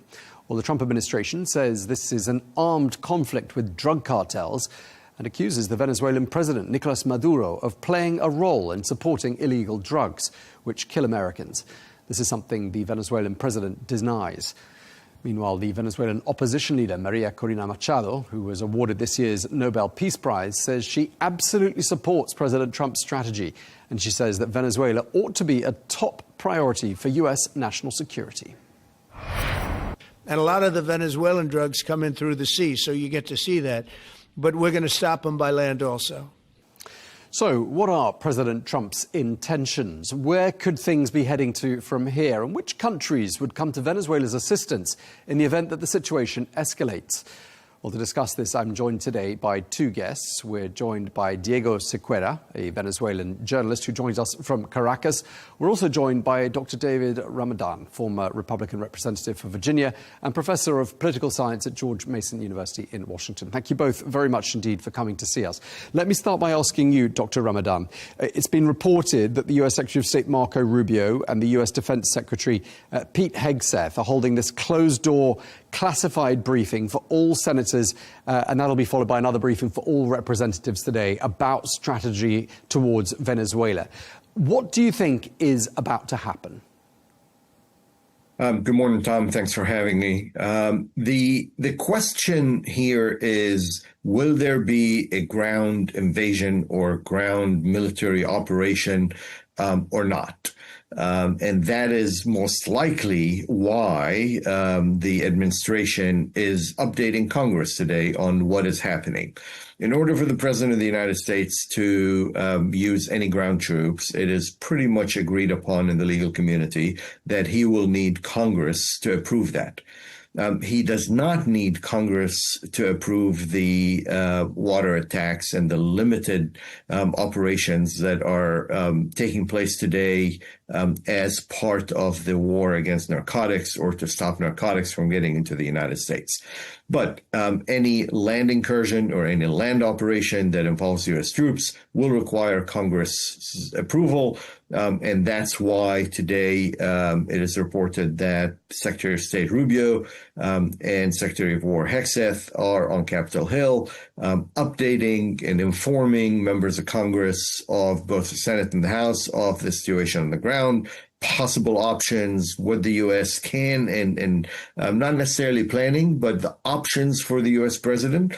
I do not believe that the U.S. president has made any decisions at this point beyond the increased pressure and the increased sanctions and the continuation of targeting small boats as they are smuggling narcotics, and the sanctions or the extension of sanctions by grabbing U.S. tankers under the U.S. sanctions. I'm sorry, Venezuelan tankers under the U.S. sanctions. So all options are on the table. It is a tense situation. It is escalating, but the exact intentions are not determined yet. Okay, thanks for that. Diego, let me turn to you. What we're looking at here is the largest U.S. regional military presence in decades. What does this look like to you there in Venezuela? Well, first of all, I think Mr. David is right regarding what this possible meeting could be about, especially because I don't think the uniformity of, well, the narrative so far has been successful, and you have a significant pushback by Democrats in Congress and Senate and some Republicans. So it makes sense in that way. Also, well, from the ground, I mean, you don't see, like I've been stressing this for many times in several interviews, and you don't see any kind of social breaking point going on. People still are more concerned about the holidays, are more concerned about making the money for the festivities, and perhaps, a bit more uncomfortable now that we learned, for example, that the Baseball Caribbean Series, which were supposed to be held in Caracas in February, for the time being are being withdrawn by 3 of the countries, Dominican Republic, Puerto Rico, and Mexico. But up to this point, I still believe it's more about ramping up pressure and trying to make things happen from within in order to make it easier for regime change. And still, I think it's about regime change. I think the narrative of the narcotics has been not successful. And you even got Susie Wiles just now stating to Vanity Fair that this is not about drug indictments, this is about pressure. So I think it is part of the process. And maybe I could also add that precisely because of the narrative hasn't been so successful, they're shifting it in order to make sense. And yes, the recent seizure of a tanker shows also that the economic features of this are like the most important, precisely to try to achieve that breaking point inside Venezuela. Okay, you're saying it's not happening yet. Let me ask you, Dr. Ramadan, I mean, does this look to you like President Trump wants regime change there in Venezuela? I don't think that that's a mystery. I believe he does. However, that doesn't mean that that's what's going to happen. even though that would be the preference of President Trump today, unannounced preference to have a regime change and get rid of Maduro, he is still open for negotiations. President Trump is a transactional guy, always has been, always will be, and he has requirements, and he's got a set of conditions that he would like to see in Venezuela. Including how does that affect the United States on immigration issues, on drug issues, and how does that affect the region in the hemisphere. The United States is very interested in recalculating its position in that area of the world. So if Maduro comes to the table with agreement to what Donald Trump wants, then he could likely survive this, and there would be no regime change. But is it the preference of the United States or President Trump? I don't think that's hidden at all. He never said it per se, but yeah, he would prefer to get rid of Maduro. Okay, and I mean, let me just stay with you for a moment, Dr. Ramadan, because I mean, if this does develop and escalate into a conflict, I'm wondering how that's going to go down in the United States, especially from President Trump's support base, given that he campaigned on a platform that would be more about ending wars than starting new ones. What are your thoughts? For his base, for the MAGA segment of the Republican Party and for the Republican Party overall, he can do whatever he wants and he gets away with it. It's as simple as that. He said at one point during one of the campaigns that he could walk out on Fifth Avenue, shoot somebody, and still get the support of his base. And that is absolutely true. So there may be some rumblings here and there, but he will have the absolute support of his base because he can justify it for them based on this narrative of drugs and security and immigration in the United States, which the base supports 100%. That does not necessarily mean it's going to play well for President Trump with independents, and certainly not with the Democrats. With an upcoming midterm election in 2026, there's a debate here. Does this help the Republicans that are quite behind in public opinion and likely are about to lose Congress, or does it hurt Republicans in Congress? In general, in traditional wisdom here, conventional wisdom says that normally when you have a war, America gets together and that supports the war president. I don't think that's going to play well this time, especially because he came in as anti-war president and now he's narrating it this way. So the political factor outside of his base will not be helpful. But politically within his base, within the Republican Party, he'll have an absolute support by Republicans. Okay, Diego, let's talk about Mr. Maduro's support base, because we've heard quite a lot from the president of Belarus, Alexander Lukashenko, and we'll talk more about him in a bit. But what he said is that a conflict in Venezuela would see Venezuelans joining together in support of President Maduro. Do you agree with that? And just tell us how popular you think President Maduro is in Venezuela right now. You know, I do agree with President Lukashenko, and I also, to some extent, agree one more time with Mr. David. Maybe some slight difference on some of the elements, but you have to keep in mind that one thing is support for President Maduro, and another one is support a military incursion of sorts against Venezuela. This goes beyond the Chavista base. This actually touches a very well-rooted nationalism here that doesn't. Regardless of what the political take is, they won't accept and won't celebrate, other than a small faction, any kind of external violent means to ensue some sort of regime change to realign the country to U.S. strategic interest. So yes, also this kind of situation also helps Maduro in the sense that it is the typical rally around the flag situation, maybe at some point very proactive, as he still has a very strong base. And but this also adds up to people who don't agree with this kind of situation. It would rather find any kind, if there's a problem, any kind of internal political resolution. Okay, but Diego, let me just put this to you, because I mean, looking at the stats about Venezuela over the last 2 decades, I mean, it's gone from being a wealthy petrostate to being a country that has teetered on the brink of social and economic collapse. And some other facts are, it's ranked as being the 9th most corrupt country in the world by Transparency International. Unemployment is pretty acute, the 2nd highest murder rate in the world, high infant mortality. Why do President Maduro's supporters continue to support him? I think first of all, you have two things here. Those seems to be outdated numbers in many aspects. And also you have the spin that's usually the case with the NGO industrial complex and others.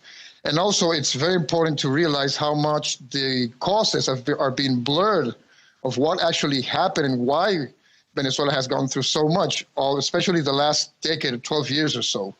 So it's not as easy as fitting the narrative outside of Venezuela and what we've been going through here and what many things have actually improved, especially the last 4 years, economically speaking, security-wise and otherwise. And that doesn't mean, of course, that Venezuela is in a rosy picture and everything's perfect and wonderful. It isn't, of course, but it has a normalcy that it's quite better than it was, yes, 5 years ago, 6 years ago, which was really, really tough. That's true, but we are actually far from that. And you can see with precisely, for example, the numbers that regarding oil production or even the current economic figures, including, for example, inflation, which was like a staple reference. I mean, yes, 5 years ago, and this is acknowledged by the Venezuelan Central Bank, inflation reached 130,000%. And this doesn't happen organically. This has also external factors operating in there. And now it's tamed to single numbers, single digits. There are important problems. One of them, economically speaking, is precisely the value of the Bolivar, the Venezuelan currency, which it's still plunged and it's problematic on a daily basis. But still, people here are very able to manage and live through a normal life, regardless of the stressful situation it can become sometimes.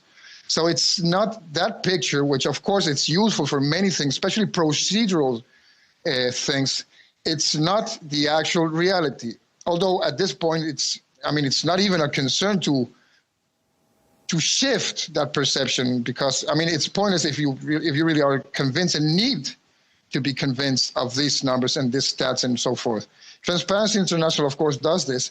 But it's funny how they also focus mostly on the global South countries and don't do anything about structural corruption. We can talk about for example, the drug trafficking. Talk about how much that drug money goes through the financial system, so through very respectful financial entities, and that's nothing that's actually clearly addressed. So that also explains this. And above all, talking about narratives and talking about making it viable for the people inside the United States to think it's worthy, that it's justifiable to start proper kinetic military operations inside Venezuelan territory. You have two factors to home in here. One of them, of course, it's the polls. I know at least 3 polls recent from last week's, from 4 to 5, 3 weeks, that actually, one, they see through the narrative. They don't believe that this is something that's going to improve their lives. Second, they don't believe it's true. And third, they don't support war. And that's also, by the way, it's symmetrical to the polls that you can find inside Venezuela. So, and you have another factor that I think is far more sensitive, and of course I think the U.S. government is aware of. It's what happens with the energy uncertainty and suddenly a surge on the WTI and then finally on Brent, and what's going to mean that in the cost of fuel inside of the United States. And these are factors that are going to actually affect mostly the base of the United States, especially the fuel factor. So this brings the other variants that need to be analyzed. It goes beyond whatever political or other ideological interest might be behind this. And when I say ideological interest, I'm not thinking about President Trump. I'm thinking more about Marco Rubio and the Southern Florida politicians inside Congress, by the way. Okay, Dr. Ramdan, feel free to respond to any of that. But since we've mentioned narcotics more than once in this discussion already, I want to ask you how sure you think the Trump administration is that there is compelling evidence that Venezuela is indeed, as it seems to think, either a transit country or a producing country of narcotics, or both. They're 100% sure that it's both. And that has been shown to members of the administration, or proven by the members of the administration and shown to members of Congress. So the question of are they carrying drugs or not is not an issue. The administration is pretty, and the intelligence is pretty sure that that's the case. And ideologically here, this is not a matter of ideology. This is a matter of national security strategy. President Trump, Marco Rubio, Secretary of War, this administration believes that this Western Hemisphere is a priority. They do and believe that they need to counter the threats that's coming into the Western Hemisphere from external powers such as China, Russia, Iran, and that they have to secure their grip on the region. They see Venezuela as a conduit for that. They see Venezuela as a point of entry for these other powers into the Western Hemisphere, and therefore it is quite important, whether we use the drug narrative as the entry or whether we use any other narrative as the entry, that the United States absolutely must impose its hegemony, its influence on this region, and Venezuela needs to come in line. So it's up to Maduro. Does he change his tactics or change his positioning and back down from making Venezuela a point of entry to foreign powers into the area that are enemies or adversaries of the United States? Or does he not? And if he does not, then there's likely going to be a regime change, or at least an attempt for regime change by the United States, period. Diego, let me turn to you on the subject of narcotics. It's been reported that 2 of President Maduro's nephews were arrested on charges of conspiring to bring 800 kilos of cocaine into the United States. Let me ask you about that. And very simply, do you believe, I think I know the answer to this, that Venezuela is a narco state? And is President Maduro the leader of the Cartel de los Soles, or the Cartel of the Suns? How do you respond to all of that? Well, first, let's go through the data. Let's talk about the UN Drug and Crime Organization, the World Customs Organization, and even the DEA. At least the 2024 report of the DEA, there's no single mention of Venezuela. They do acknowledge, and so does the Venezuelan government, that Venezuela could be a transit route depends on the stats. It's from 5 to 8% of the transit route into, not even straight into the United States, but into Central America and other crossings into the United States. So that's one of the elements. Now, regarding the Cartel de los Soles and the whole narco state narrative, I think first if you know the origins of the Cartel de los Soles, where it actually started, you have to head back to 1993, far before the Bolivarian Revolution reaching to office, and see that it was precisely the National Guard General Ramon Guillén Dávila, who was actually working with the CIA, who was then arrested, indicted, and processed, and also became a witness. And there's a 60-minute show by Mike Wallace back then showing how actually the CIA was even working against the DEA in Venezuela, trying to push, cocaine into Florida. And also talking about narco states, after that, in 2005 is the moment that the Cartel de los Soles reappeared. And it was through a Miami Herald report.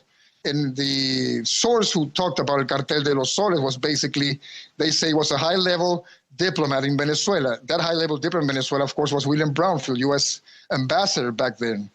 And it has been an on and off concept they've been using, according to the juncture, ever since, with no actual proof of that kind of structural statewide effort of drug trafficking ever since. This goes back to the Chavez days. Now, and also, yes, one thing is conspiring and then also indicted for actually smuggling, like they did with Juan Orlando Hernandez, former Honduran president, who actually pushed, and this was proven by the Southern Manhattan courts, that he actually pushed 400 tons of cocaine into Venezuela and into the United States, and he was actually condemned for 45 years in jail. Juan Orlando Hernandez, he was just recently pardoned by President Trump himself within the context of the Honduras election. So what does that tells you about precisely the drugs? So I think it's pretty much counterfactual, and it's not the case. I think it's, one more time, it seemed viable, especially, like I said, procedurally, in the sense that it's easier to face a security, quote unquote, situation than a war with another state. So it was needed to do this paradigm shift, this character assassination, in the sense that we're not fighting dictatorship, we're fighting a crime organization. And this started in 2019 when William Barr actually indicted Maduro with all this, and it has been building up ever since. But this is a practical approach. And yes, I also agree with Mr. David regarding this has to do as well with the national security strategy, the recent one that was released like a week ago. And it also proved that one of the main concerns is precisely Venezuela's engagement, yes, with multipolarity in particular, and especially with the, well, let's call it the three Eurasian players here, Russia, China, and Iran. And yes, they need to close the hemisphere for them, and they need to muster, again, enough strength in order to actually face the Asian century, specifically China in that sense. And that also, it's something you can see if you know who was the main guy actually in the writing of the strategy. And this is Elbridge Colby, a very well-known China hawk. And this explains that, and this does explain that now. It is not only about roughing up countries that are not towing the line in the hemisphere. We see it the other way around as well. We saw what happened in Argentina, the offer of this massive bailout for Javier Milei, for example, or what happened in what is already ongoing in Honduras, and how it started from a Trump Truth Social post defending Juan Orlando Hernandez, supporting the Partido Nacional candidate against the Libre candidate, and how that also helps to shape up the alignment inside the hemisphere. So it is about geopolitics in that sense. And it is ideological also, I might add, to respond to Mr. David, because one thing it's Trump that I do believe that he could go halfway in a negotiation that he could conceive as beneficial. But another thing is, let's call it the late neocon ideas of just reality shaping at will. And I think that it has both things there. All right, Diego, I'm sorry, we're going to have to leave it there. We're out of time. I'd like to thank you both very much indeed for taking part in this discussion about Venezuela. Diego Seguera, you had the last word. Thank you very much indeed as well to Dr. David Ramadan. Thank you both very much indeed. Thank you.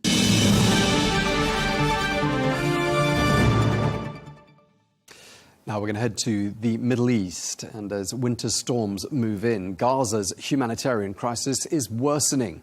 Well, heavy rains and cold weather have caused heavy flooding across the war-torn strip. After 2 years of warfare, the majority of Palestinians there are now living in tents and makeshift shelters, structures that offer little protection from the rain or the cold. Well, there are already reports of babies dying from hypothermia. Well, as the humanitarian crisis worsens in Gaza, Israel's policies are reshaping reality in the occupied West Bank. The Israeli government has approved the formalization of 19 settlement outposts as independent settlements. That's the third wave of such policies. Well, rights groups warn that settler attacks against Palestinians have forcibly displaced 44 communities across the West Bank during the past 2 years. Well, settlement outposts are considered illegal under international law.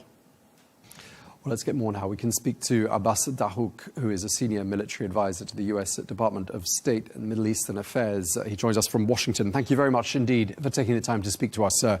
I'd just like to ask you what your understanding is of where we are in the phased peace process. How close are we to entering phase 2? Well, thank you for having me on your show. I mean, we're currently still obviously in phase 1, and it's being implemented. It's a conditional ceasefire, as you've seen. Hamas still not trusting the Israelis to not to strike at them. And at the same time, Israel still suspicious of every movement Hamas does within its territories. And phase 2 is being implemented. There's a lot of discussions on the characteristics logistics of the International Stabilization Force and their authorities and so forth. And you have the Prime Minister Netanyahu is coming to the U.S. this month, and I think that will be a major discussions on the parameters of phase 2 based on U.S. perhaps conditions and also Israeli conditions, and how to merge these conditions together to be implemented sometime next year. Right, but when you look at the numbers and you see that since October the 10th, some 380 Palestinians have been killed in Gaza, I mean, there are many who say this is a ceasefire in name only. What do you say to that? Well, it is a conditional ceasefire from the Israeli perspective.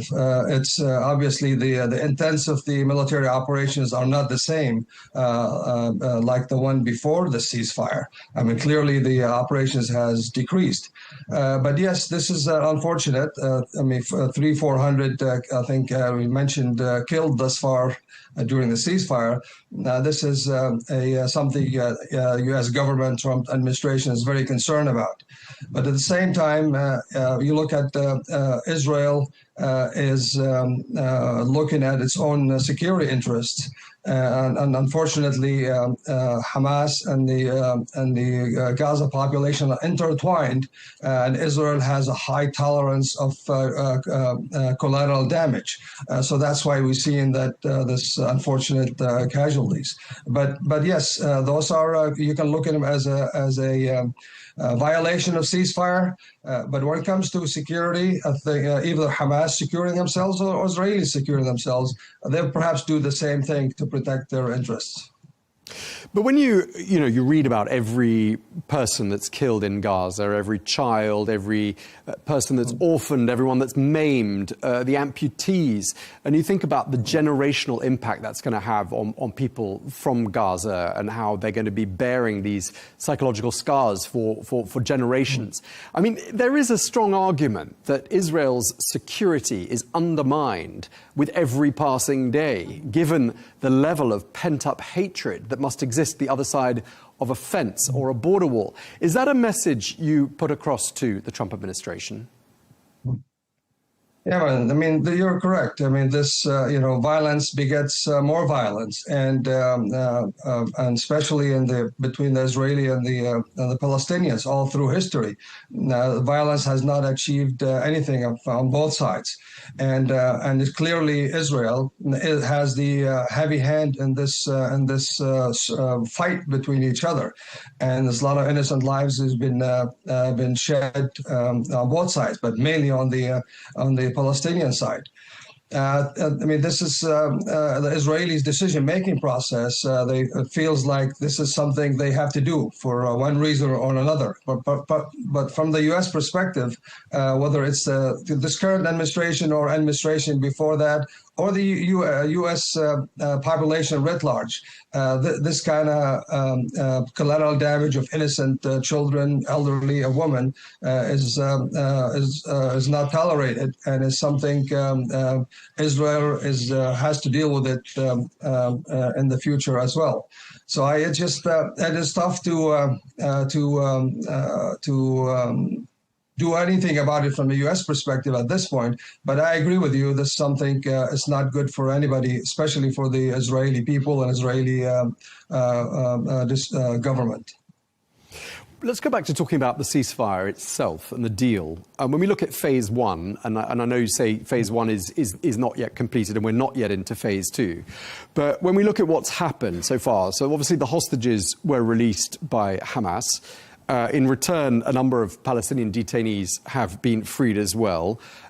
All of the bodies of detainees have been returned with the exception of one, and I gather efforts are ongoing to locate that one deceased captive. Would you say that the Palestinians, so I'm talking here about Hamas, would you say they have fulfilled their side of the deal? I mean, you still have one holding one deceased hostage, so the deal is not finished yet. But I think this delay in the process here is advantageous for both. advantageous for the Israeli government and also for Hamas. Both of them are not sure which way they will enter phase 2. So I think this is, as you know, releasing the dead hostage should not be an issue. This as easy and it's much easier than having a life hostage or the other hostages. So there is a reason why this is the hostage. I think, from my opinion, Hamas is still holding it because Hamas also trying to figure out what would happen in phase 2. And clearly in phase 2, Hamas should not have a role in it. Hamas, they will relinquish their governance. They should be disarmed. And this is something Hamas has not agreed on any of that yet. So we shall wait and see. I mean, both have to do certain things to finish phase 1, but Hamas has to do most of the work here. Again, has to disarm itself and has to relinquish governance to the transitional authority that it's coming with phase 2. Right, and we've been told about this board of peace that's going to be set up. President Trump says it'll happen as early as 2026. Well, that's what we've understood. And that kings, presidents and prime ministers will be on that board of peace. I mean, who do you think he's got in mind?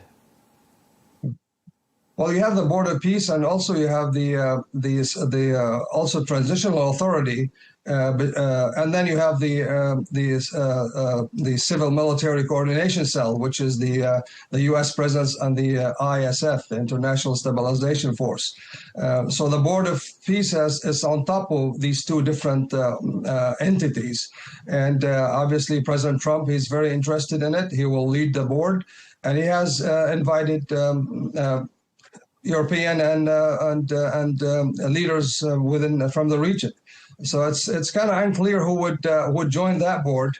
But if it's up to President Trump, he will have probably a king of Jordan and maybe a couple of leaders from the GCC countries and a few European leaders as well. Let's also talk about Israel's side of the bargain here. It's been reported, and we've spoken to a lot of aid workers on the ground who've told us that nothing like enough humanitarian aid, medical aid, is getting through to the people of Gaza who are living in squalid conditions, in makeshift camps, and with winter storms destroying what little dignity they have left. I'm wondering why you think it is that Israel is not allowing adequate humanitarian aid to reach these people who clearly desperately need it. I think it's two things. One, Israel thinks that, or they were saying some of the aid coming in has dual use, perhaps which will empower Hamas to do their own operations or to empower their authorities inside Gaza. And the second thing also, they feel that as long as Hamas is controlling the aid, Hamas will continue to have the power over the population inside Gaza, and they're calling the shots. And that's something Israel does not want. Israel is using this humanitarian aid, unfortunately, to weaken Hamas. But while they're doing that, at the same time, they're punishing the regular Gaza citizens. So it's a double-edged sword. Israel is looking at punishing Hamas, limiting their authorities in Gaza, but at the same time, the collateral damage is depriving the rest of the population from, like you mentioned, a dire humanitarian aid and need for themselves in terms of food or maybe shelter and some extra articles for this coming winter. Very hard to put that rationale to a malnourished child in a flooded tent in Gaza. That's very true. I mean, I understand. It's just if you. What happened is in Israel, I mean, not to justify it, but I was in Israel 30 days ago, and we did cross all the way to the yellow line on the east of Gaza City. And by the way, the yellow line is still a line on the map, has not been identified on the ground yet. Still not sure where the yellow line is going to be. And you do have 53% of Gaza under Israeli control. And Israel is they're looking at their security as number one, And unfortunately, again, we can't justify it. I can't justify it, and you can't justify it. But for the Israeli citizen and for the Israeli decision makers, it seems it's a good thing for them to protect their own security and their own safety at all costs, even if it's cost the depriving children and elderly from shelter and perhaps food supplies. But one has to question Israel's motivations whilst talking about the yellow line. When we hear comments like the comments made by the Israeli Army Chief of Staff, Eyal Zamir, who said that yellow line will be a new border for Israel. I mean, it sounds like Israel's planning to annex a huge chunk of Gaza. Well, I think it was clear that this part of Gaza will be demilitarized and for the given future. Israel will not re-allow the emergence of Hamas in this new east of Gaza, and that eastern part of Gaza, that 50% of Gaza right now that under the Israeli control, will definitely not allow any Hamas presence whatsoever. So is it annexation? I don't think at this point, perhaps it's a wishful thinking for the Israelis. I mean, the United States, I don't think will support something like this at the moment. But the Israeli government and the Israeli people, they feel that they need to contain Gaza. What happened October 6th was devastating. The first time ever war will enter inside Israeli territory. Most of the Arab-Israeli wars were out in Arab territories. This one, the first time inside their territories. And they have to, the Israeli government has to prove to its citizens that they are secure, and they will not allow to allow Hamas that close to their to their settlements. So at this point, it's occupied territories. Will it be annexed or not? It's not part of Phase 2. It's not part of the peace plan that President Trump put forward. So we'll just have to wait and see. And just lastly, another issue that makes me question where things are heading to from here. We're told that the Rafah border crossing, which connects Gaza to Egypt, could at some stage in the not too distant future reopen, but only for one-way traffic, i.e. people leaving Gaza but no one coming back in again. I mean, doesn't that raise a bit of a red flag? There is a red flag, for sure, but that's something also, this is part of the negotiations. This is something Israel also uses as a token for negotiations. And as also a carrot, like we say in the diplomatic talk. They're not flexible at this point, but with discussions and with the clear, focus on Phase 2 or new conditions, that could be eased up a little bit. But at this point, Israel is very strict. Will not allow anybody to enter, and not allow to bring any weapons or anything like that through borders. And this is something Israel border control is very important part of Phase 2. They want guarantees from the United States and others that those borders will be controlled very tightly. Okay, well, we're out of time. We're going to have to leave it there. But thank you very much indeed for taking the time to speak to us. Abbas Dahouk, Senior Military Advisor to the U.S. Department of State, Middle East Affairs. Thank you very much indeed for your time, sir. Thank you for having me.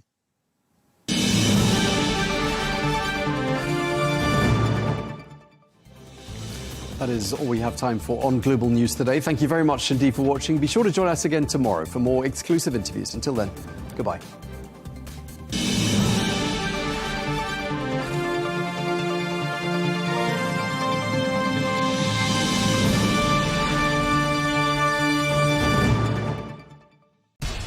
We have to take care of our people, and we're going to take care of our people first. For in-depth analysis and all the latest developments across the globe, make sure you join us every weekday. President Trump is trying to negotiate a ceasefire. With so much happening, so much information, and so much noise, international law will have no part in his administration. It can be hard to keep track. Tariffs will just fuel inflation. We're going to fight these tariffs? But you can count on us to tell you what you need to know. We stand by your side. Join me, Tom Burges Watson, for Global News Today, right here on Arabiya News.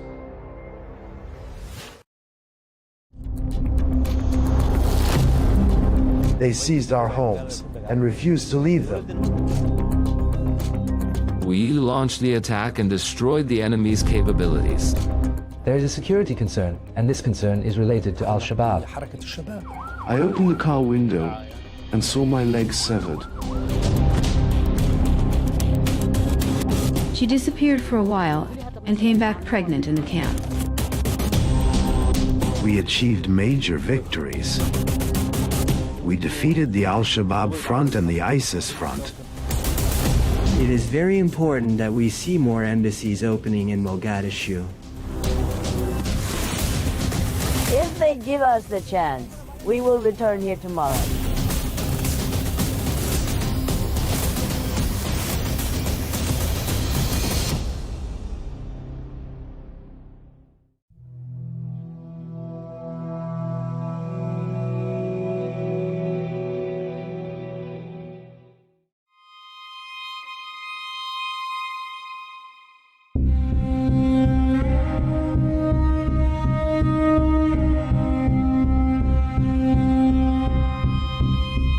Somalia faces major challenges, with more than 60% of its population affected by nearly 2 decades of ongoing clashes with Al-Shabaab.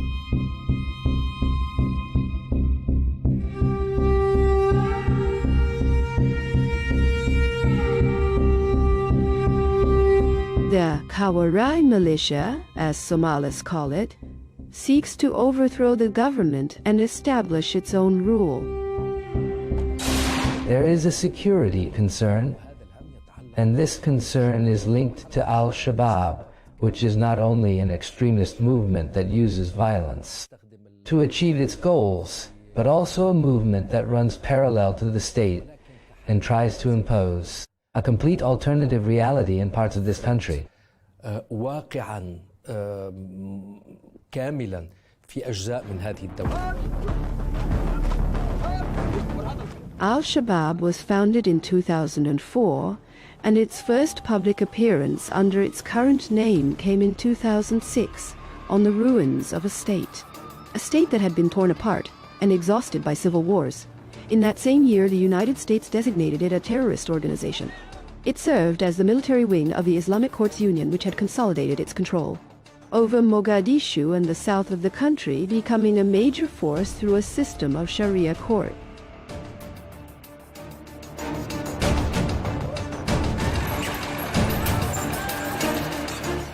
In 2007, the movement split from the Union, which had refused to remain silent in the face of Ethiopian intervention, having become a magnet for many extremist currents with backing from Eritrea. We are dealing with a Somali phenomenon that naturally crosses borders, receives support from abroad, and works to strengthen and cultivate its ties with other terrorist groups. Yet it has a distinctly Somali character. They say it is largely self-funded and entrenches its presence. Militarily, it constantly wages hit-and-run attacks and exploits clan disputes. And it exploits the lack of coordination between the central government and the regions, attacking weak positions. The movement's current emir is Ahmed Diriye, known as Abu Ubada al-Somali, succeeding Ahmed Abdi, known as Mukhtar Abdul Rahman Abu Zubair, who was killed in a U.S. airstrike in 2014. 2 years earlier, the movement had pledged allegiance to Al-Qaeda, revealing an even more brutal face. When the explosion happened, I heard that I had lost my leg. I saw thick smoke rising beneath me. I couldn't believe I was the target. I opened the car window and saw my severed leg. I panicked at the horror of what I saw. I jumped out of the car and crawled 4 or 5 steps. Nearby, there was an army checkpoint on the road leading to the airport. It is a heavily guarded area, I heard intense gunfire. Then the first soldier came toward me. I identified myself as a journalist because they thought I was the suicide bomber. After that, the soldiers took me to the hospital. The damage done to me is visible, but I did not bow to their intimidation and threats. I did not stop my work or my education, and I believe I defeated them. I did not give in to what they were demanding of me.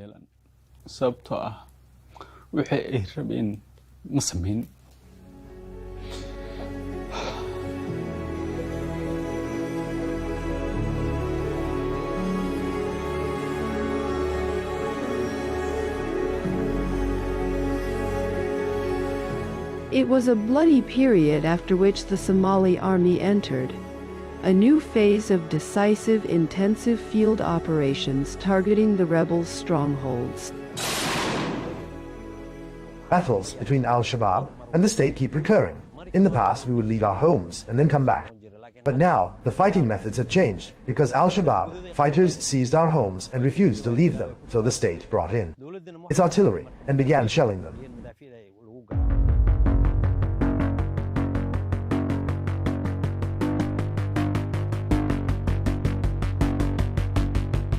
This approach began under former President Sharif.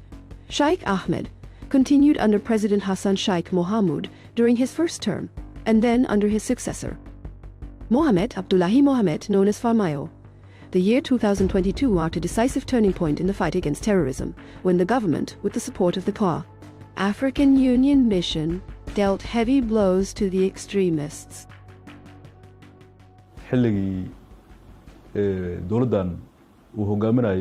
Since the arrival of President Dr. Hassan Sheikh Mohamud to power in May 2022, the state declared a war against those outside the law. Major campaign in which the state prevailed and the rebels suffered heavy defeats.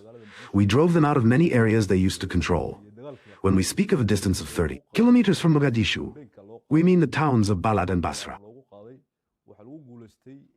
We also pushed them away from the Haradhir area, 8 kilometers from Mogadishu. We can say that the Somali state now controls around 90 to 95% of the territory.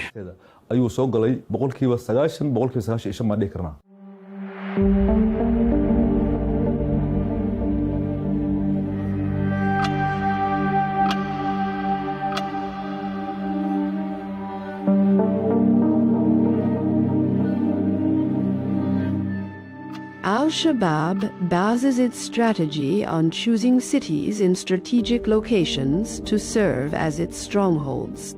The latest area to be liberated from its grip was the town of Baria, about 60 kilometers from Mogadishu. The town served as a forward base for the group's fighters, from which they planned and managed operations against the capital and its surroundings. Baria is an important area. First, it is agricultural land. Second, it is close to the towns of Maro and Afgoy all the way to Marca, which makes it strategically important for the enemy. The terrorists try to move closer to the area, disrupt people's lives, and control the road leading to Mogadishu. Securing Baria is part of the operation. The military operation we called Silent Storm.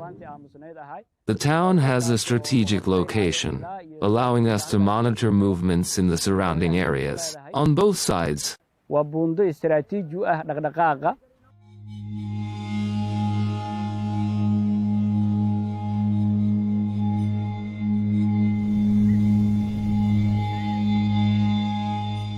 Clashes have changed the face of the town after it spent a period behind the front lines. Motionless bodies bear witness to a fierce struggle, and hope is renewed for residents to return to their homes again. Shabab fighters came and ordered all the residents to leave. They told them they did not want to see any of them here. All our people want to return to their homes. If they give us the chance, we will come back here tomorrow. There is no current danger. What remains is to comb the area carefully, clear the mines they planted, and search for any remnants that could still harm people. Once we finish this important process, we will allow people to return to their homes. We will continue and move on to other areas, including Oudale.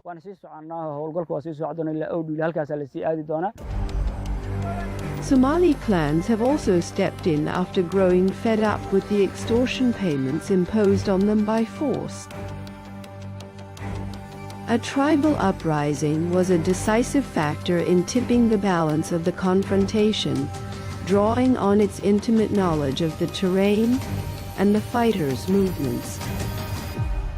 Those we call the Kawari, or outlaws, who controlled southern Somalia, are from the Al-Shabaab group, based in the south of Iorajau, and then near in Puntland all the way to the far end of Jubaland, where Ras Kamboni is located, an Islamist military front. In the north, specifically, in the Golis Mountains and in Al-Muscat, ISIS is present. We have achieved major victories. With the help of the Puntland army and people, we have defeated the Al-Shabaab front and the ISIS front. The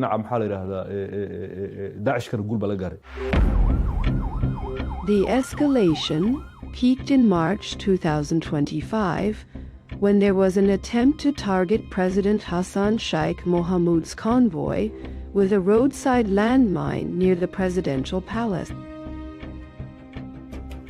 This bloody approach is not limited to striking state institutions and symbols. It targets anyone who opposes the movement's extremist ideology.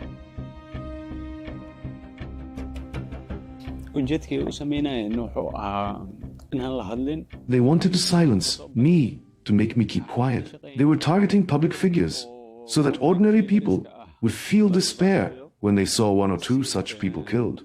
Among public figures, to terrorize society and destabilize the state. They want to frighten the people. Personally, I did not feel fear and did not leave my country as other journalists did. We stayed and continued talking about them. They will come to an end. One day.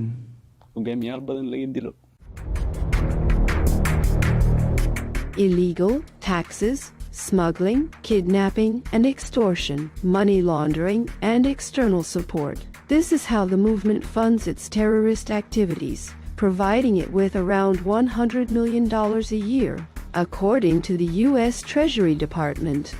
This funding is sustained, and it is aided by a kind of pragmatism in dealing with clans. Sometimes trying to win them over, sometimes standing against them, and terrorizing those clans, dealing with them in ways that avoid direct confrontations. Addressing this requires a great deal of work, not only from Somali society, but from the Somali state and from the country's brothers and partners. We have put in place an economic program to combat the Al-Shabaab terrorist movement, and we established a financial intelligence center to fight terrorist groups economically. We have succeeded in tightening the economic noose around them and cutting off their financial support. According to the latest reports, we have managed to close 575 accounts linked to the movement and have frozen 21 bank accounts.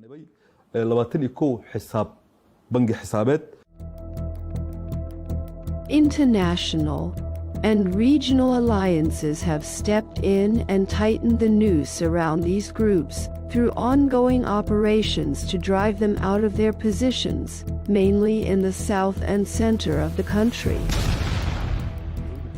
Neighboring countries such as Kenya, Ethiopia, and Djibouti have helped us. They have been part of the African Union peacekeeping mission since 2006, as well as Uganda, one of the African countries supporting us. These states have joined us at every stage of the fight against terrorism. Their soldiers are part of the PIA, African Union forces. Without their efforts on Somalia's security, terrorism would also have reached neighboring countries such as Kenya, Ethiopia, and Djibouti. Somalia itself is deeply interconnected with its neighboring states. The movement has lost much of its influence after the renewed pressure on it, combined with intensive U.S. airstrikes, and a series of defections has also thrown it into disarray and undermined its organizational structure. I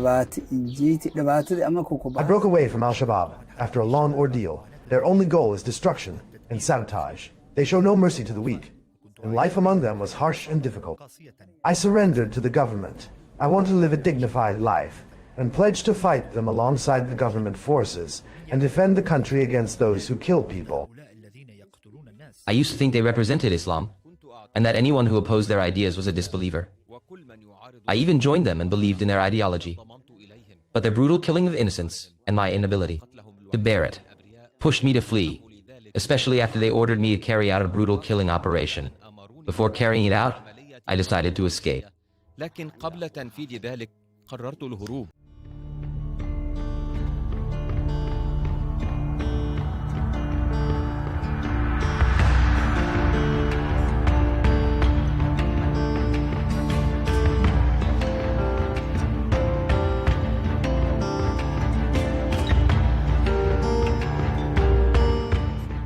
Mogadishu, which used to fall asleep to the sound of explosions and wake up to security fears and bullet marks on the walls, has now begun to regain its long-forgotten features. A cautious calm prevails under constant vigilance. Security checkpoints are everywhere, with heavy concrete barriers at the city's intersections. Military patrols monitor all entry points closely. A daily inspection routine is still present on every corner.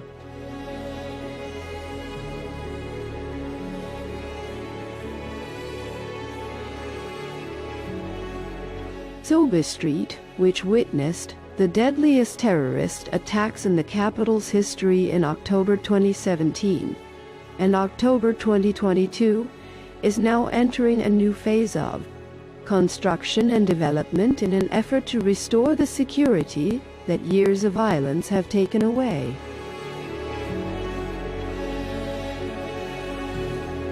Bakara Market, one of the largest markets in the Horn of Africa and the center of economic life in Somalia. For years, it was an open battlefield between warlords, Al-Shabaab fighters, and peacekeeping forces. The place's memory takes us back to 1992, when the state of chaos and social fragmentation prompted the United Nations to intervene militarily under U.S. leadership in what was then called Operation Restore Hope. Today, I informed Secretary General Boutros Ghali that America will respond to the call. I have given Secretary Cheney the order to deploy a substantial American force to Somalia. The clashes in and around Bakara Market escalated, and the market gained worldwide notoriety, especially after the events of October 3, 1993, the Battle of Mogadishu, when General Mohammed Farah Aidid's forces shot down 2 U.S. Black Hawk helicopters and dragged the bodies of their crew through the area. This past weekend, we all reacted with anger and horror when an armed Somali gang desecrated the bodies of our American soldiers and paraded an American pilot as a captive. These tragic events raise difficult questions about our efforts in Somalia.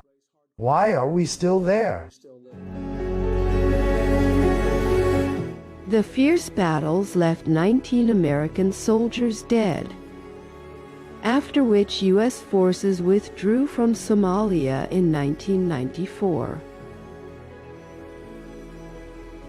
Today, with tighter security and an increased police presence inside, the market is seeing a noticeable recovery for both consumers and traders.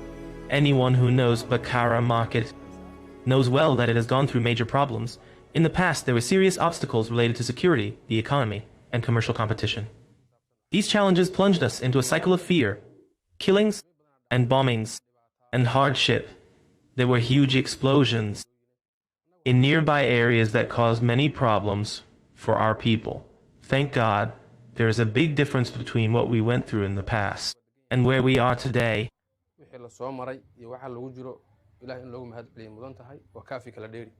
The relative stabilization of conditions has boosted commercial activity and extended to livestock markets, the backbone of Somalia's economy for centuries, the main source of livelihood for most of its people. This market was established in 2005. Large numbers of goats and sheep are brought here. Trade is going well. Prices rise at times and fall at others. A sheep costs between $250 and $300, and a goat between $120 and $160. The market receives around 6,000 head of sheep each month, and during the Eid periods the number rises to about 60 or 70,000 head.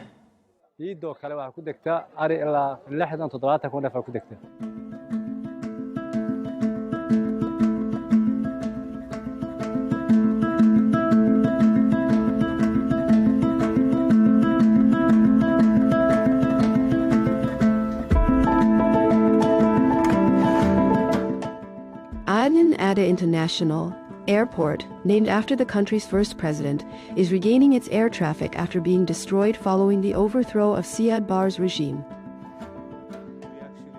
We have here 23 domestic flights a day to local airports, and we also have 17 international flights.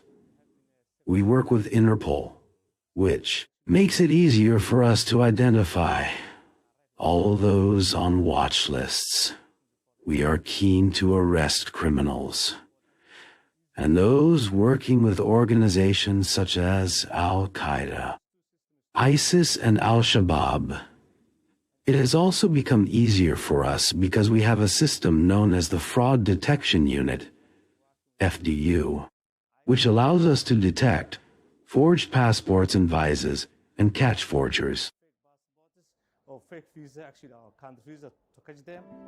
The airport is one of the most heavily guarded sites in the capital, particularly in the Green Zone. It is a strategic hub for the government and international organizations, which makes it a target.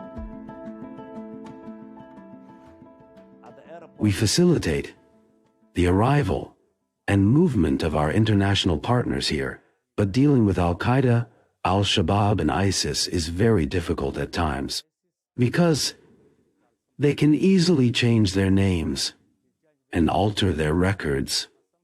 Sometimes there are people who work with them and try to bring them into the country so that they can operate here more easily.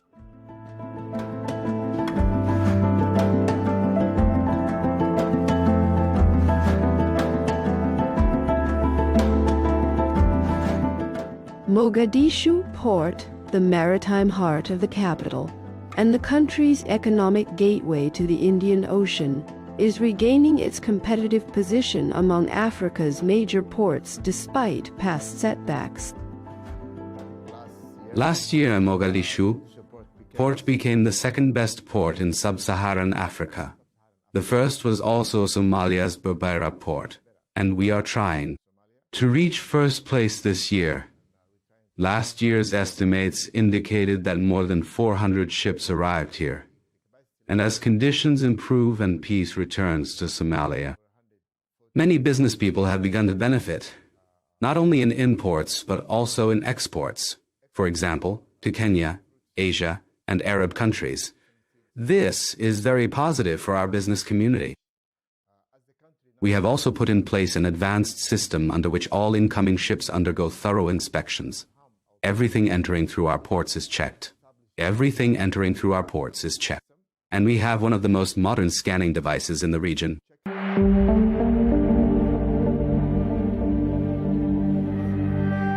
Directing domestic and foreign investment into infrastructure is an important step to boost An economy that faces major challenges such as poverty and youth unemployment exceeding 70%.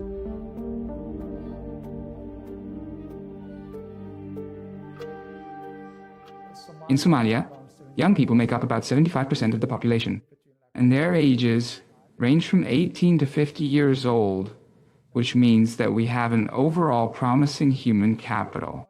Even in terms of technology, we are developing significantly compared to neighboring countries. We have very good internet, so it is expected that the government will raise the economic growth rate to about 5 to 6%.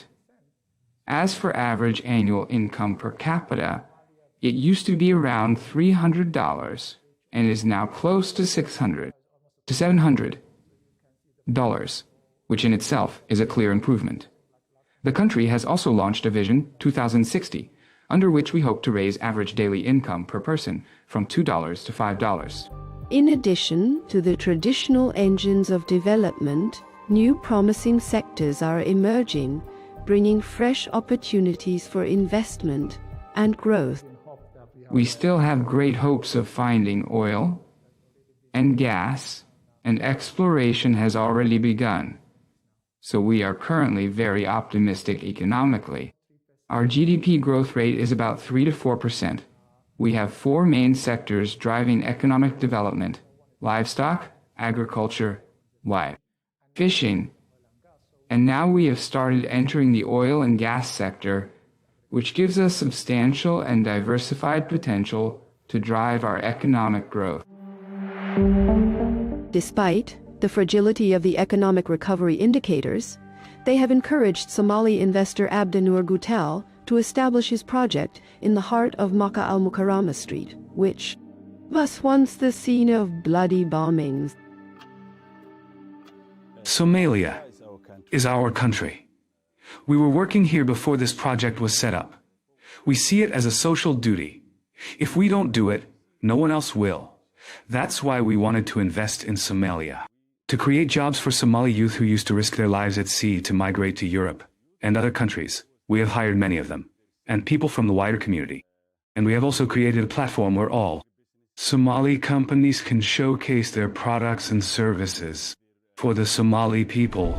Economic momentum has been strengthened by Somalia's accession to the Common Market for Eastern and Southern Africa and the East African Community. This step falls within a broader trend of economic diplomacy, which requires diplomatic openness that brings the country back onto the international stage. It is very important for us to see more embassies opening in Mogadishu.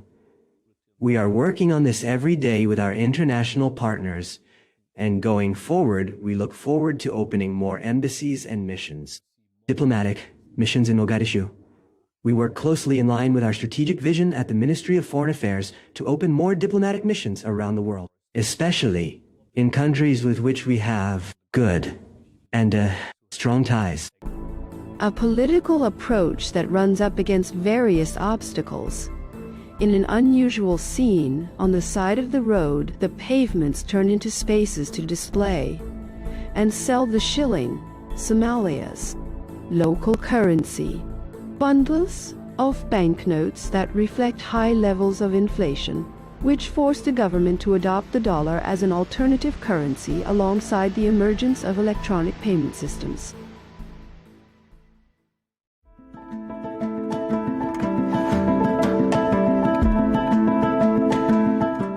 Somalia's location has had a major impact on its political and economic makeup, past and present, making it a constant focal point of competition between great powers.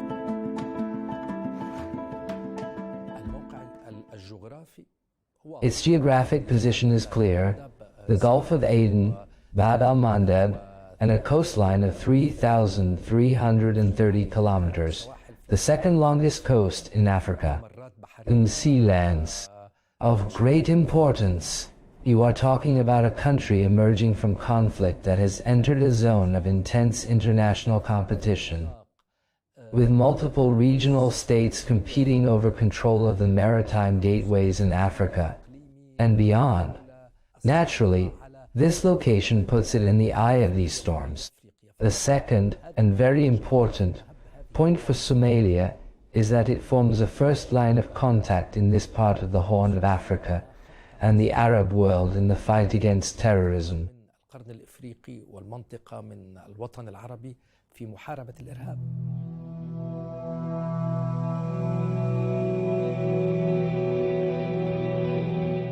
The same strategic location takes us back to a pivotal era in Somalia's history, when its unique geography in the Horn of Africa drew the interest of the major colonial powers, which redrew its borders according to their interests. After independence, Somalis began the journey of building a unified state, but successive conflicts threw Arab, African Somalia back into a spiral of fragmentation. The most prosperous era in Somalia's history was when the country gained independence from British and Italian colonial rule and later united into a single entity, the Somali Republic, on 1 July 1960 until January 1975. Since that date, Somalia's trajectory began to decline sharply after the military regime executed 10 Somali elders who opposed the regime's so-called family law, legislation that sought to impose legal measures of a secular nature. Who opposed what the regime called the family law, legislation that sought to impose legal measures of a secular nature. That gave women greater equality with men. After that, Somalia entered the 1977 war with Ethiopia, a war that gradually led to the weakening of the Somali state and to its eventual collapse. Following these deep divisions, international and Arab efforts emerged to bring the parties together and overcome political and security complexities. During the collapse of President Siad Barre's government, may he rest in peace, and up to the establishment of the first transitional government in 2004, the Arab League had an envoy, and from that time on, we began trying to calm tempers between the Somali parties. In 2006, we held negotiations in Khartoum between the Somali transitional government and the Islamic courts. In 2008, we opened an Arab League mission during some of the darkest times when Somali society and its government were suffering from rampant violence. As internal fighting worsened, federalism emerged as a political option for bringing people together, granting the region's broad self-rule within a unified state, producing 6 states, the most recent of which is the northeastern state, a direction rejected by Somaliland in the north of the country, which unilaterally declared secession in 1991.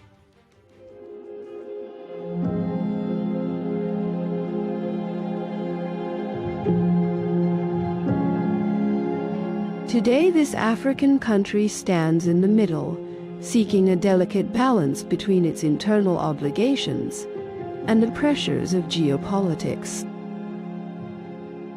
From a geopolitical perspective, our core vision is to work closely with all our partners, including our neighbors, because every challenge we face. As a government, we see as an opportunity to cooperate with states that are serious about working with us on the basis of respect for our sovereignty, our unity, and our national and international interests. In the outskirts of the city, tin shack neighborhoods appear as a forced refuge for thousands of families fleeing conflict zones. Most live on limited means amid a total absence of infrastructure and basic services. A fragile social fabric further burdened by an extreme climate. It struck local community, stability, and left nearly 4 million people suffering from food insecurity out of a population of 19 million.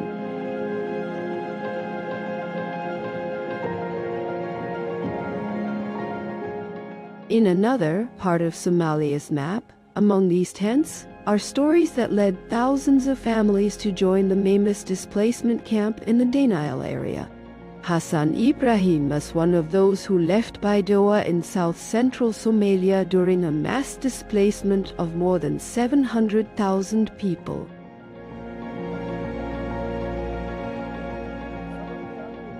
I left my area because of drought, hunger, and problems. We've been here for 4 years. We have nowhere to go and cannot find good work. I used to farm and herd livestock. My wife, my children, and I fled after our animals died because the pastures dried up. We came here suffering from many problems.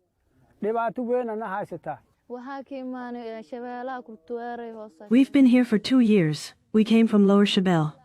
My younger sister, Lula, lost her eyesight. We took her to the hospital. But the treatment was very expensive. They asked for a large amount, around $700 or $800, which we cannot possibly afford. Our father went to the countryside looking for work, and our mother works as a porter in Bakara market. Sometimes she earns money, and sometimes she doesn't. We can only have dinner when she gets paid. This is our situation.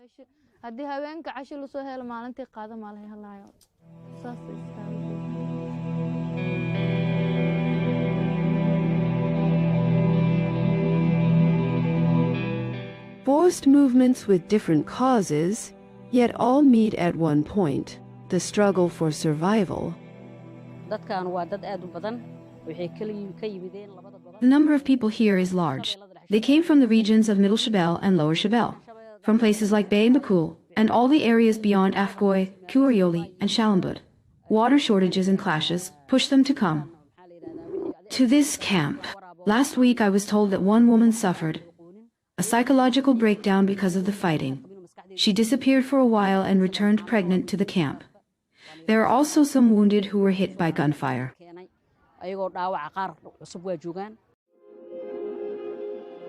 Here there is both one thing and its opposite.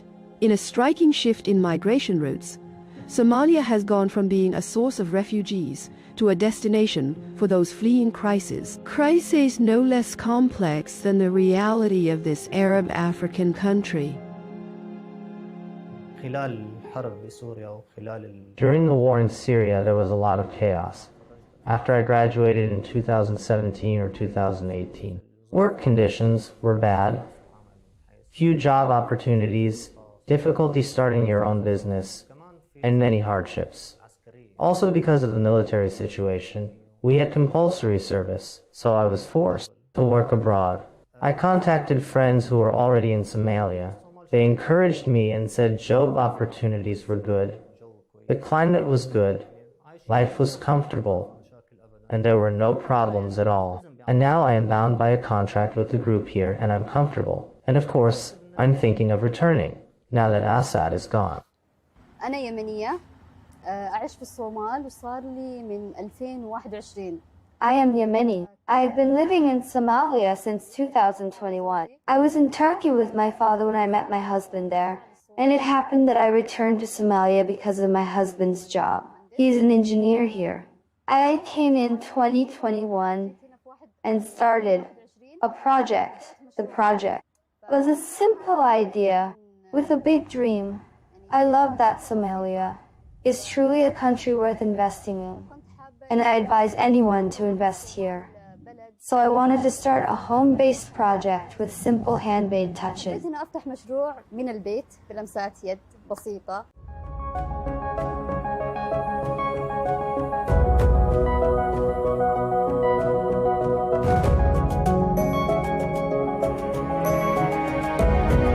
Somalia today stands at a crossroads between the legacy of old conflicts and a serious opportunity to rebuild beyond the era of state collapse.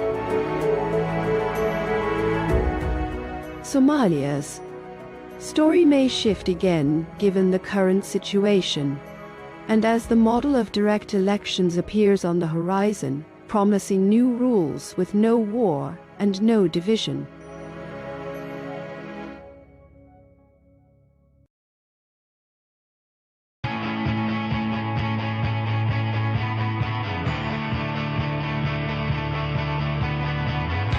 Welcome to the metropolis, the big city.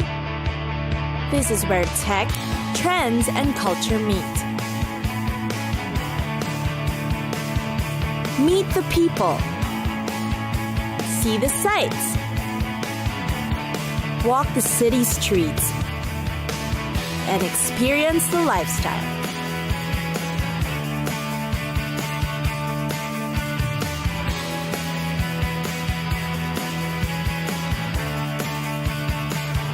This is your first-class ticket to the cities of the world.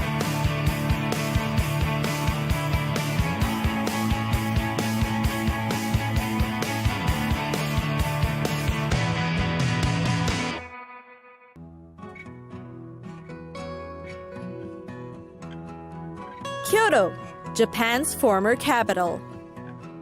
You can perhaps consider it the quieter, quainter counterpart to Tokyo, which is known for future tech and skyscrapers. Kyoto is where you can experience the authentic Japanese culture, no less. Here's how to get to know the city. First are the temples. The city is famous for its beautiful temples, and there are a lot of them you can visit. Kyoto, in fact, is called the City of 10,000 Shrines. The Kinkakuji, the Golden Pavilion, is perhaps the most notable one. It is considered Kyoto's most celebrated landmark. It has gold leaf walls that reflect the peaceful ambiance around it, in the middle of a park of cherry trees. Next up is the Fushimi Inari Shrine, which is worthy in your must-visit list too. It is dedicated to Inari, the god of rice and business. You'll find it at the foot of Mount Inari, with woodland paths leading up to the mountain. Indulge in the breathtaking city views while you're at it too. Walk around the historic district called Higashiyama. This is where you'll find Kyoto's traditional wooden architecture. You can buy local crafts and feast on food-stall snacks. What you won't find here are elements that symbolize the 21st century lifestyle, such as telephone cables and poles. Quite interesting. And then there's the Philosopher's Walk. This is named after the 20th century philosopher Nishida Kitaro, who liked to stroll down the lane. The walk actually runs between the Ginkakuji, the Silver Temple, actually made of wood, and Nanzenji Temple. Walking through it will take about half an hour, but worth it especially during cherry blossom season. Delicate pink flowers are sometimes thrown over the canal. Last but not least is Kiyomizudera. This place is considered the star attraction of the Higashiyama district. It is a large temple dedicated to the goddess of mercy. It has a temple wooden terrace that's constructed entirely without nails. That's its most popular architectural feature. It's highly recommended that you visit during spring or autumn for spectacular views of the landscape.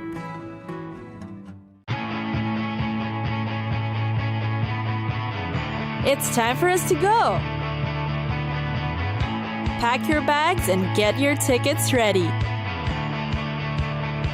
And we'll see you on the next destination. Catch us again next time on Cities of the World.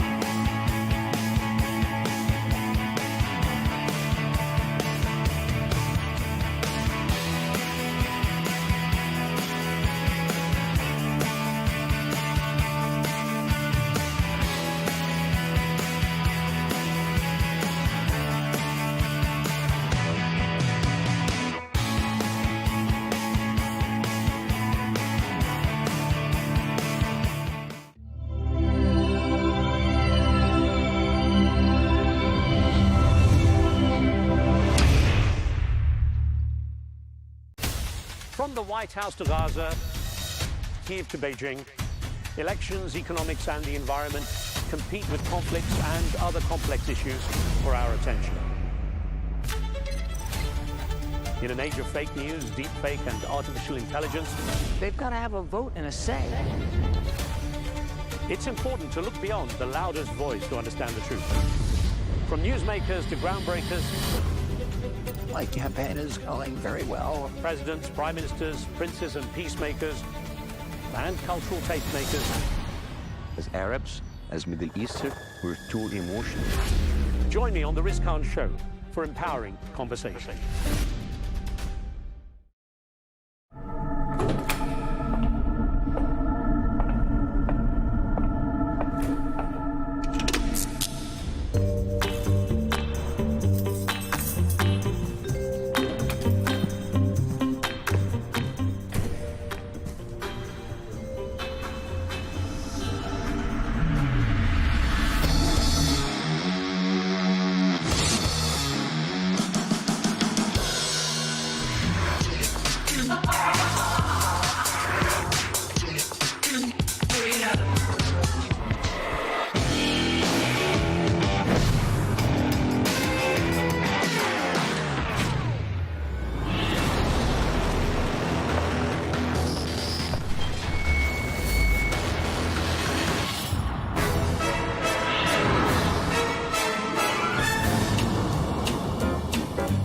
So sorry, Tom. I'm late. I'm nearly there.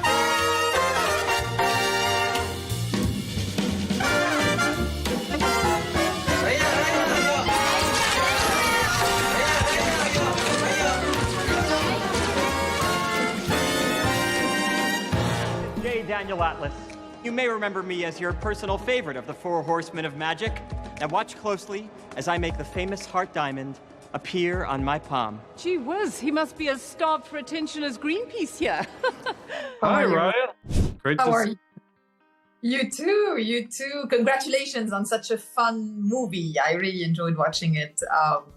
How much did you first enjoy being in Abu Dhabi and you know, making the best out of these beautiful locations that were available to you?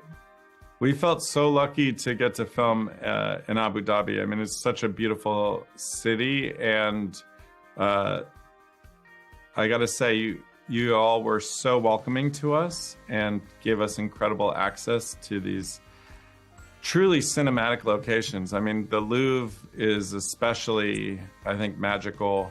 Well, as soon as we saw it, we thought for sure we have to film the final sequence of the movie. The big performance at the end of the film takes place on that stage, and that felt like an appropriate, you know, museum-worthy performance, hopefully. But it was an incredible setting, and I'm really proud of the way it looks on camera, the way we lit it, and it really felt like an exciting escalation for the film, and conclusion, I should say, escalation and conclusion for the film. And then obviously the W and the F1 track are also spectacular locations, and we felt very special being able to take an F1 car off the track and race it through the streets of Abu Dhabi, which was also really exciting, was to get to explore some other parts of the city and to have some pretend Abu Dhabi police cars chasing with some pretend Abu Dhabi police. But the whole thing was a great experience, and the city and the UAE as a whole couldn't have been more welcoming. So we're very grateful. And it all looks so great on camera as well. I really loved watching that. In the world of magic, everything that disappears reappears. Whew! It is very good to be back.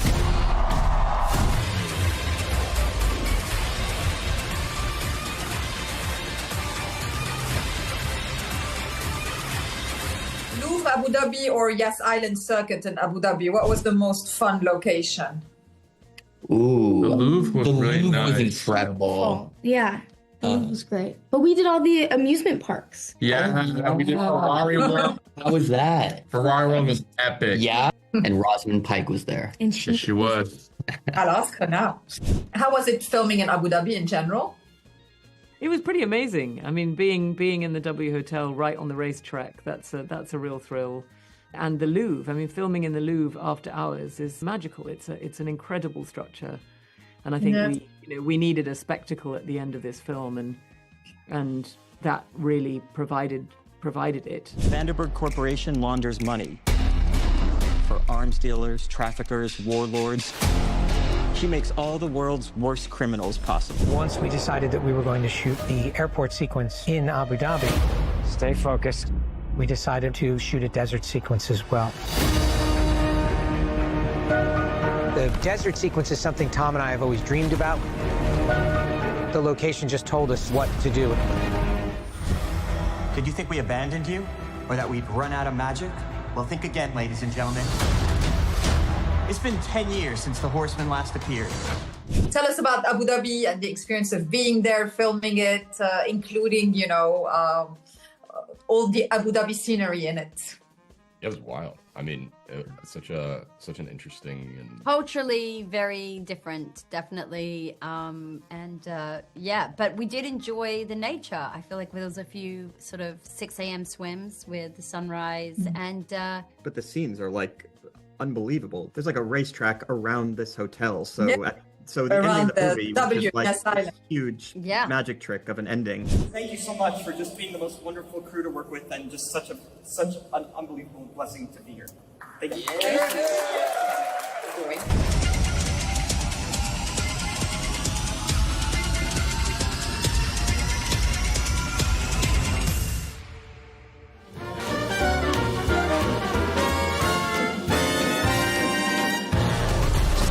Want to see a magic trick? There he is! You enjoying the show? Shall we get on with it?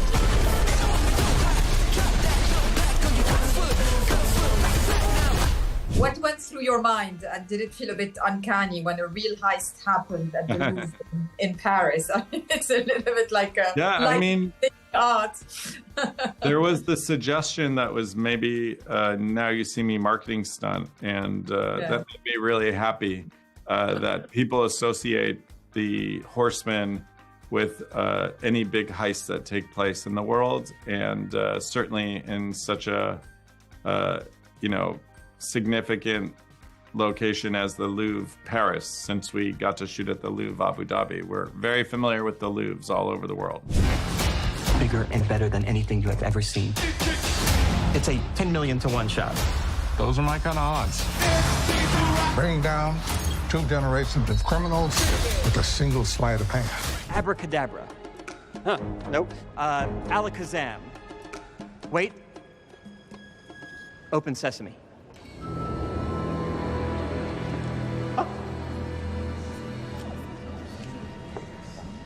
Still safe with me. How much do these films feel like family? Obviously, the Horsemen are family themselves. They get new members in this one. But shooting it, does it echo a little bit that sense of camaraderie? Absolutely. I mean, Jesse and Woody, for me, are practically family because we've been working together for 16 years together, and this was our 4th movie with me and those two. But I was happy to join the rest of the Now You See Me family because Isla and Dave are spectacular human beings, and they really do have such camaraderie, the 4 horsemen, and Morgan Freeman as well, because they've been working together for so long. So I felt very lucky to get to join the family of Now You See Me.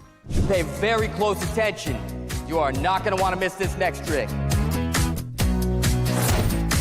One of Ruben's goals for this movie was to have as much real magic as possible, have us do everything practically. If I had known he was that easy to get rid of. Not that easy. That's the brilliant thing of having a guy like Ruben Fleischer. He's able to come up with these images and ideas. When I heard Ruben say that, I couldn't fully understand what it meant. To me, it didn't seem that different to kind of do the effect on computers or in person. The final question is the world of illusion. You know, it's so popular with audiences, whether in cinema or in shows, etc. What do you think keeps that fascination for the public for that kind of, trickery world? I think that, we all want to just find surprise, like, in life. Like, it's rare that as an adult, you see something that you can't explain or understand, and it just fills you with delight. And so that experience of like seeing a great magic trick where you just leave with a smile, that's what I wanted to provide for audiences when they see this movie. Well, I had a great time watching it. Thank you for that. Yeah, absolutely. And thank you for hosting us in your beautiful country.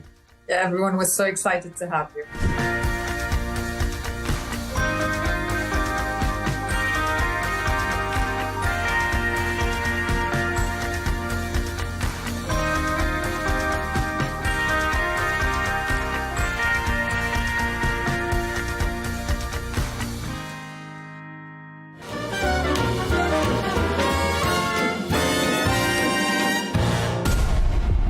the world of magic, everything that disappears reappears. Whew! It is very good to be back.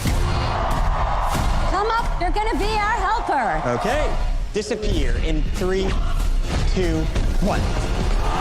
J. Daniel Atlas in the house. Who wants to see a magic trick? How are you guys? Good. Great, how are you? Good, good. It must be so fun to do this all together because it really did feel that the shooting of this one in particular was a family kind of environment. Is it the right impression? Mm-hmm. Yes, almost to the point of not being sibling rivalry, bickering, like fighting over who gets to stay up late. I was going to say, we enjoyed each other so much. Sometimes we would, it would take a long time to film sometimes because we were having fun. We had so much fun. I felt like Ruben was always like, a friend. It was like trying to kind of get in with a joke with us just to try to trick us to go back to set because we were so distracted. I think we would have made the Horsemen proud. My Atlas was spot on. Really? I'll be the judge of that. According to that card, for some reason, I need you. Why not the other Horsemen? The other horsemen are dead. Oh my God, what? No, they're like dead to me. Things got too real for them. They gave up. Stop interrupting. It's been 9 years since the prior one. What has changed about you guys as actors? These movies are like, for us, they're like, it's work and it's very difficult. For example, learning a lot of these, like the magic that we're doing, but it's also like a summer vacation for us. Like, it's just the most fun group in the world.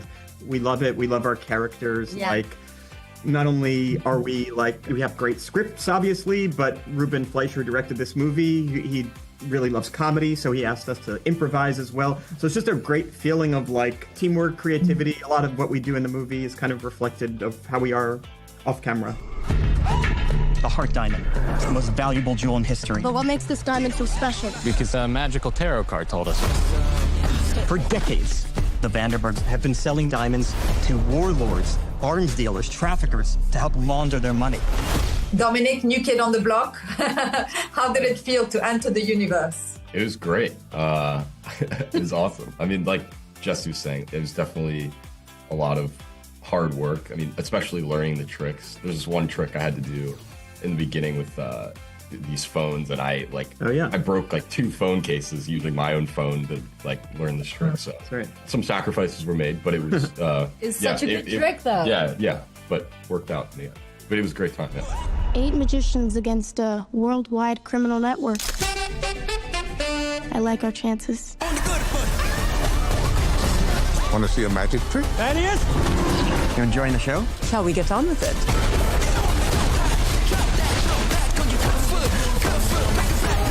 My final question is about Rosamund Pike. I'm sure she had the most fun being her character, but how much fun was it around her in that mode? There's a sort of moment where her character has to sort of unravel it to a point without giving anything away.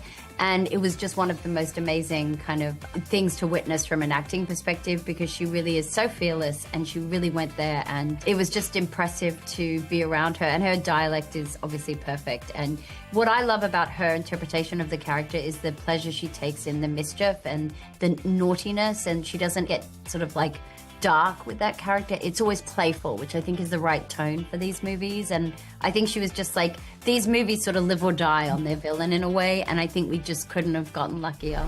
Hey guys, dead end. Open sesame. Way to represent, Merritt. Worth a try, was it? Never know. I think you do know.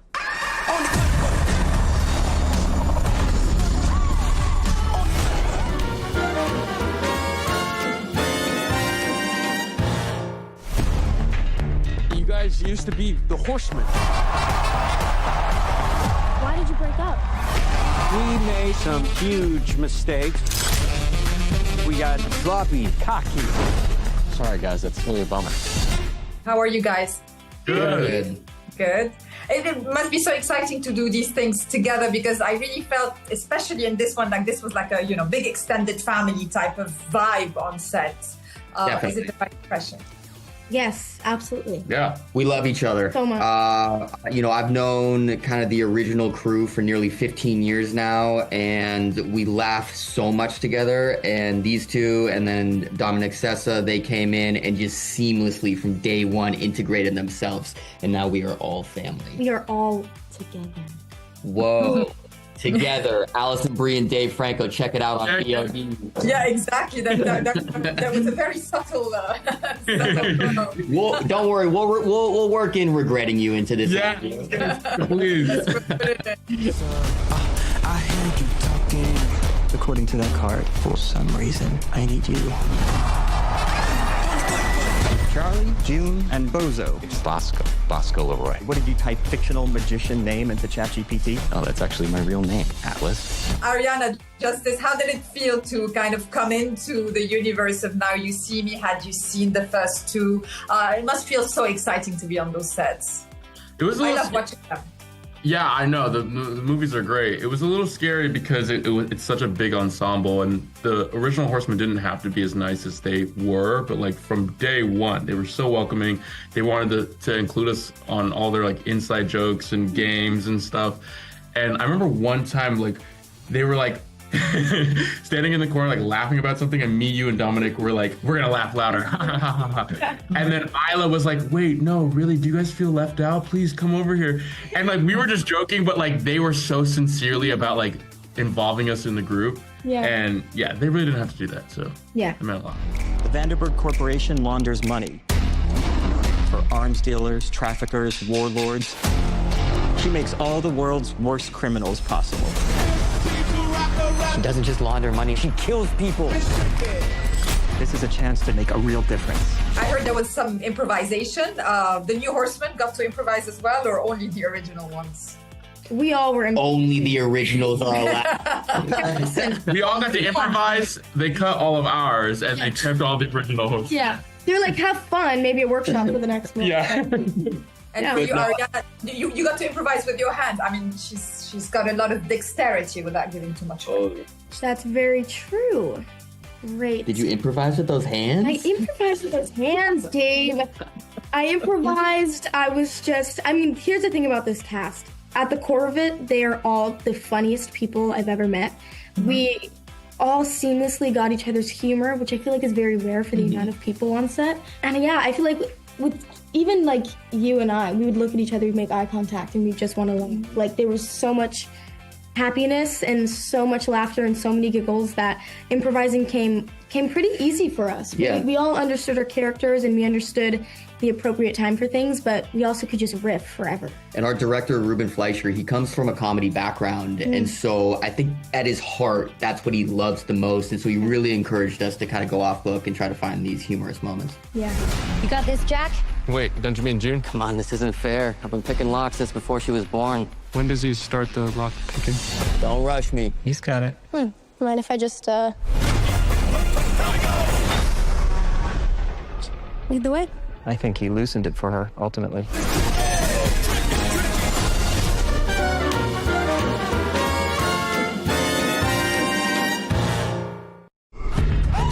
The heart diamond. It's the most valuable jewel in history. But what makes this diamond so special? Because a magical tarot card told us.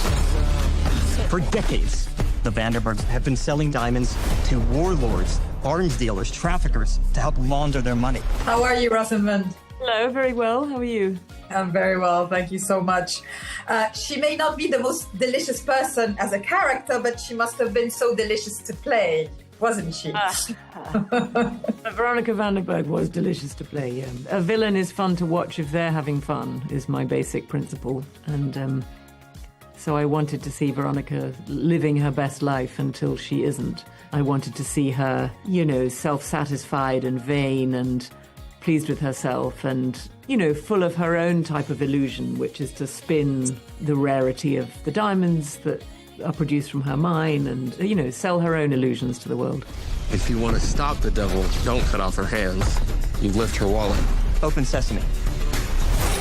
Still safe with me. Relax. Diamonds are forever. Stop him! There was a lot of improvisation.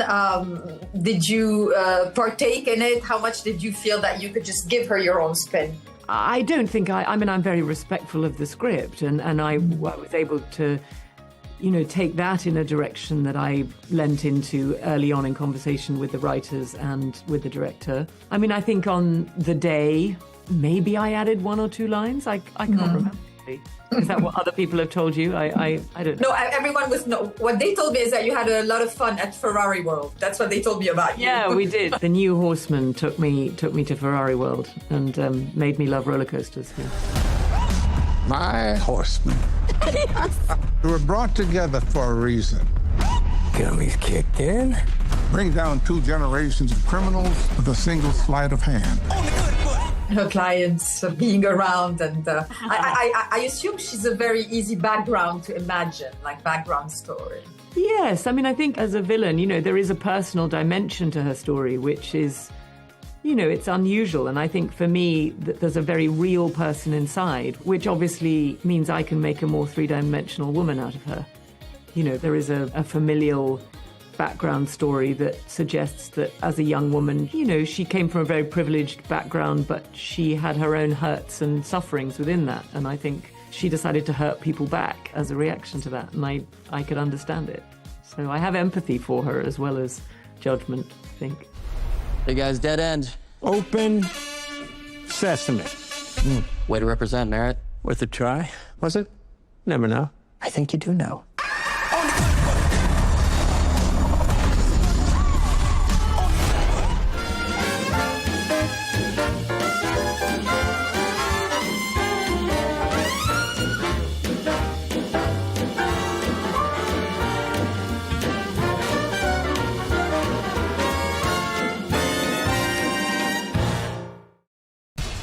We have to take care of our people, and we're going to take care of our people first.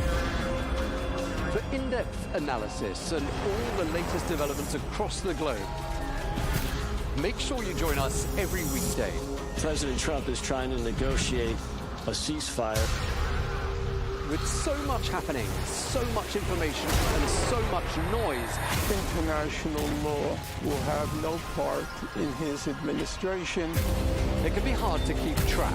Tariffs will just fuel inflation. We're going to fight these tariffs. But you can count on us to tell you what you need to know. We stand by your side. Join me, Tom Burges Watson, for Global News Today, right here on Al Arabiya News.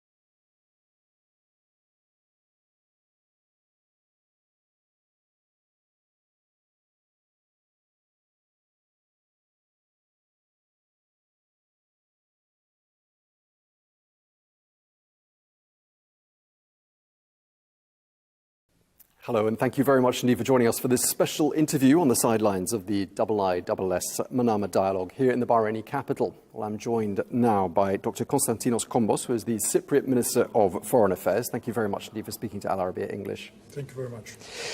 You gave an address at this summit in which you focused on the threat posed by Russia, Iran, and the Houthis. What was your call to action? The point I was making was that we're facing, in general, a threat because of the situation in the Red Sea. This is affecting maritime navigation, it's affecting economies, and at the same time, there is not the same kind of horizontal or level playing field in the sense that the impact is not shared in the same way. One has to look at the insurance premiums. It's obvious that there is some preferential treatment taking place. So my call for action was basically we need a strategy. We need to raise the issue that this is important in affecting our interests collectively. And right now, I don't believe we have a coherent strategies to the military, the political, the financial, all the various aspects that could make up for a comprehensive strategy. Yemen is not exactly next to Cyprus. It's about 2,000 kilometers away from your country. So why are the Houthis and their activities such a focus for you, and why were they such a focus of your address? If we take as a yardstick the geographical proximity, Yemen is closer to us in terms of distance than Brussels. But more important than that is the fact that we have a very strong shipping sector, 11th largest commercial fleet in the world, third in terms of ship management in the world. Around 20% of the ship management that takes place is through Cyprus. So we are very much affected like everyone else. The problem we have is not with any specific kind of factor, is with the fact that maritime navigation has been affected. And this is something that we cannot take lightly. We need to take the necessary course of action to make sure that our interests are protected and try and find the best possible way of doing it.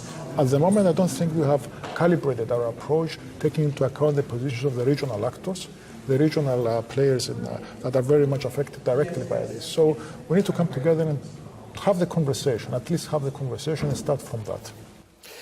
Cyprus is less than 1,000 kilometers away from the Kingdom of Saudi Arabia. And as you're speaking to Arabiya English, I just wondered if you could tell us, how would you characterize the relationship between Cyprus and Riyadh?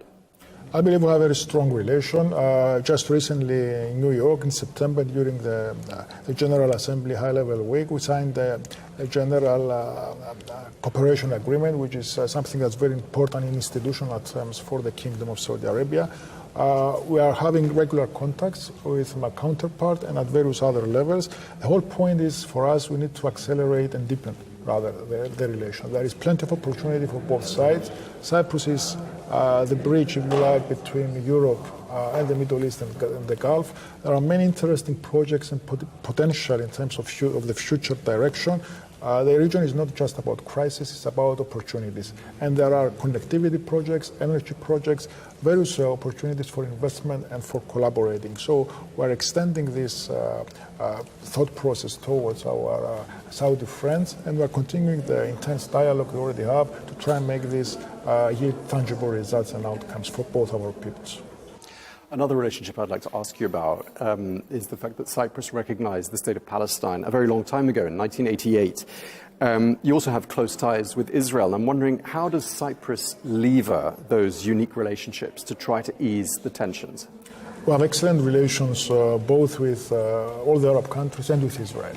And this, we believe, puts us in a rather unique position in terms of also being a member state of the European Union. So these are not relations that have been formed or cultivated in the last 2 or 3 years. These are relations that have been growing for a number of years. They are built on trust, of course on mutual interest and honesty. And we have been consistent in our approach, and we are predictable in our approach. So this enables us to sometimes be more frank and open when we talk to our counterparts, to our friends from the region, and say what do we think is right, wrong, in our personal opinion. So we are trying to be a facilitator. We are trying to be a country that is friendly to everyone in the region, simply because we believe that we cannot change geography and you have no other option than to work together. The potential is so much, it's there, and we need to take the maximum use out of it.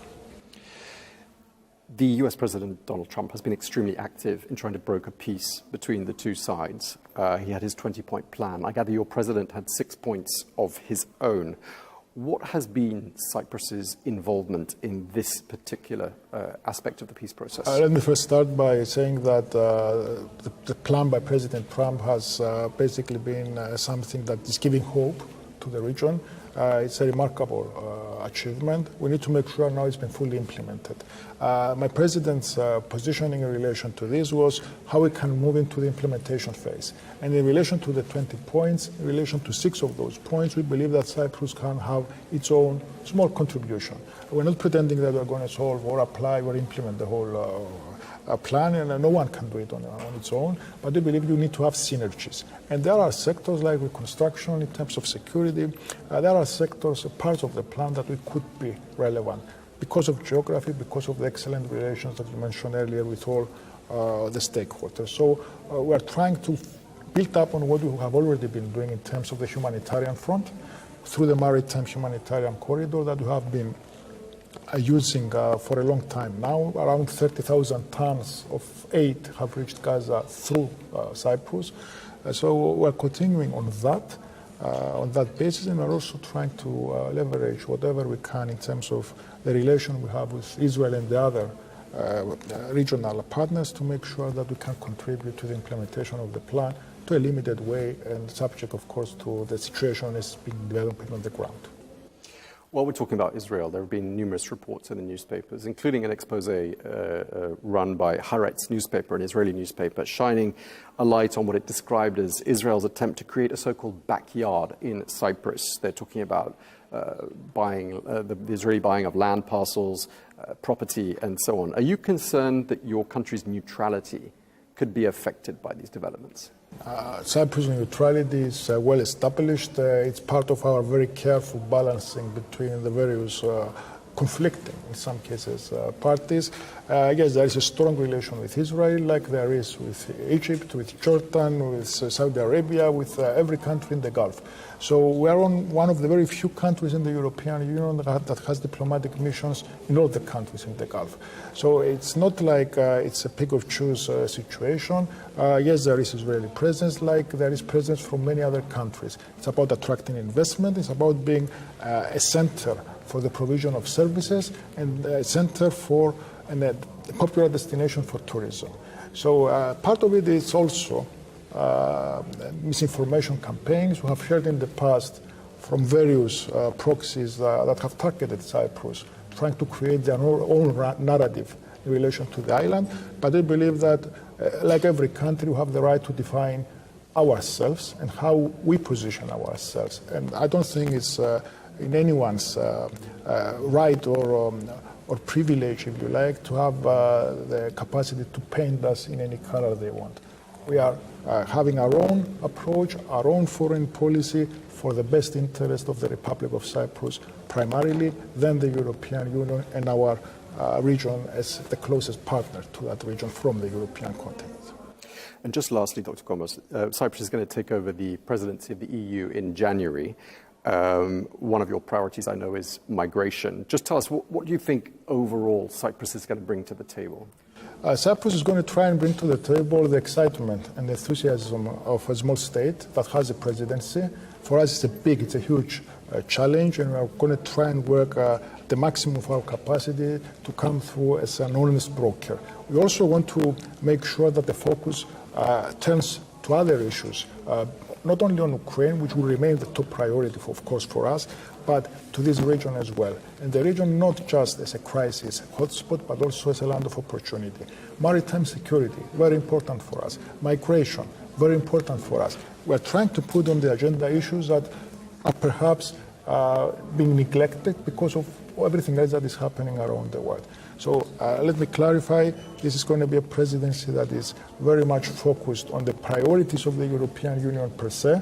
We have the MFF, which is basically setting up the financial situation in Europe for the next few years. We have to negotiate that. Ukraine, how we can ensure the resilience and the support, our support towards Ukraine. And then we also have the shifting or the sharing of the focus also in relation to this part of the world. We wish you and Cyprus all the best with taking up that EU presidency. Thank you very much indeed for your time, Dr. Konstantinos Kombos, Cypriot Minister of Foreign Affairs. Thank you very much indeed. Thank you. And thanks to you for watching this special edition here on Arabiya English. It feels like decades are passing by in a matter of weeks. Seismic shifts in the world order. Never, ever will be part of America. With so much happening and so much noise. Whether it's political upheaval, Canada has been ripping us off for years. economic shifts or social movements. And no one wins from tariffs. I think America can be more friendly to the rest of the world. The in-depth analysis and all the latest developments across the globe. To have an inclusive policy together. The meetings with Hamas gave me some hope. We're in another nuclear arms race. The most important developments straight to your screen. Welcome to the dressing room. I'm on my own. I need backup. and an insightful look at the issues shaping our world today. It was not going to happen, that war, and it happened. Join us on Arabiya News, where the world talks.